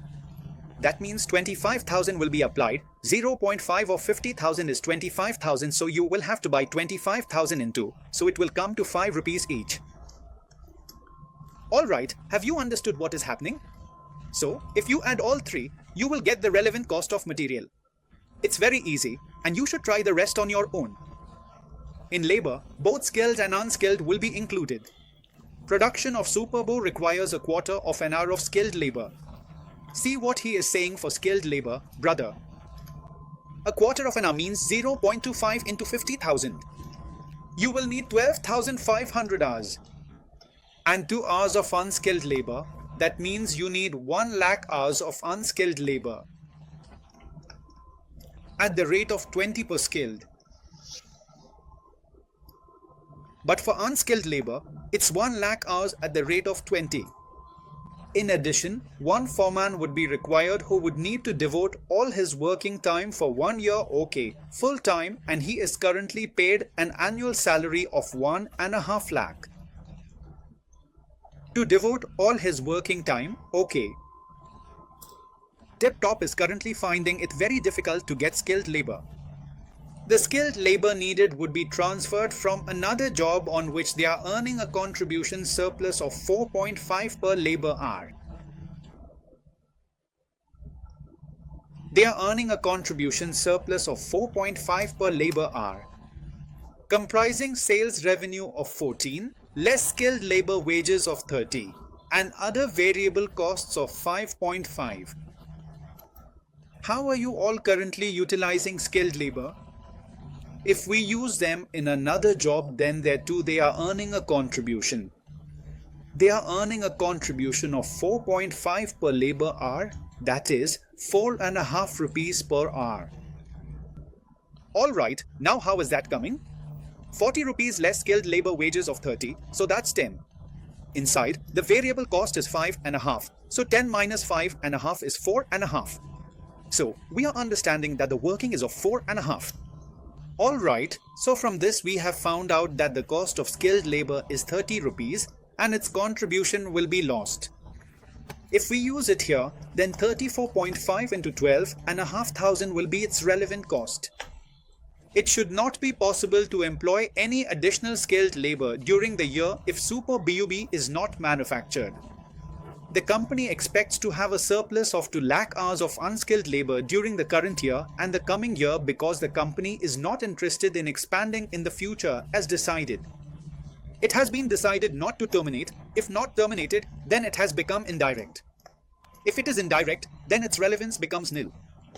Look behind the scenes and see whether it is actually direct or has become indirect, not to be terminated, alright. Not terminated means it has become indirect, so we will make it irrelevant. Then, the foreman is due to retire immediately on an annual pension payable by the company of 7,000. He has been prevailed upon to stay on for a further year and to defer this pension for 1 year in return for his current salary. So, what will happen to the foreman? Anyone can get stuck at any point in the line. It's not necessary that you will understand everything in one go. You might get stuck at any point in the exam. If you haven't revised properly, if you haven't practiced well, if you haven't thought it through yourself even once, it simply won't stick in your mind. So, what will happen to the foreman? We were about to retire him. We were going to give him an annual pension of 60,000 rupees. He was told to wait for 1 more year and defer his pension for another year. In return for this, his entire salary, so should the pension be given to him today or after 1 year? It seems quite certain that he is going to take that pension no matter what, right? It definitely looks like he is going to take that pension no matter what. But my friend, in exchange for taking that pension, he will be given 1 year less salary. Return for unearned salary means that if he takes the pension now, we give it to him, and if he takes it after 1 year, then we will give him the annual salary. His annual salary is given here as 1.5 lakh, so the additional cost that is coming is 1.5 lakh minus 90,000 rupees, which comes to 60,000 rupees.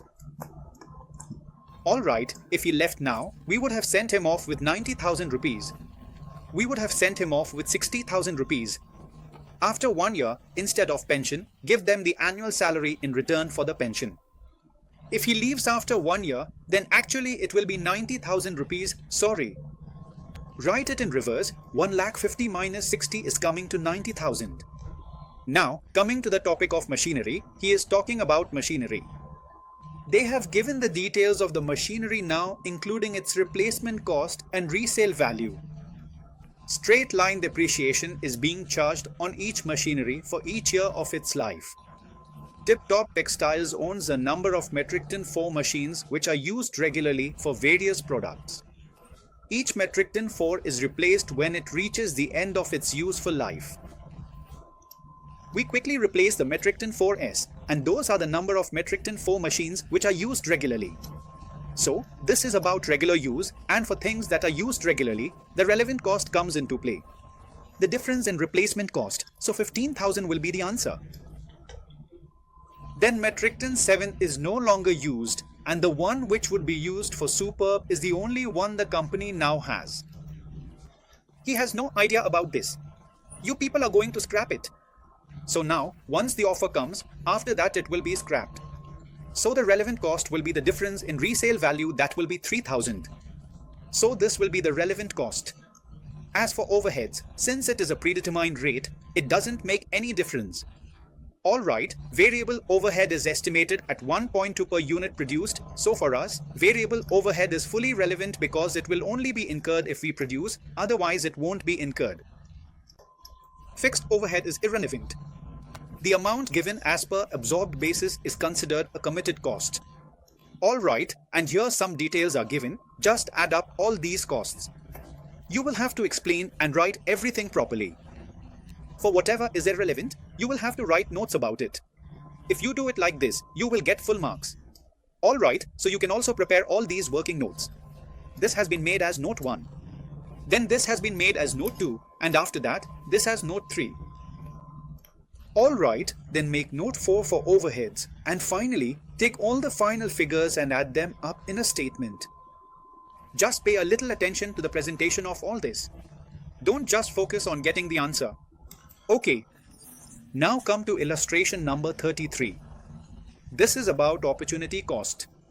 In this, the production capacity has been limited to 1000 hours and it mentions 4 products A, B, C and D. It also says that whatever is produced, all of it gets sold. We do not build up any inventory and only one product can be produced in the production period, and this has to be decided at the beginning of the production run. Out of the 4, you can make only one or you can choose not to make any. If made, BCD won't. If B, ACD won't. So here the selling price is given. Variable cost is given, so you can easily calculate the contribution. While reading the question, you should be able to do the calculation. By now, you must have learned this with me. The number of units that can be sold is 1600, 900 and 600. Then, the number of production hours required is given, so from that you can calculate the number of units produced. Alright, you can calculate the units produced. What are units produced? If you do 1000 divided by 1 hour, it will be 1000, meaning if you give all the available hours to just one product, because here it is mentioned that you can allocate all the hours to a single product. Then if you give all 1000 hours to just one, you will produce 1000 units.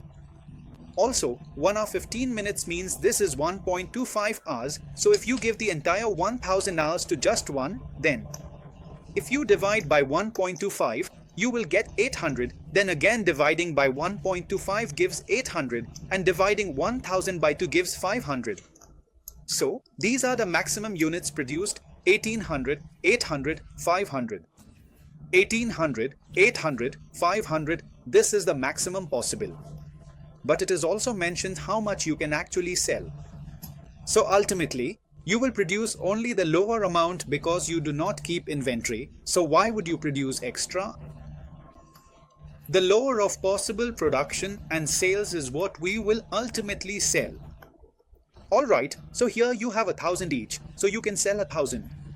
Out of 806, you can make 800 but can sell only 600.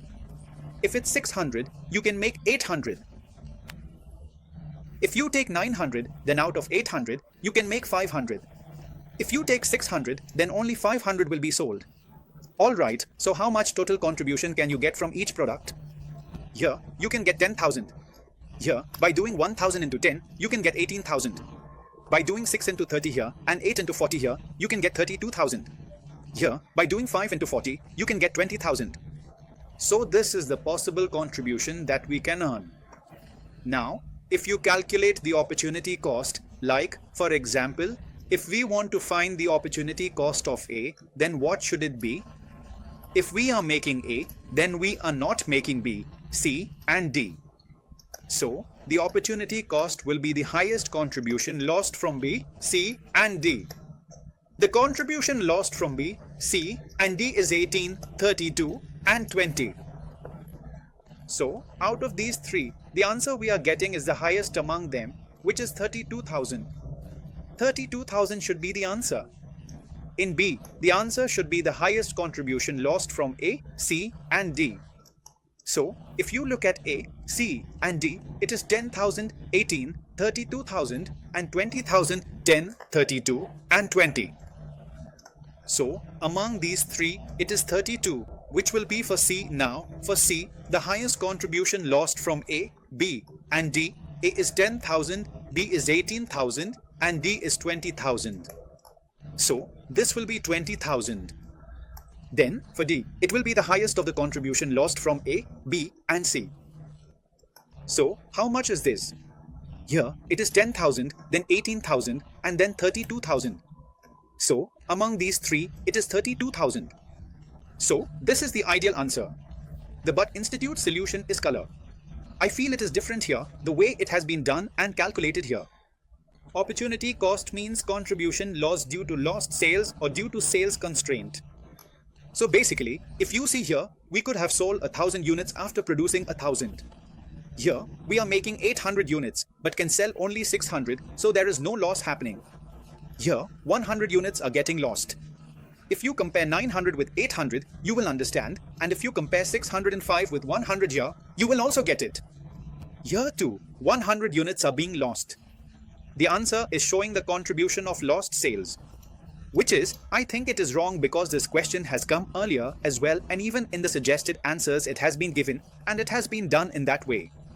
So I think the calculation given here is wrong. So I am not accepting the solution given by the institute. Alright, have you learned how to do it now?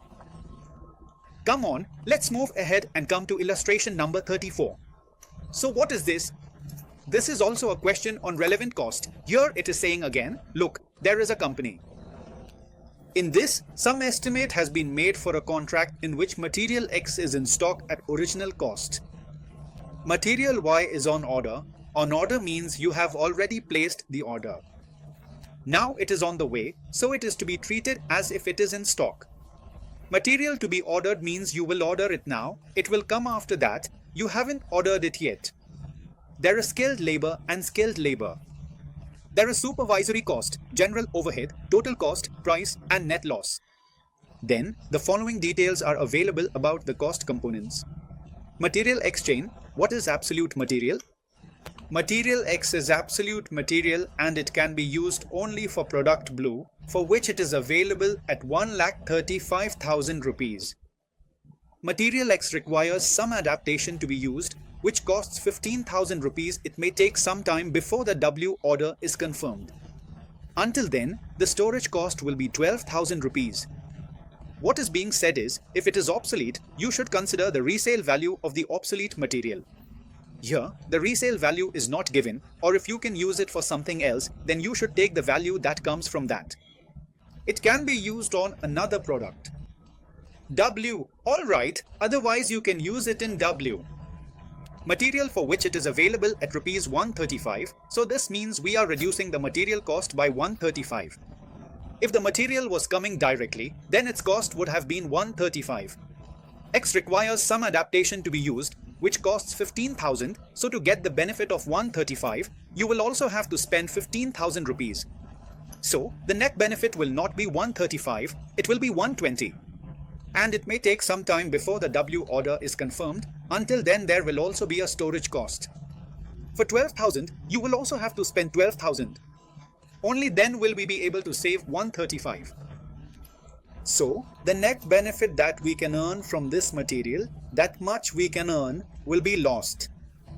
If we use this material in this offer, then if you subtract 15 and 12 from 135, the answer comes to 1,08,000. What is the answer coming to? 1,08,000. Material wise, ordered for some other product which is no longer required material. Why is it ordered for some other product which is no longer required? So, if it is not required, then again, the resale value. So the resale value has been given. Your one selling price, so that selling price is its relevant cost. Skilled labor can work under a contract which is presently operated by semi-skilled workers at a cost of 4 lakhs. So, this skilled workers' advice is being taken here. Instead of paying 5,40,000, these people will go and do some other work which would be done at a cost of 4 lakhs. So, we are also considering its replacement cost here. We are assuming 4 lakhs, meaning that if you do not use the skilled labor here in this offer, you will deploy them somewhere else, and if you deploy them elsewhere, the cost of the work done by your skilled labor will be 4 lakhs. So, if we assign this skilled labor to the offer, then our cost of 4 lakhs will be incurred there. So, the extra 4 lakhs that will be incurred is my relevant cost. Those skilled workers who are specifically employed for the contract, their entire cost of 3 lakhs will be considered. The supervisory staff will remain whether or not the contract is accepted, which means their cost has become irrelevant. Then, only 2 of them can replace other positions with a salary of 50,000, so this 50,000 becomes our relevant cost. Because they will go and replace there. Basically, if the supervisory staff is not used for this offer, we will assign them somewhere else. There, whatever work they do will be done for 50,000 instead. So, the appropriation that we used to have till now but won't have anymore, that has become a relevant cost. The overheads are charged at this rate, so this is committed. relevant is only 1,25,000 would be avoidable, so you have to take 25,000 as the relevant cost. You are being asked about the material, about X and Y. So, for material X, we have already calculated the cost. Here, for material Y, we have calculated the cost here, and for material Z, you will have to take the entire 3 lakh as the cost. For material Z, the full 3 lakh because it has to be ordered. Alright, so now you can check whatever the answers are. For X, it's 1,08,000, for Y, it's 1,55,000, and for Z, the full amount. Then it is asking about the relevant cost of labor, skilled and unskilled. What does it say about skilled labor, brother? What does it say about skilled labor? I said 4 lakhs, right.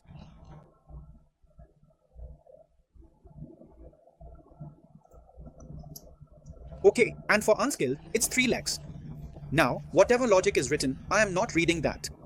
For supervisory, it's 50,000, and for avoidable, it's 25,000. Then it is asking for the net financial impact, so add everything up and check. If any offer price is given, then compare it with that. Since the offer price is not visible, you can mention the net cost, that our net cost is coming to this much. Okay, if the price offer of 14 lakhs is given, otherwise it might not have been given. I myself haven't seen it. Why? No idea. Maybe I didn't read it carefully, so the 14 lakhs price offer might actually be given right here, sorry. Read carefully and remember this for the exam. You need to read each line. Even if it seems relevant, you must read it once. You never know, there might be something hidden in it. So, for financial impact, you need to calculate net profit. What is relevant? This is called incremental profit, referred to as relevant profit. See how easy it is. Now look at the next one. Or is it over, sir? Very good. So with this, your relevant costing is also finished. Are you enjoying it or not? For this, at least 1 like is deserved, 1 share is deserved, and you should also make a promise to yourself that you will do this once more on your own. If you haven't done it even once before, then just leaving it here after the class ends won't work. I'm telling you, in the exam you'll say, yes sir, you had taught us, it looked familiar, but it's just not happening. What's the point? If you get stuck somewhere along the way and you don't want that to happen, then please do it once by yourself. Okay.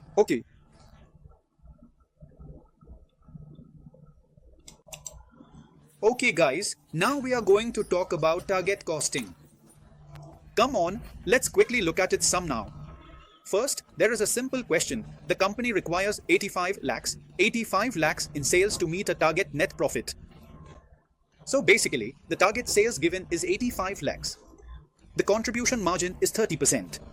Wow, the margin given is 30%, so you'll get the contribution, and then if you subtract the fixed cost from that, you'll get the profit. Any questions? Yes, go ahead. This is a very simple question. It's an objective question for the intermediate level. Alright, let's move ahead.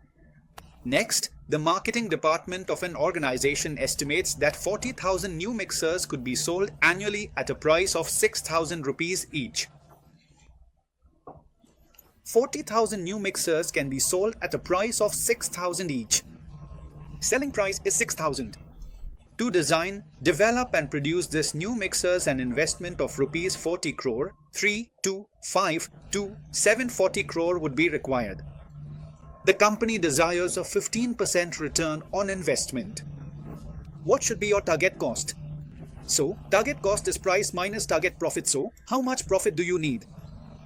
15% of 40 crores divided by 40,000. Alright, so this will give you the profit. Subtract it and you will get the cost. Come on, do it yourself. Yes, pause and do it now. Move ahead or don't stop, do it on the calculator. See if you get the answer or not. Next, T Limited produces and sells a product. The company has provided the following revenue and cost details. Revenue is given as 400 sets sold at 600 each. Variable cost is 160. Fixed cost is 50,000. What amount of sales must T Limited achieve to earn a target net income of 63,000 if they have to pay a tax rate of 30%? So, this is not the target. This all seems like CVP analysis. I have unnecessarily written target costing here. So this is a basic question like CVP analysis. Just because target is written, they've made it target costing. So the target net income required is 63. Basically, you can say PAT is 63, so you can calculate PBT. First, you take 63,000 divided by 1 minus the tax rate, which is 1 minus 0.3. If you do this, it comes to 90,000, and then you just use your basic sales equation, which is fixed cost plus profit divided by PV ratio. So the fixed cost is 50,000. You have to take the profit as 90,000. We take profit before tax. So you have to add 90,000 and you can calculate the PV ratio yourself from here. Alright, you can do it on your own. Next. Yes, so what is this question saying? Desktop company manufacturers in sells 7,500 units of product. The full cost is 100. The company has fixed the price so as to earn a 20% ROI on 9 lakhs. What will be the target selling price? So the target cost is known, which is 100. Alright, so you can also do 100 into 7,500. So this is coming to 7507 lakhs 75 after 4 zeros plus profit. What will be the profit? 20% of 9 lakhs is equal to 1,80,000. 20% of 9 lakhs is equal to 1,80,000. So 7.5 lakhs plus 1,80,000 equals 9,30,000. 7.5 lakhs plus 1,80,000 equals 9,30,000. This is what we are getting. What is the new 20% of 9 lakhs?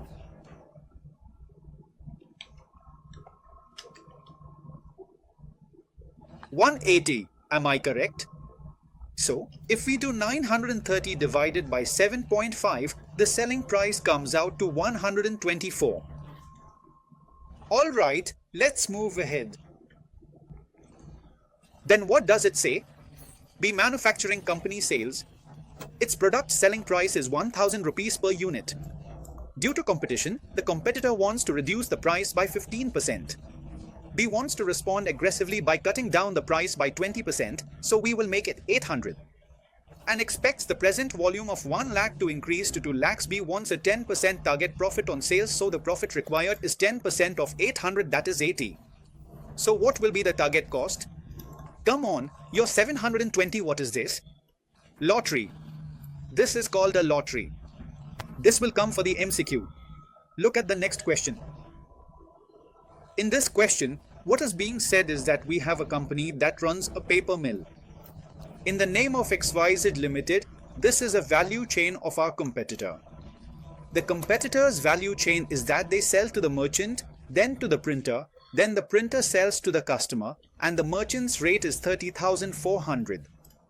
And ABC Limited pays for the freight, which amounts to 600, so ABC Limited bears the cost of the freight. Here, the merchant pays 30,400 into to ABC Limited. Then, the average sales and return allowance amounts to 4% of sales, which is approximately equal to 1,200 per metric ton. So from this, the sales return comes to 1,200. So you can say, after subtracting 1,200, it becomes 29,200. The merchant pays ABC Limited, but does not pay for freight and other such charges.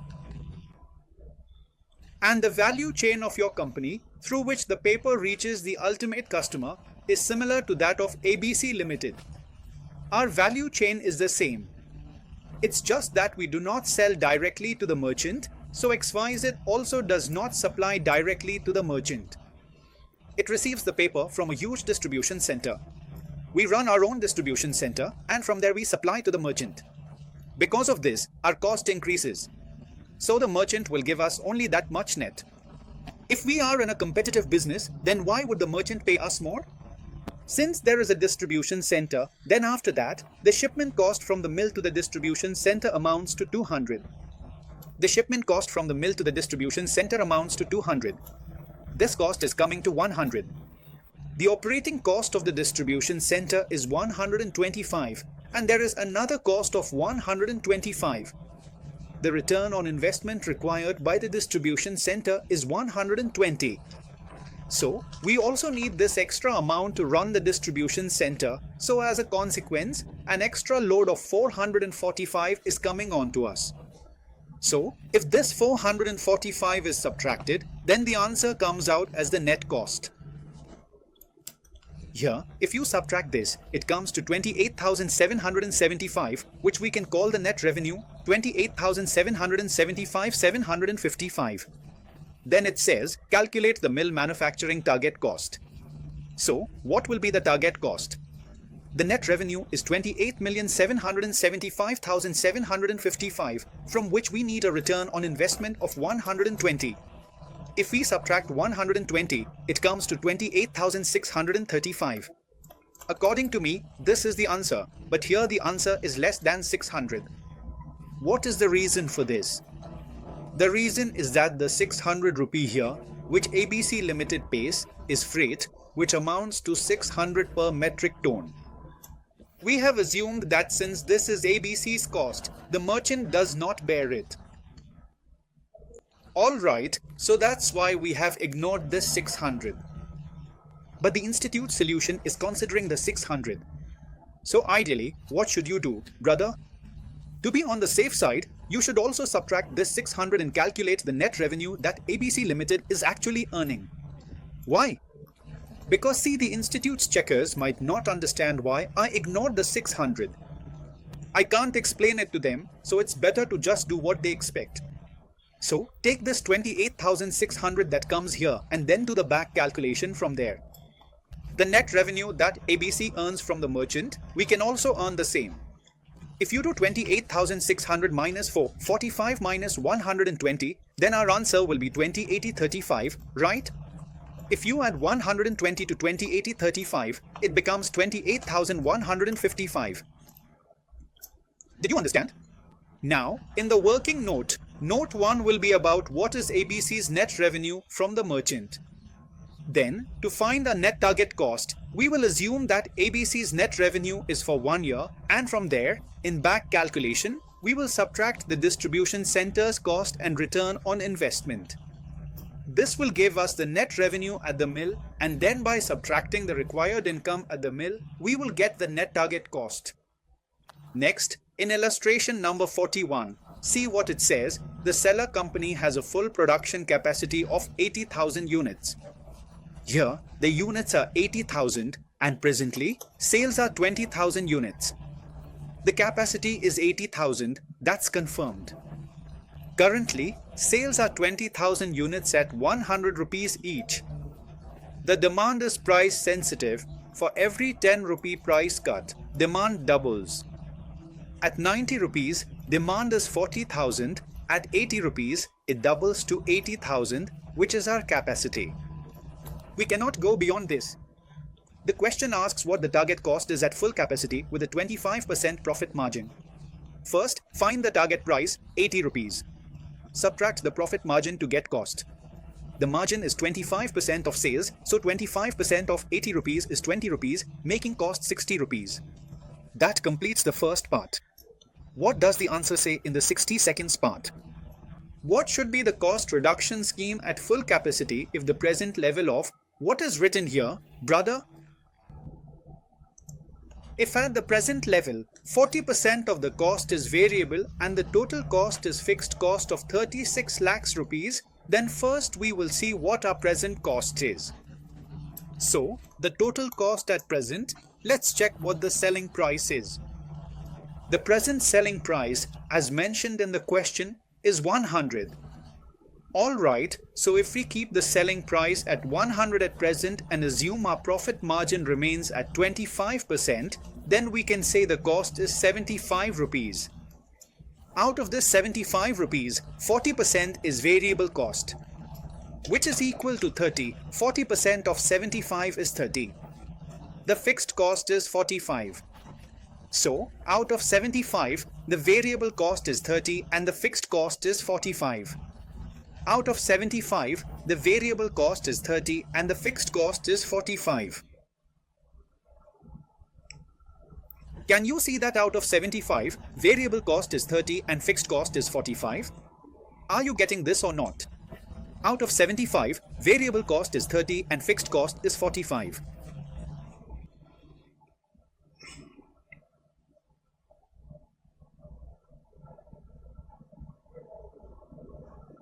So, the fixed cost is being told to us as 36 lakhs in total. So how would that have been calculated?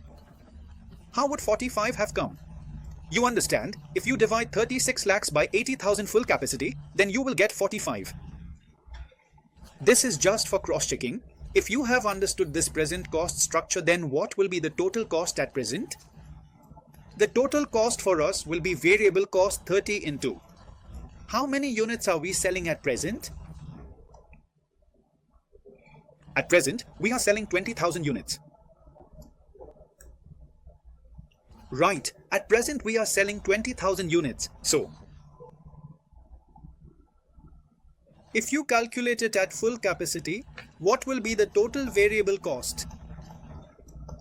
If we do 30x 80,000, then it comes to 24 lakhs. And the total fixed cost will remain 36 lakhs. That is already given, so the total comes to 60 lakhs. So at present, the cost at full capacity is coming to 60 lakhs. Alright, but what is the target cost? The target cost comes to 60 rupee per unit. So if you calculate for 80,000 units at 60 rupee per unit, it should come down to 48 lakhs. But as per the present structure, our total cost is coming to 60 lakhs. So therefore, you can say the cost reduction required is 12 lakhs. The cost reduction required is 12 lakhs. How much cost reduction is required? It is required to be reduced by 12 lakhs. Understood? So this is clear now. The second one is also done. Now it is saying the rate of return desired is 16%. What will be the maximum investment at full capacity? So, for this part C, it is asking if you want an ROI of 16%, then what will be the maximum investment? At full capacity. So, ROI means profit by investment is equal to 16%. You already know the profit at full capacity, which is what we want to calculate. At the rate of 20 rupees, the profit will be 20 multiplied by 80,000, which is 16 lakhs. 20 multiplied by 80,000 comes to 16 lakhs, divided by investment is equal to 16%. So, by solving this, the investment comes out to be 16 lakhs divided by 16%, which is 100 lakhs.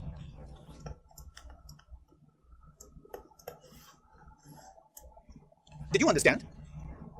The investment comes out to 100 lakhs. Is it done? So, you just need to get a hold of the calculation. In this, the ROI part and this part are a bit new.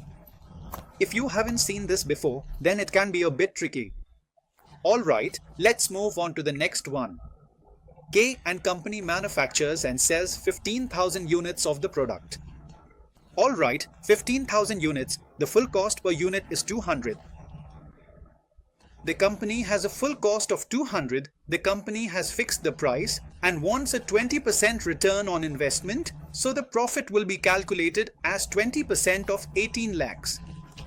20% of 18 lakhs is 3.6 lakhs, and if you divide 3.6 lakhs by 15,000, then the profit per unit will be 24.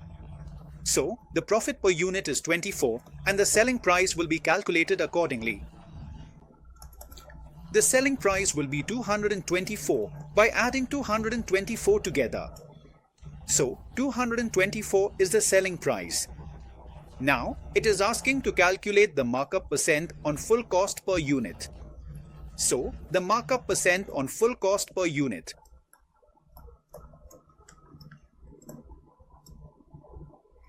So, our markup is 24 rupees profit, and if we divide it by the full cost, we have to divide by 200. So, if you do 24 by 200, you get 12%. Are you understanding what's happening? Next, if the selling price calculated above represents a markup of 40% on variable cost per unit, calculate the variable cost. If the variable cost is 100, markup is 40%, so 40, total is 140. This 140 is the selling price of 224. If 140 is 224, what is 100? If 224 equals 140, then 100 equals 224 divided by 140 times 100. Using the unitary method, 224 by 140 gives 160. Alright, so the variable cost coming in the answer is 160. If variable cost is 100, markup is 40, total is 140. If price is a 40% markup on variable cost of 100, then when price is 140, variable cost is 160.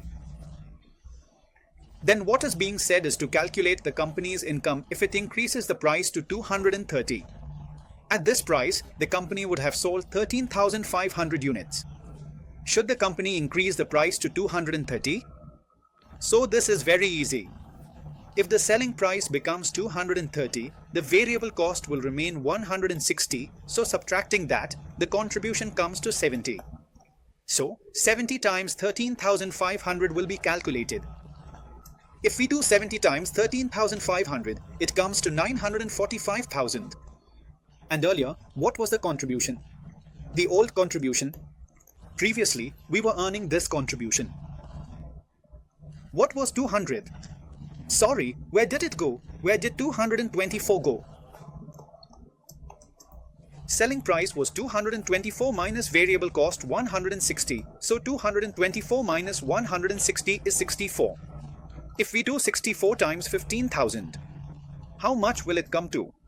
64 times 15,000 is 9,60,000. If you do 64 times 15,000, you'll get 9,60,000. Alright, so what do we understand from this? That the contribution is reducing to 9,60,000, so what advice can you give? That, brother, reduction is not advisable. So, the answer is, should the company increase? The answer is no. Then it says, in response to competitive pressure, the company must reduce the price to 10 next year in order to achieve sales of 15,000. The company also plans to reduce investment to 16,50,000. If a 20% ROI should be maintained, what is the target cost?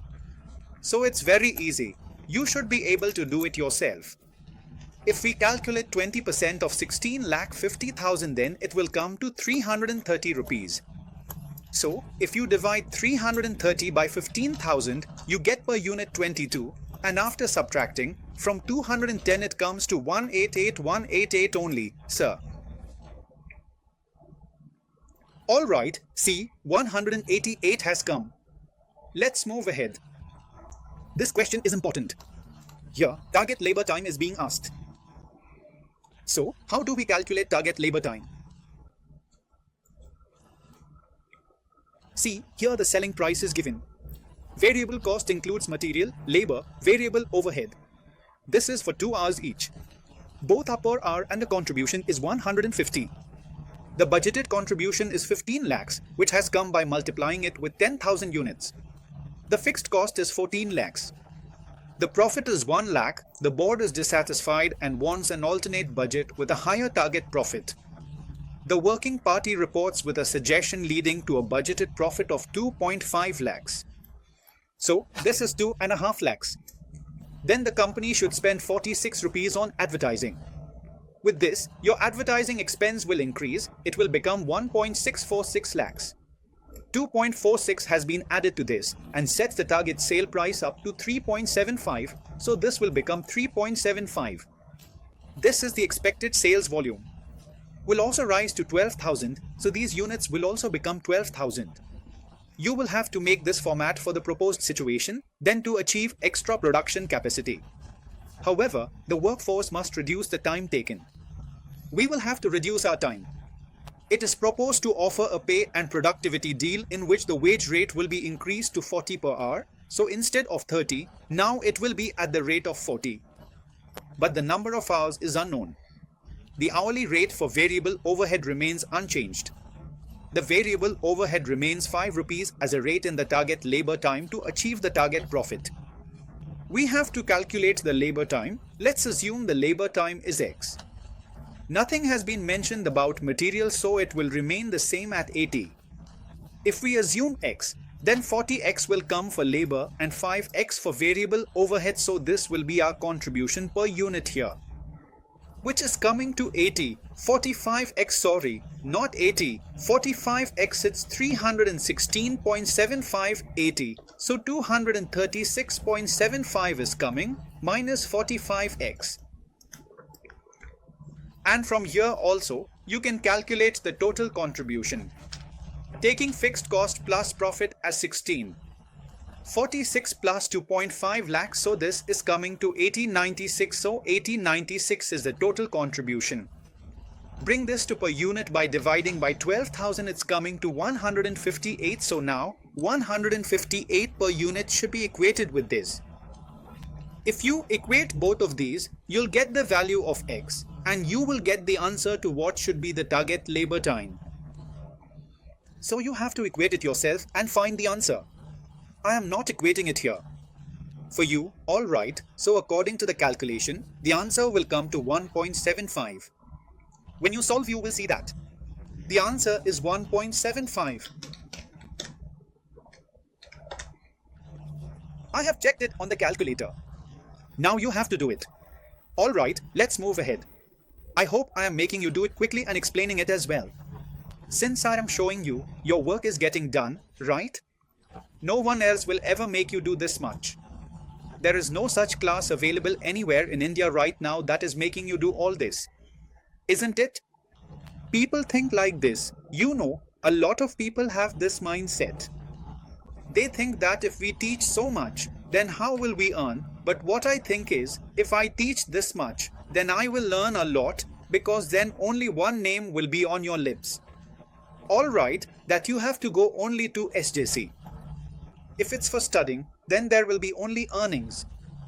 This is how I think, and even if it doesn't happen, what difference does it make if there are no earnings? If you pass, at least your family will prosper, right? 3 generations will be set. 3 generations, your parents, yourself, and your children.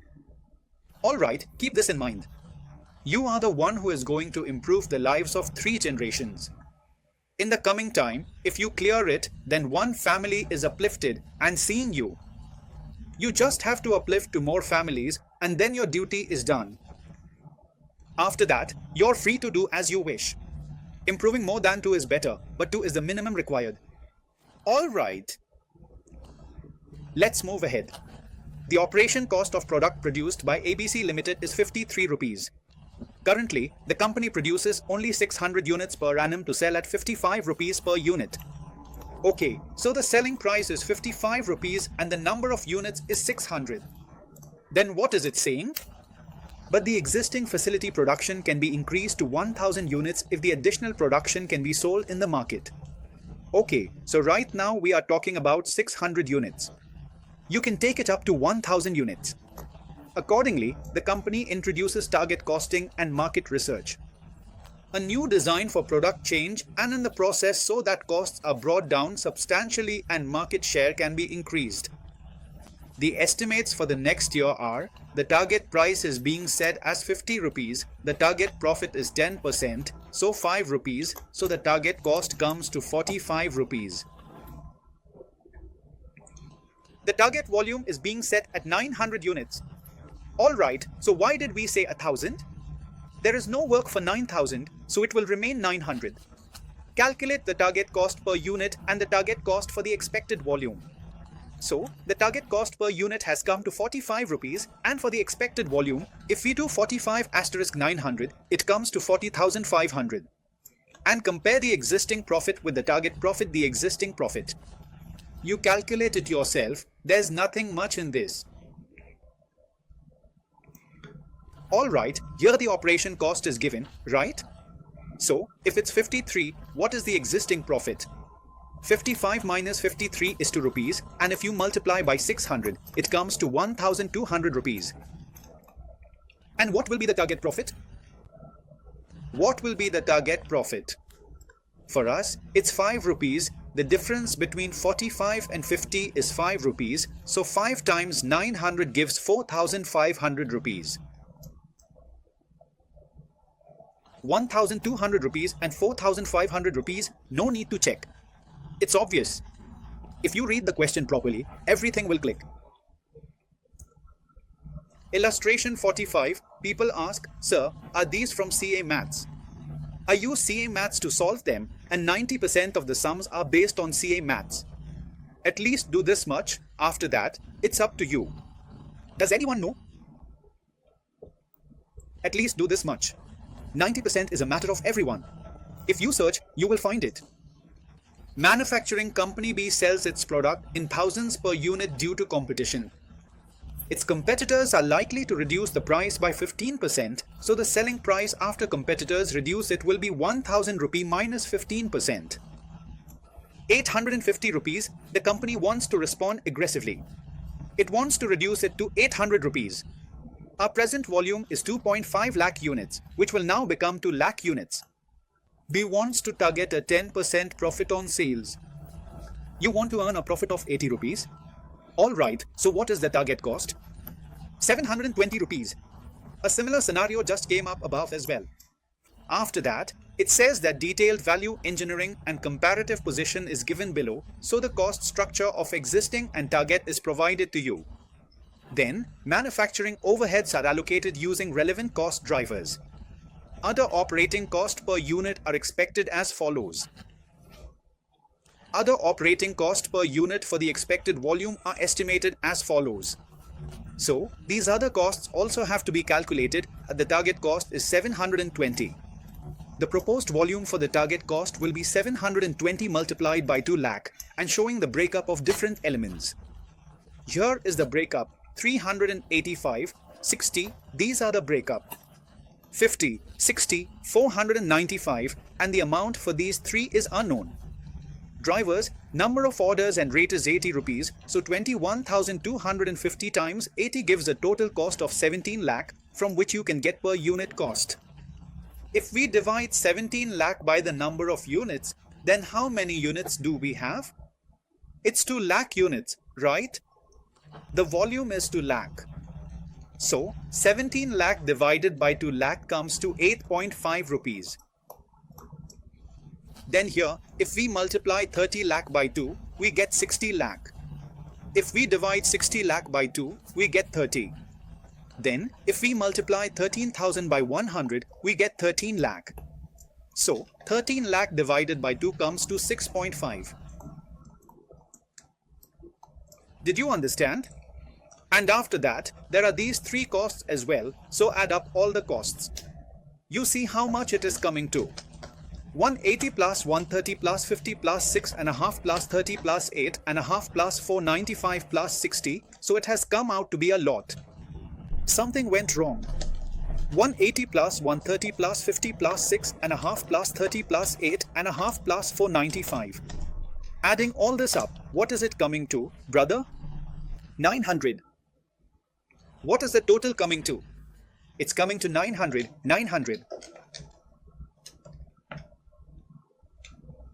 Adding all this up, it's coming to 900.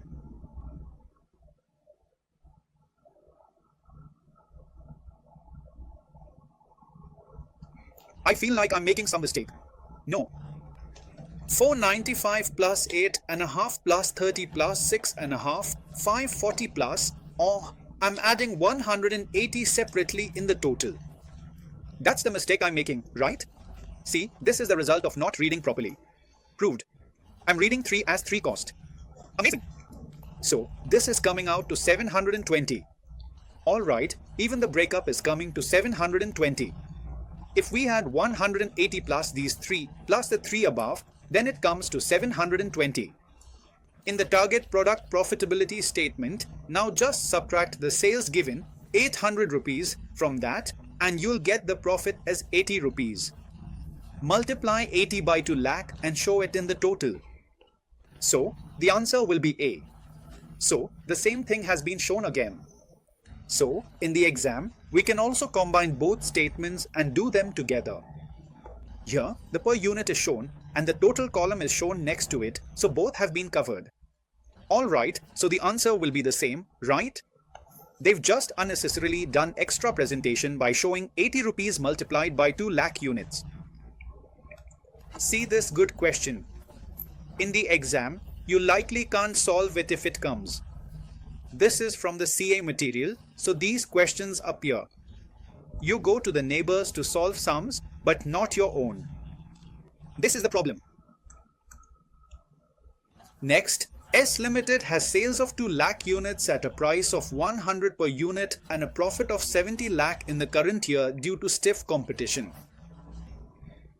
Next year, the company has to reduce its price by 3% to achieve the same target volume of sales. What is written here? S Limited has sales of 2 lakh units at a price of rupees 100 per unit and a profit of 70 lakh in the current year. Alright, so what would be the cost? The sales revenue was 200 lakh, and if a profit is 70 lakh, then the cost was 130 lakh. Due to stiff competition, next year the company has to reduce its product price by 3% to achieve the same target volume of sales. So if we reduce 3% from 200, it comes to 194. The cost structure and profit for the current year is given below. So the total cost is shown as 130. See, this 130 was also making sense to us. We got its breakup again. To achieve the target cost to maintain the same profit. If we want to keep the profit the same, then we will have to bring the cost down to 124, right? So this is the target cost because the new price has become 194. If you want to keep the profit the same, then your cost should be 124, so you have to do a cost reduction of 6 lakhs. So, to achieve the target cost and maintain the same profit, so the answer is, you have to achieve a reduction of 6 lakhs.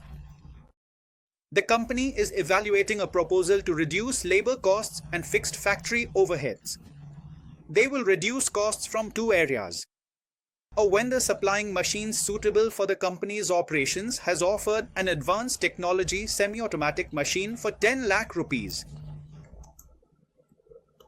Semi-automatic machine. Priced at 10 lakh rupees as a replacement for the old machine worth 3 lakh rupees. The semi-automatic machine costs 10 lakh rupees. What is written here? It will be replaced. Of the old machine, which is worth 3 lakh rupees. What is the vendor saying? The vendor supplying the machine suitable for the company's operations has offered an advanced technology machine. So this new machine is coming, it's semi-automatic. Its price is 10 lakh rupees and the old machine is now worth 3 lakh rupees. The vendor is agreeable to take back the old machine at only 1 lakh rupees. So he will take away the old machine. He will give you 1 lakh rupees for it. Alright, you need to learn this properly. What is happening here? He will give you 1 lakh rupees. Whereas, there will be warranty services free of cost for the new machine for the first 2 years. So, for the new machine, you won't have to pay for warranty for 2 years either. So, the investment you are making for the new machine is, in a way, 9 lakh rupees. 10 lakh rupees minus 1 lakh rupees. Alright, so you are investing 9 lakh rupees and you will get the warranty free for 2 years. Then it says there are 7 supervisors. Their salary is 1.5 lakh rupees each for 7 supervisors. Their salary is 1.5 lakh rupees each. Now, this is not mentioned. Is it 1.5 lakh rupees per supervisor? It seems like the total is 1.5 lakh rupees for all, because otherwise the cost would go up too much. Looking at it, it doesn't seem right. Here, according to the figures, the new machine conveyor belt is expected to help in cost-cutting measures in the following ways. Worker productivity will increase by 10%, material wastage will reduce by 5%, and the services of supervisors will be eliminated.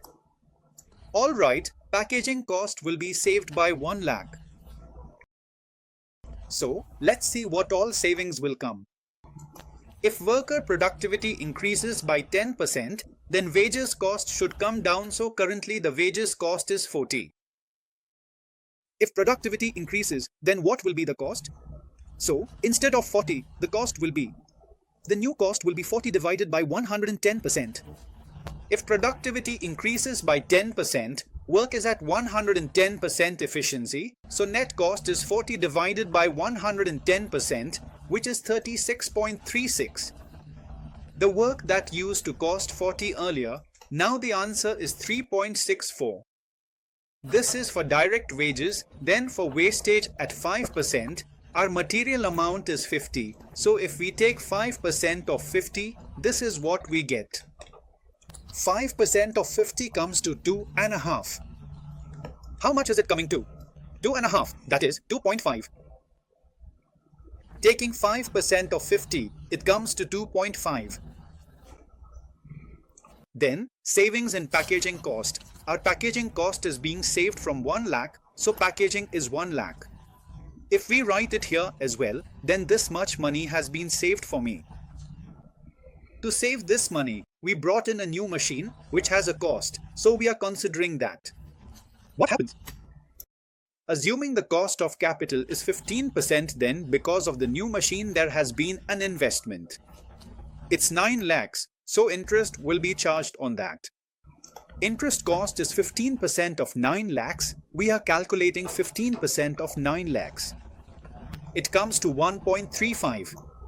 How many supervisors should be removed from the production to achieve the target cost? So to achieve the target cost, we have to save 6 lakh rupees in net. So, how many supervisors will need to be removed? Alright, we need to see how many supervisors we will have to remove. How many supervisors need to be removed? So these are the savings right now. 3. Everyone must be clear about this, and it seems like there is something extra in the cost. This interest cost should also be clear to you. But if you look at it, there are more things involved here because of the new machine. The company's policy is to charge depreciation at 15% on WDV, right? So here, fixed overheads and such are included in the science cost. There is no relevant costing going on here, so we will assume that depreciation is also included in this. So when we talk about cost reduction, the arrival of the new machine will have an impact on depreciation. So, if the old machine was running, how much depreciation would have been charged? You have been given the WDV of the old machine. Its worth is 3 lakhs. It was taken back at 1 lakh, but the WDV is 3 lakhs. So we will assume that depreciation at 15% WDV would have been charged on 3 lakhs, which is 0.45 lakh. But with the new machine, it will be on 9 to 10 lakhs. Who will get it at original cost? It will be charged on the original cost. Remember, depreciation is always calculated on the original cost, so in our case, it will be 1.5 lakhs. Because of this, our extra depreciation cost has increased. This extra depreciation cost is from 1.5 lakhs. Just like the interest cost was extra, similarly, the depreciation cost has also become extra. Sorry, this will be 1.05. 1.05 is correct, and one more. Opportunity cost can be considered here, that the thing which was worth 3 lakhs, we are selling it for just 1 lakh, so the loss on disposal of machinery, which technically is not a part of cost but still it is being treated as a loss. Without considering this, you won't get the answer, so you will have to consider it. 3 minus 1, and in the answer given by the institute, the interest cost is taken on the full 10 lakhs, so we must also consider it on 10 lakhs. Why were we thinking of 9 lakhs? Because my net outflow was only 9 lakhs. But whatever is in the institute's working matters, otherwise the answer won't match. And the same is done in CA as well. Whatever is done in CA is done in CMA in exactly the same way. So, there's no point in arguing or fighting over this either. Alright then, 3.64, 2.5 and 1.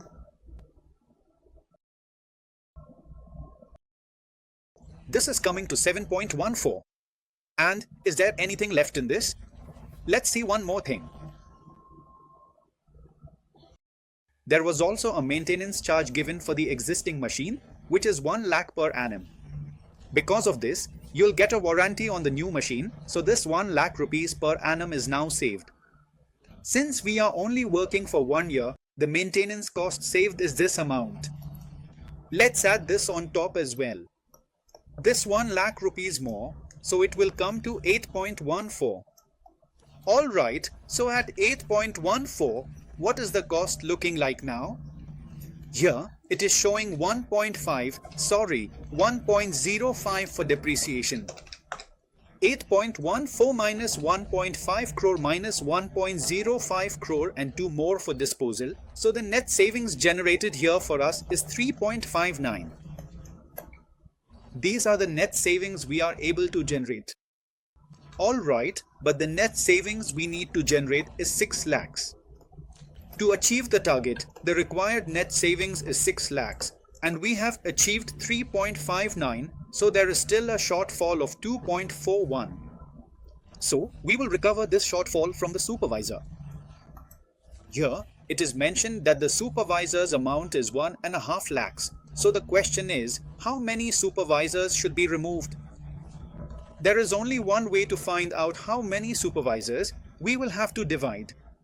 How much do we pay to one supervisor? It is not mentioned here whether we pay 1.5 lakhs to each supervisor or if 1.5 lakhs is the total for all 7 supervisors together.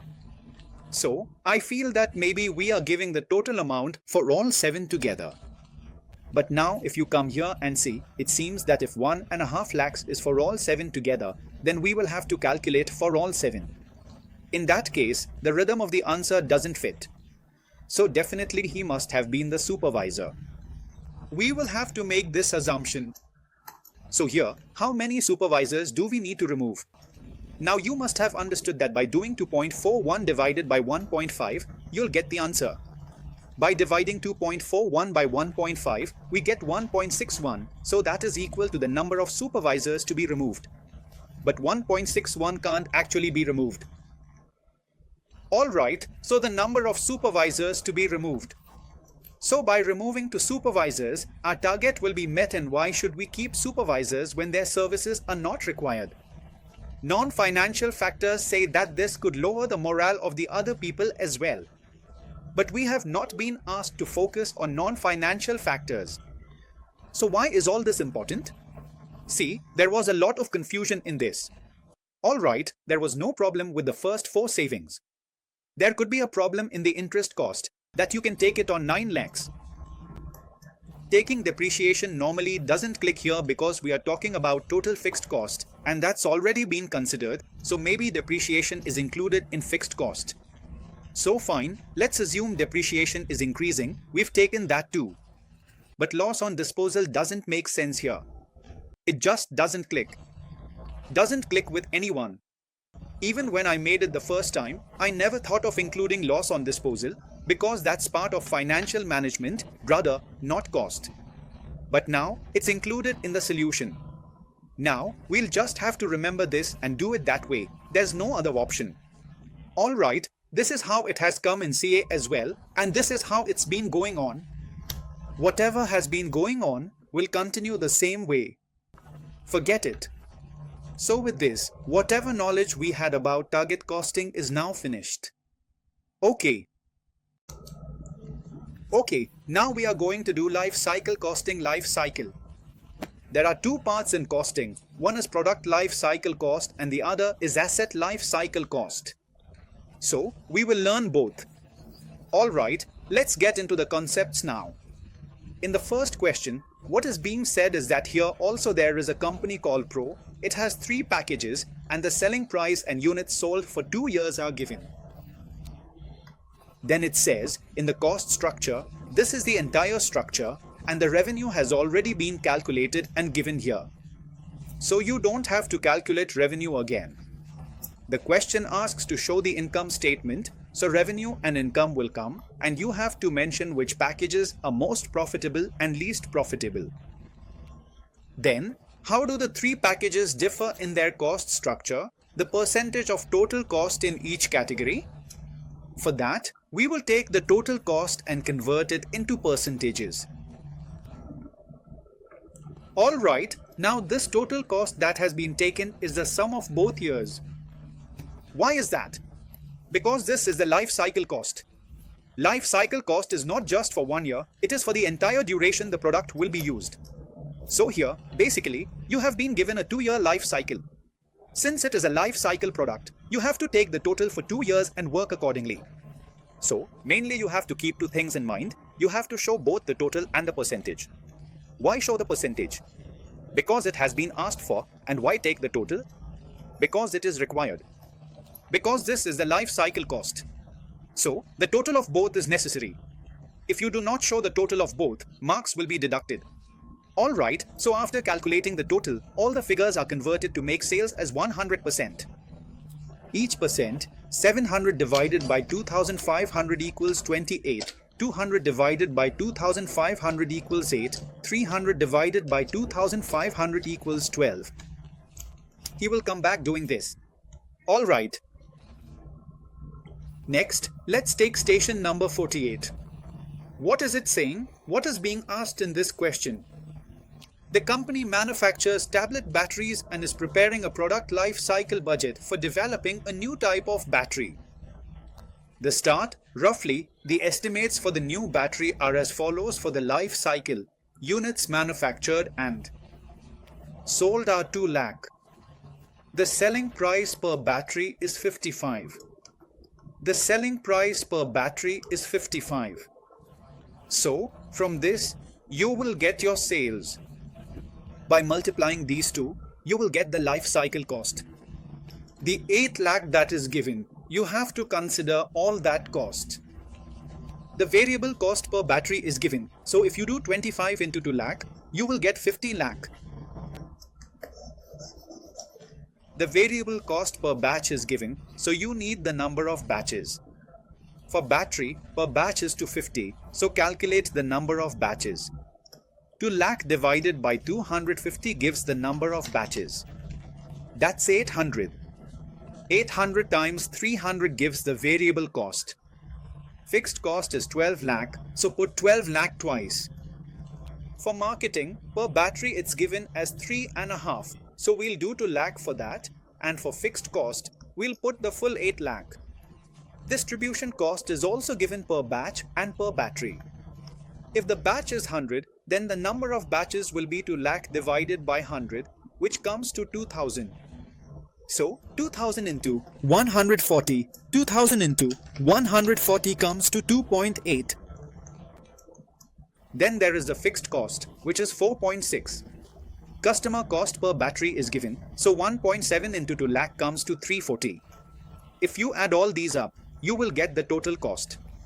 Subtract this from the selling price and you will get the profit. It's easy. To calculate the budgeted life cycle income, just net off everything and you will get the answer. It's a very easy question.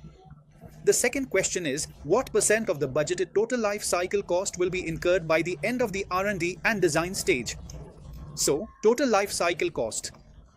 If you add all these up by adding all of them together, and 8 lakh is the R&D and design cost, so by dividing 8 lakh by the total cost, you'll get what percent of the product life cycle cost will be incurred. Okay. Third, the company's market research department estimates that reducing the price by 2.5 will increase the life cycle. Unit sales will increase by 8%, they said. If you reduce the price by 2.5, so if it was 55 earlier, make it 52.5. Then the life cycle units will increase by 8%, so 2 lakh will increase by 8%. So that will be 2 lakh plus 8%, which comes to 2 lakh 16,000.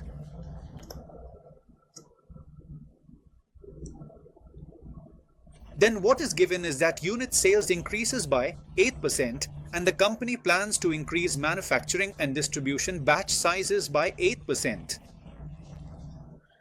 So now, the current batch size is, say, 100 and here it is 250, so the new one after revision will be to 50, like the number of manufacturing batches, the number of batches. Units have become to 16,000 and here it is to 50, right? Increase that by 8%. So 108% increasing by 8% means making it 108%.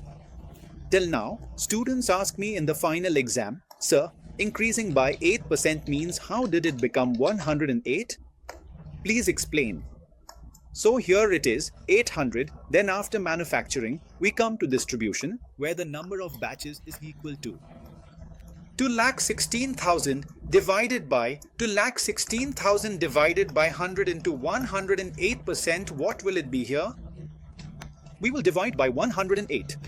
2,16,000. 108. So here 2,000, meaning ultimately nothing has changed. It still remains 802,000, right? And everything else, as we said, will remain the same. Should the company reduce the price? So according to this entire calculation, again, you will take out the income and compare it. So in this third part, you needed to pay a little attention to what special impact is coming here. Alright, yes, let's move ahead. You people often ask, from where should we do the questions from CMA, where to practice? All these questions are from CMA only. All these are the same questions that come in CMA, and apart from this, there might be one or two more questions. Now, no matter how much you try to do, first finish your home's work completely. You don't even have time to do this much. And then you say, let's do something else too. Many students will do up to this much and stop. Sir has explained it, and we think we'll do it, but we never actually complete it ourselves, right? No matter how much you tell them, they just won't make it. They'll just keep attempting again and again. And then they'll keep complaining, "Oh no, I even did a thorough revision, still I didn't pass, my luck is just bad." But they never look at what they didn't do. They didn't even know how to solve the question, so how will they be able to do it in the exam? Then you'll just keep blaming everyone else. Alright, let's move ahead. The company says it's selling 80,000 units at 300 each. The data includes design mold cost, 1025 manufacturing, 125 selling, admin cost, warranty, and expenses. We have to compute the life cycle cost. In life cycle cost, add everything. Multiply 125 per unit by 80,000, that's 12,500 plus 100 per, so for 80,000 sold, add 12,500. It is 50,000 per year, alright. Now, this one, 5 replacement parts for 25 units. So, how many number of parts will you need? Alright, 5 parts are needed for 25 units. So for 80,000 units, how much will it come to? So, 5 divided by 25 into 80,000 comes to 16,000 and its rate is 10 rupees each. So, multiplying by 10, you will get the cost.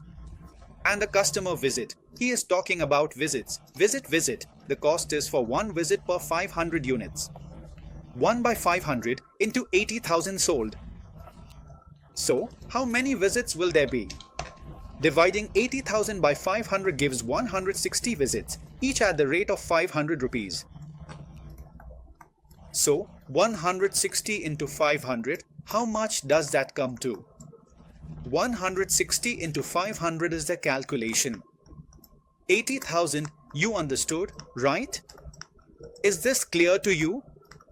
So basically, 10, 25 plus, add all of this, add this 50,000.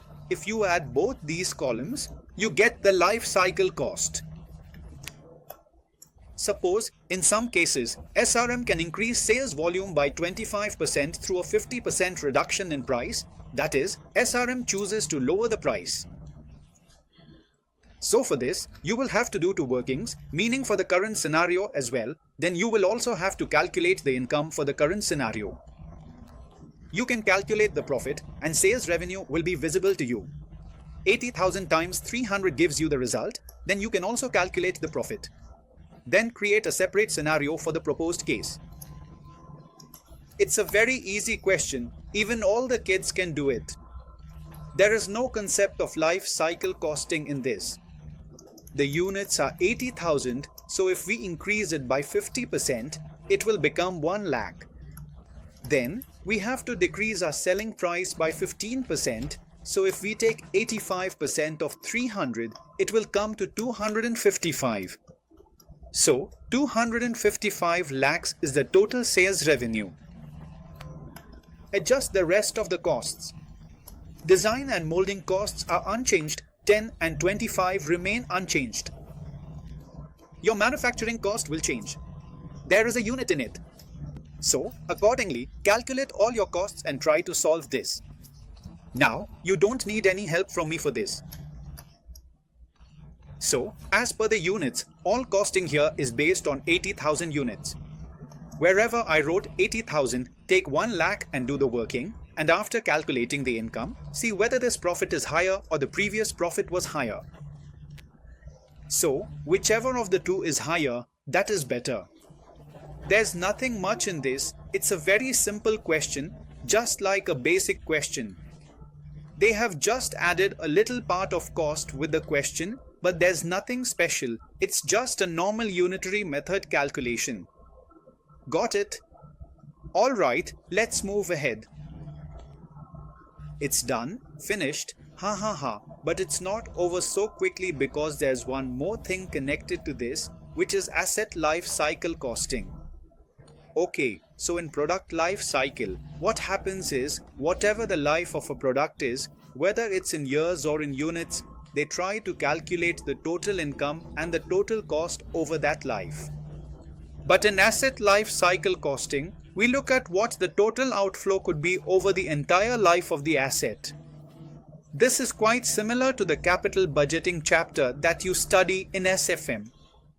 The entire study of this is connected to the capital budgeting chapter. All its sums are also similar to the sums from the capital budgeting chapter. So, cabbage is covered in SFM. Then you'll be able to do this capital budgeting, where questions on EAC come up more often.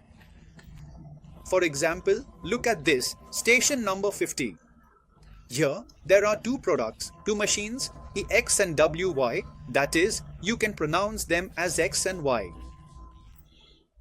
So, their lifespans are given separately. X has a life of 12 years and Y has a life of 6 years. You are given the purchase price, then the scrap value, annual repair cost, and overhaul cost, which is given for the 4th and 8th year.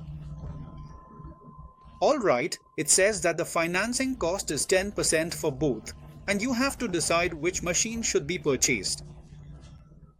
Since the lifespans are different, we cannot compare the present values directly, and since the financing cost is given, we have to calculate the present value.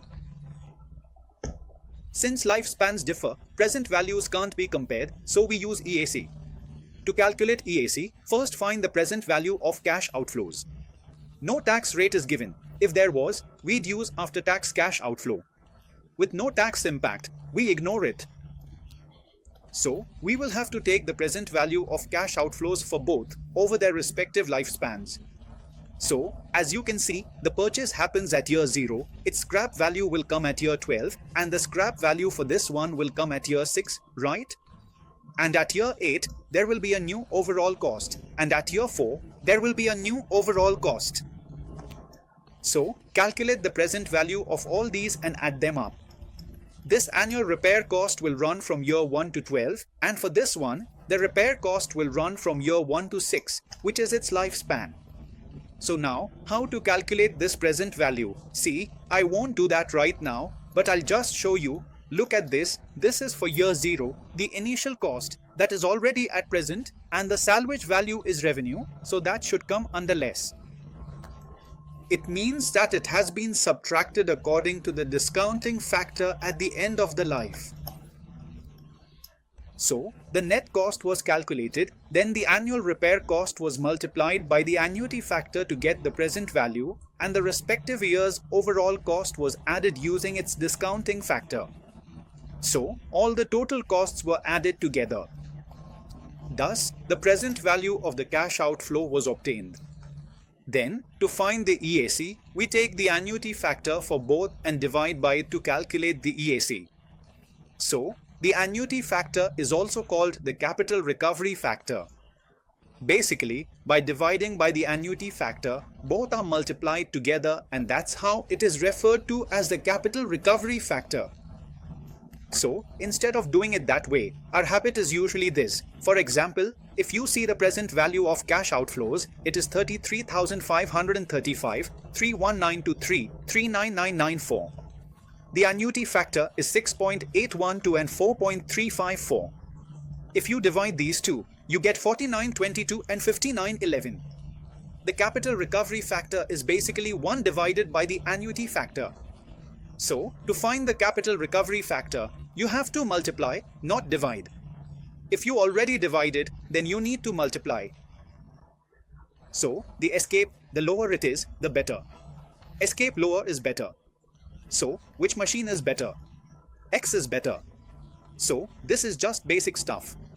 If you have practiced, you will feel confident, like yes, I know this. That means, in capital budgeting, any replacement or escape related question can come up here. Keep this in mind. You should not feel like, why is this happening only to me in the exam? There's nothing like that. Now, you should try this question on your own. It's a slightly easier version of the same type, where again there are two machines. The purchase cost is 1.5 lakh, okay? The life is given as 3 years. The purchase cost of the other one is 1 lakh and its life is given as 2 years. And it says the operating cost per annum is 40,000 for this one, and for the other, the operating cost per annum is 60,000.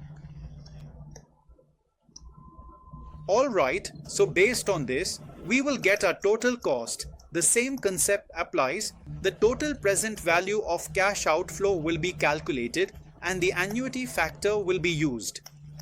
When we divide the two, we will get our EAC. When we divide these two, we will get our EAC.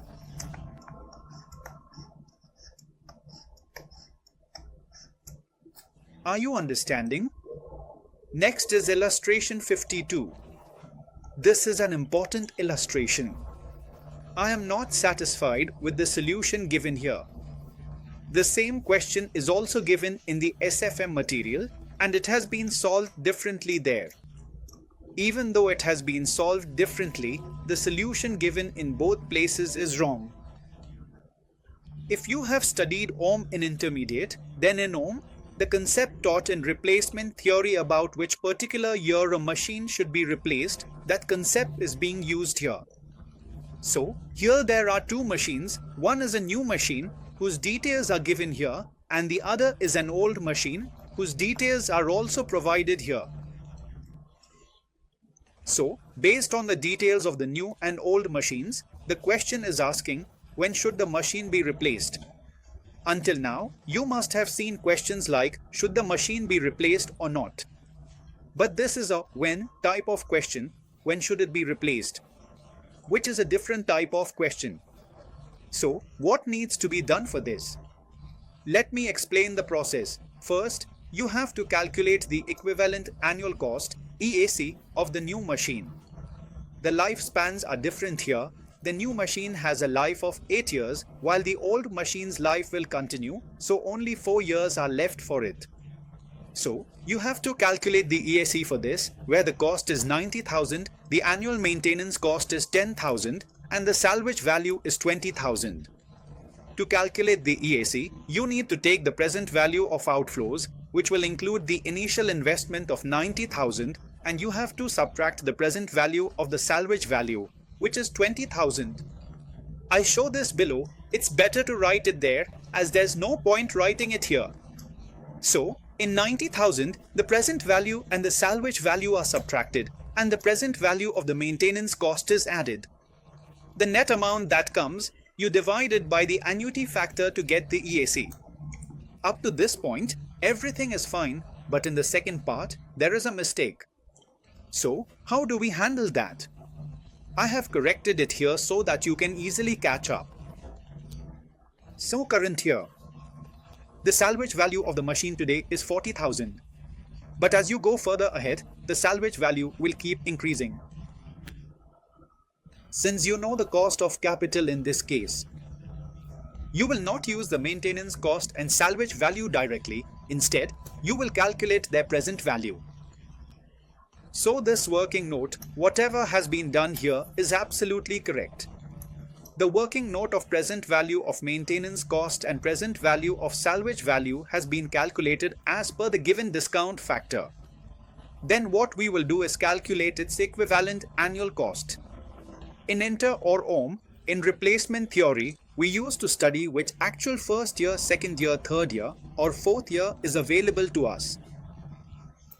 So, if we are going to replace this machine, then when should we replace it? So, what is the catch in this question? It's not that you have to bear all of this, nor is it that you will get the entire salvage value.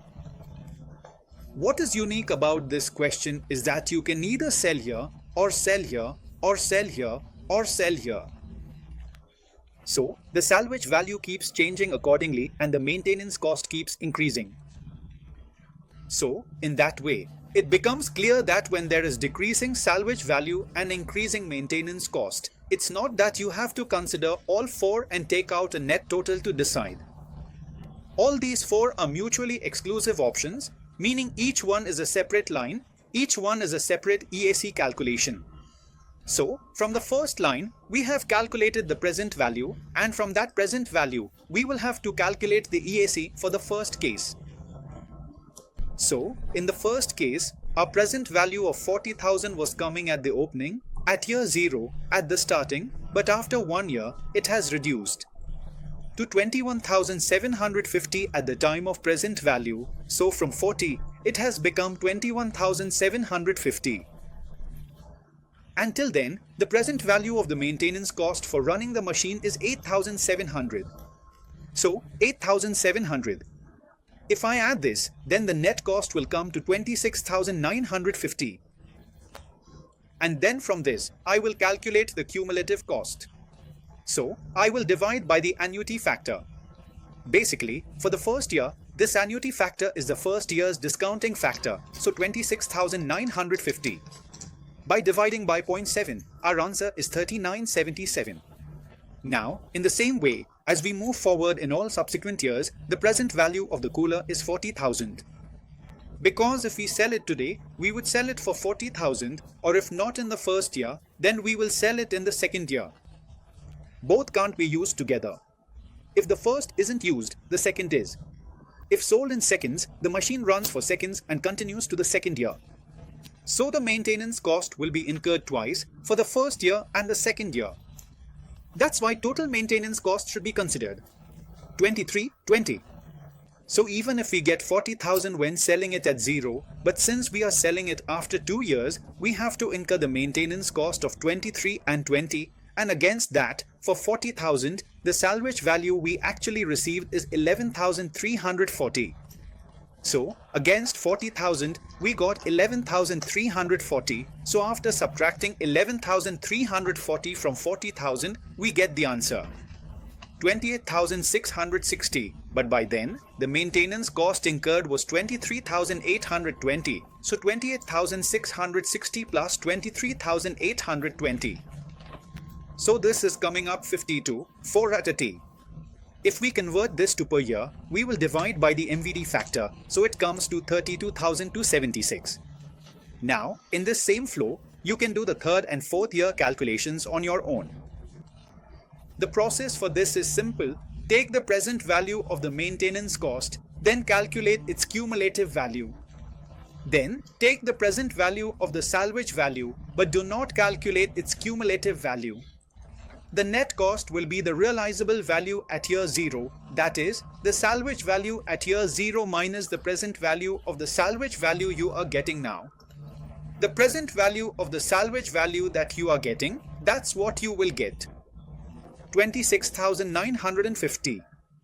So, the amount of loss that has come, that is called the net loss, 40,000 minus 26,950. 40,000 minus 26,950, so this comes to 13,050. Alright, 40,000 minus 26,950. So this comes to 13,050 plus you will have to add the present value of cumulative maintenance cost. So this is how your net cost formula is formed, like this: net cost, sir. So the system for working this out is that you have to proceed with the understanding that in 1, 2, 3, 4 or 7, what is there in year 1 or 2 or 3 or in year 4. If it goes like this, then the working for year 1 should come like this. For year 2, the working is 40,000, impact remains. If we sell today, we get 40,000, but if we sell after 2 years, what will we get? We sell after 2 years. The present value of the salvage value is 11,340. The net loss is the difference salvage value at D0 minus its present value, called D cost. If we run the machine for 2 years, there's also maintenance cost, so we take its present value for both years. That's why we use the cumulative value for 2 years. So from this, we get the net cost. And then from the net cost, we get the EAC. So it's like this. What you can see here will help you understand which among these is the best TS. The one with the lowest value is the best. So looking at this, what do we understand? If we buy a new machine, the EAC comes to 28,600. That means the equivalent annual cost every year is 28,600 for the new machine. If we use the old machine and continue, from the first year it is 39,077 and after that it keeps increasing. So we should replace this machine right away. What does it mean for the machine? It should be replaced today itself. So the conclusion that has been drawn here is also wrong. Here it is saying that the machine should be replaced after 3 years, which is an incorrect conclusion. The answer should be that the machine should be replaced now. Why? Because if we get a new one now, its cost is 28,600, and if we continue with the old one, the first year's cost is 3,900, we'll select the lower one, right? So lower means we'll select 28,600. Okay, next, look at this question. This is also a simple question. The company is considering the purchase of a machine for rupees 3.5 lakh. Its purchase price is 3.5 lakh. It can sell all the goods produced for approximately 5 lakh. However, there is some uncertainty regarding the machines. Working Life recently published trade sourcing survey shows that members of association have between the 1 to 50 of this machine and life machine variation, who said it would be 3 years, who said it would be 4, who said it would be 5, it would be 6, it would be 10 years. And what kind of data we got? This is the data. We will call it frequency. How much of it was found in the machine? Discounting rate of 10% net present value of machine life is as follows. It's good the NPV has been calculated and given here, otherwise we could have calculated it ourselves. We know the cash inflow is 1 lakh, so if the life is 3 years, we take the present value for 3 years, subtract the initial investment and get our NPV. So NPV is very useful whether it's 3, 4, 5, record, advise or deciding to purchase the machine. Everything depends on NPV.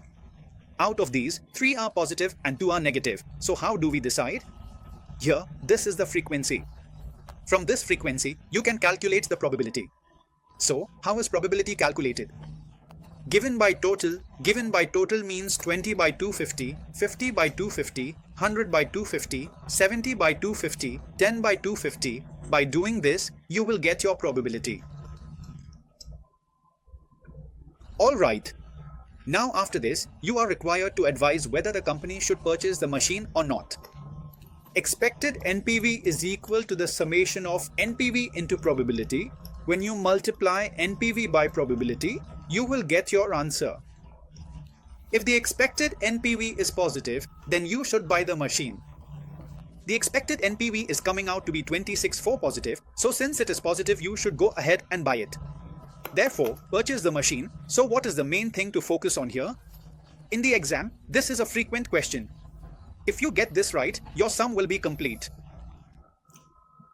Okay, so with this asset life cycle costing is also finished. Meaning, now the life cycle costing chapter, it's done. Are you enjoying it or not? If you're not enjoying it, you'll have to start enjoying it anyway. Alright, keep moving forward, we'll make sure you enjoy it. If you are enjoying, then raise both your hands with love and say it once. Let's celebrate today's joy. We keep doing such things, keep taking out the pen, yaar, this time this was the main thing. Last time something else was going on, last time it was different, anyway good see you in the next minute. Okay guys, now we will start with decision making using probability. Yes. Very easy chapter, one of the easiest chapters where you hardly need to use your brain. So, have a look at its illustration. Brother, come on in. Where did it go? Here is the first illustration. So what do you have to do in this? 3 products have been given, out of which you have to choose which one you will pick. The profit of each product in different market scenarios has been provided. The probabilities for R, X, Y, and Z have been given. That is, the market probabilities are given as 0.6, 0.2, and 0.2. Which project should be taken? Here, project means product. Which one should be chosen? When both profit and probability are given together, we should select the one with the highest expected profit. So, how do we get the expected profit? By multiplying the profit with the input probability. Calculate this for all 3 and choose the one with the highest value. So, there's nothing much for me to explain here. You can see the expected profit for all 3 has been calculated here. Whichever has the highest is the best. That means product B is the best. Moving ahead to the second question, here the units of sales demand, selling price, and their probabilities are given. The rate of variable cost and its probability are given. The fixed cost is also given. In the requirements, it is asking what will be the expected value of sales for the period. So, to find the expected value of sales, you need to calculate the expected sales units using these units and probabilities. Intro has to be paid 12 rupees. Alright, so if you multiply the expected sales units by 12 rupees, you will get the answer. Then, to find the expected variable cost and contribution, how will you get the expected variable cost? First, by multiplying these two, you will get the expected variable cost per unit. Then, if you multiply that by the expected units, you will get the expected variable cost. Then you will get the expected contribution, and if you want to calculate the expected profit or loss, you just subtract the fixed cost from the contribution. Alright, now see how the working has been done in this. Expected sales multiplied by profit probability. Here, profitability is written by mistake, it should be probability. So with probability the answer comes to 45. Then, in the same way, here expected variable cost into units is taken as 3800. How does 3800 come? You check it yourself. 3200 into 0.5 plus 4000 into 0.3 and plus 5000 into 0.2. When you add all these, it comes to 3800. So, with these 3800 units, we have got 45,600 here.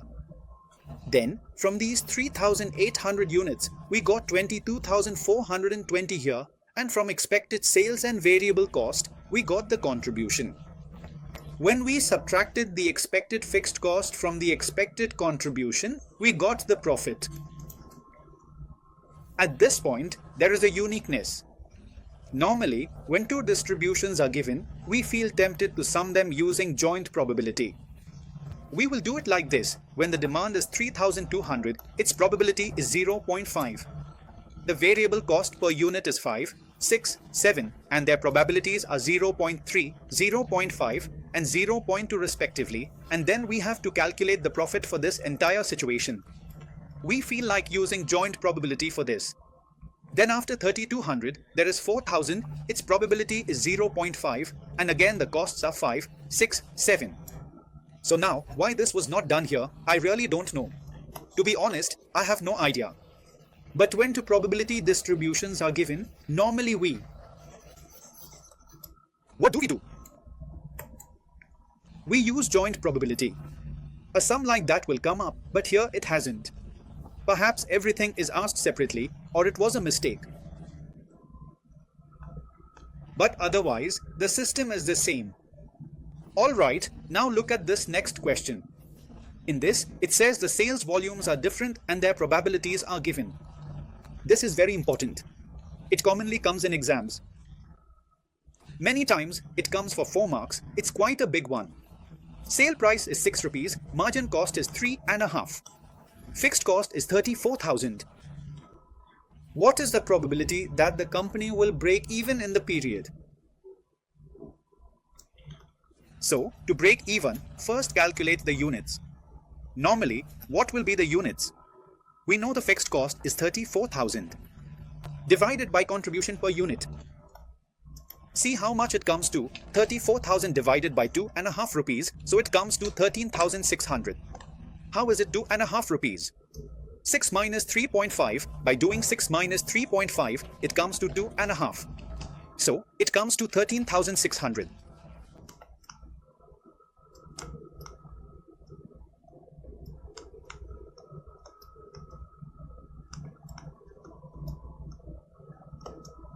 Is it okay? This is coming to 13,600, so the probability of break-even means that minimum sales should be 13,600. Probability of break-even means sales should be greater than or equal to 13,600, and that is happening in 3 places. So, the probabilities of all these will be added together. 0.25 plus 0.3 plus 0.2, so this comes to 0.75. Adding 3 to 5 and 25, it comes to 0.75. Then, the company will make a profit of at least 10,000. So, for the company to make a profit of at least 10,000, we will first have to calculate the units. Where this profit of 10,000 will be achieved, that will be fixed cost 34,000 plus profit. So, for at least 10,000 profit, 10,000 divided by 2.5. So, this comes to 44,000 divided by 2.5, which is 17,600. And then, the probability of sales should be at least greater than or equal to 17,600. So, only one value is coming above 17,600, so the answer will be 20%. Now what happens is, it gets fixed in your mind that you only have to take greater than. So, if tomorrow a question like this comes in section C, for example, the company will make a loss of 2,000 or 5,000, or the company will make a loss of 5,000. Then what will be the answer to that? So at that time, the first step will be to calculate the units. 34,000 minus 5,000 divided by 2.5, so 29,000 divided by 2.5 comes to 11,600. So, the probability of sales should now be less than or equal to 11,600. Less than or equal to 11,600 means, if it comes to less than 11,600, then the answer will be 0.1. For loss, you have to look for less than, and for profit or break-even, you have to look for greater than. Here it hasn't been asked. I have explained it to you from my side. Now, in this question, what is happening? The discussion is about fixed cost. The probability of the fixed cost has been given. Then, what else has been given?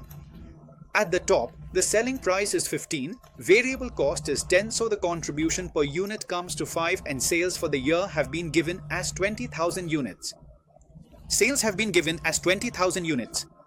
What is the probability that the company will achieve or exceed the target profit of 25,000 for the year? So first, if you want to achieve a target profit of 25,000, you need to see what the fixed cost should be for that. Just like here, the probability of sales volume was given, so earlier we were calculating the volume first and then looking at the probability based on that.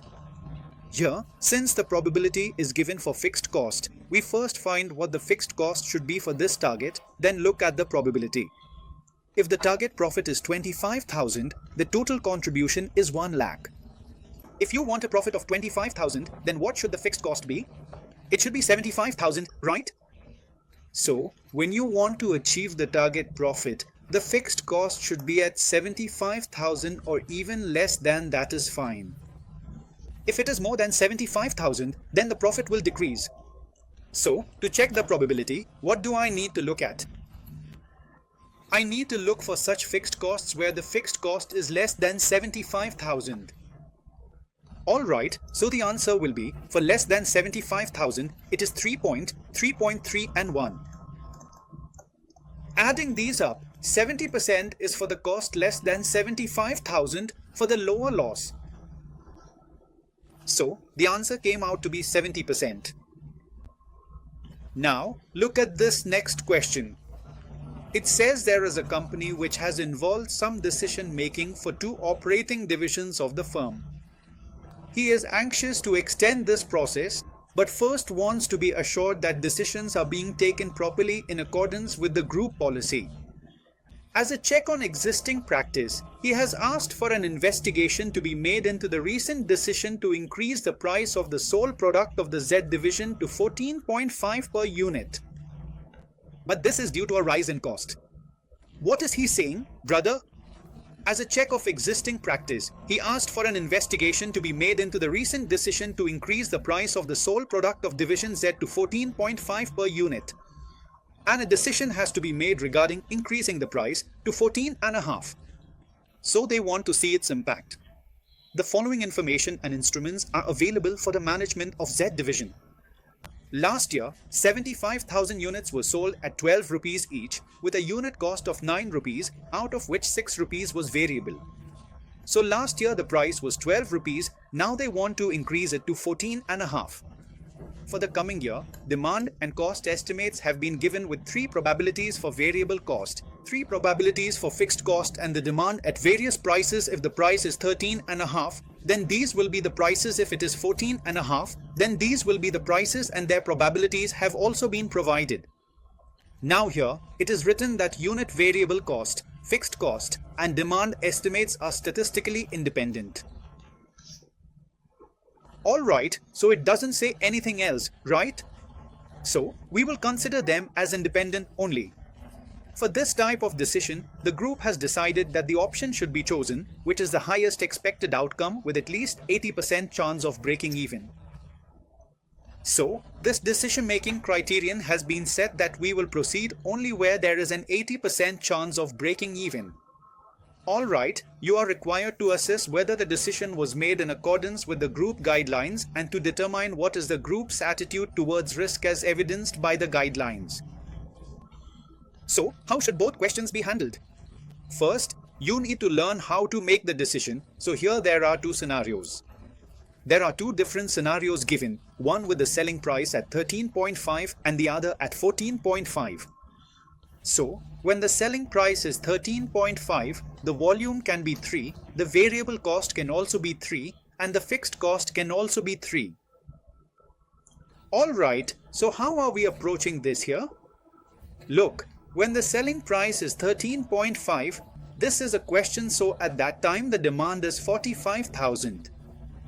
The probability for sales is given here as 3, 5 and 2, that is 0.3, 0.5 and 0.2, but within each of these the probabilities for variable cost are also coming in.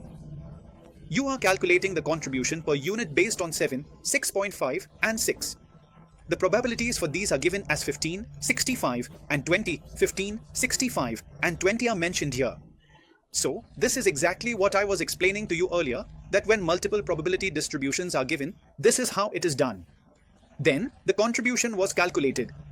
By subtracting the variable cost from the selling price, you get the contribution, and when you multiply your contribution by the number of units, you get the total contribution.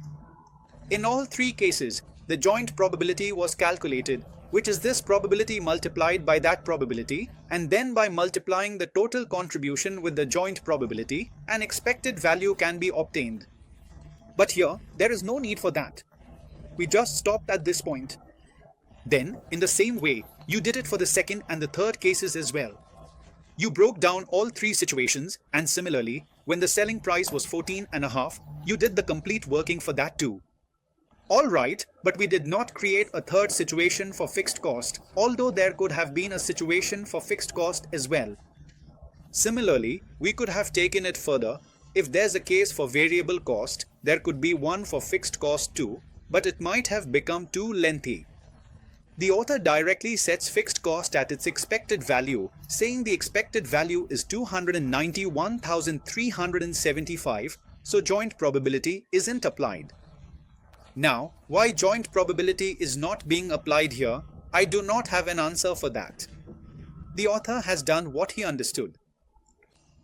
Ideally, whenever there are multiple distributions, joint probability should be applied. But since we don't have clarity, we can try to study it once using the solution we have. Now after this, you are told that there should be an 80% chance of breaking even. So, to break even, you should at least recover a fixed cost of 291,375. If you are looking at a selling price of 13.5, then in all cases, the contribution is coming out to be more than that. And when you look at 14.5, then in these two cases, it is not coming.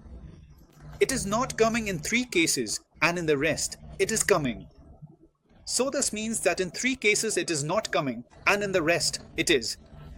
So what will be the joint probability of these 3 cases?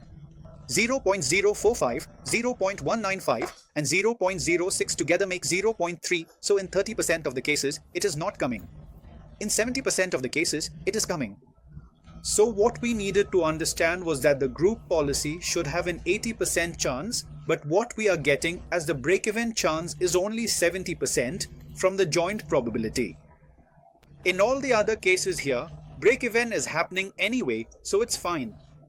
That means you can say that at a selling price of 13.5, there is a 100% break-even chance in every case. But when the selling price is 14.5, the break-even chance is 70%. And what was mentioned earlier in the question was that we have to take it up to 14.5. Not up to 13.5. If we have to take it up to 14.5, then our group policy of 80% is not being met. The 80% policy that we have set is not being fulfilled. The group policy that has been set is not being met. Can you see this? The group policy that we have set is not being fulfilled. This is all right. So, to obtain what is the group attitude towards this, with an 80% chance for break-even, we will call them risk-averse. However, they are still taking a bit of risk because they are not going for a 100% chance. They are still accepting a 20% loss, so when you have to comment on their attitude towards risk, just note that they are risk-averse to some extent. But however, they are taking a 20% risk of loss. Okay.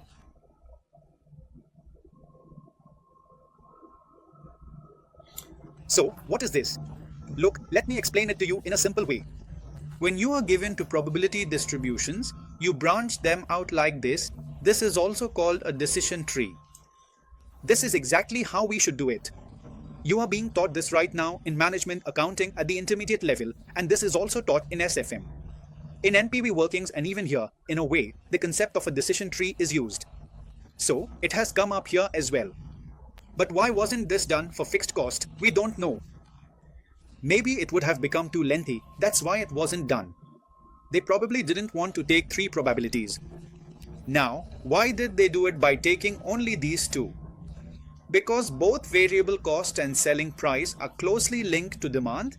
That's why they took fixed cost separately, since fixed cost is not linked to demand. So, you can think that it's fine to take fixed cost separately. Alright, great. So with this unit is also finished for now.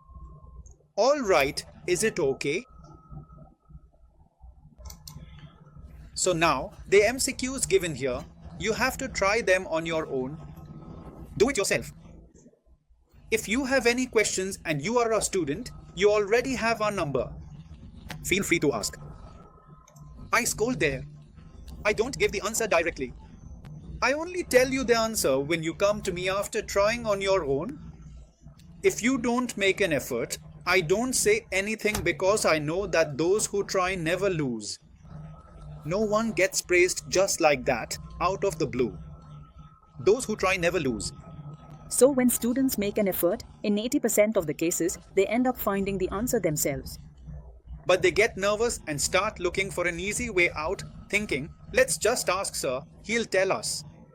But Sir is not that easy. I will see how genuine your query is, and based on that, I will answer you.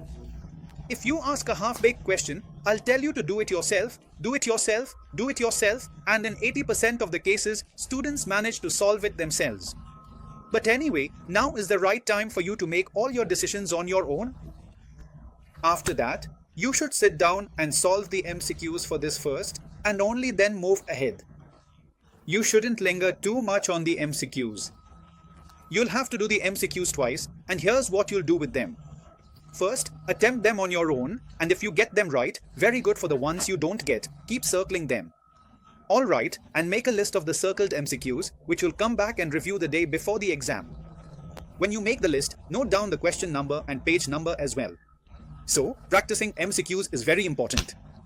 Don't go into the exam overconfident, thinking you'll just breeze through the MCQs.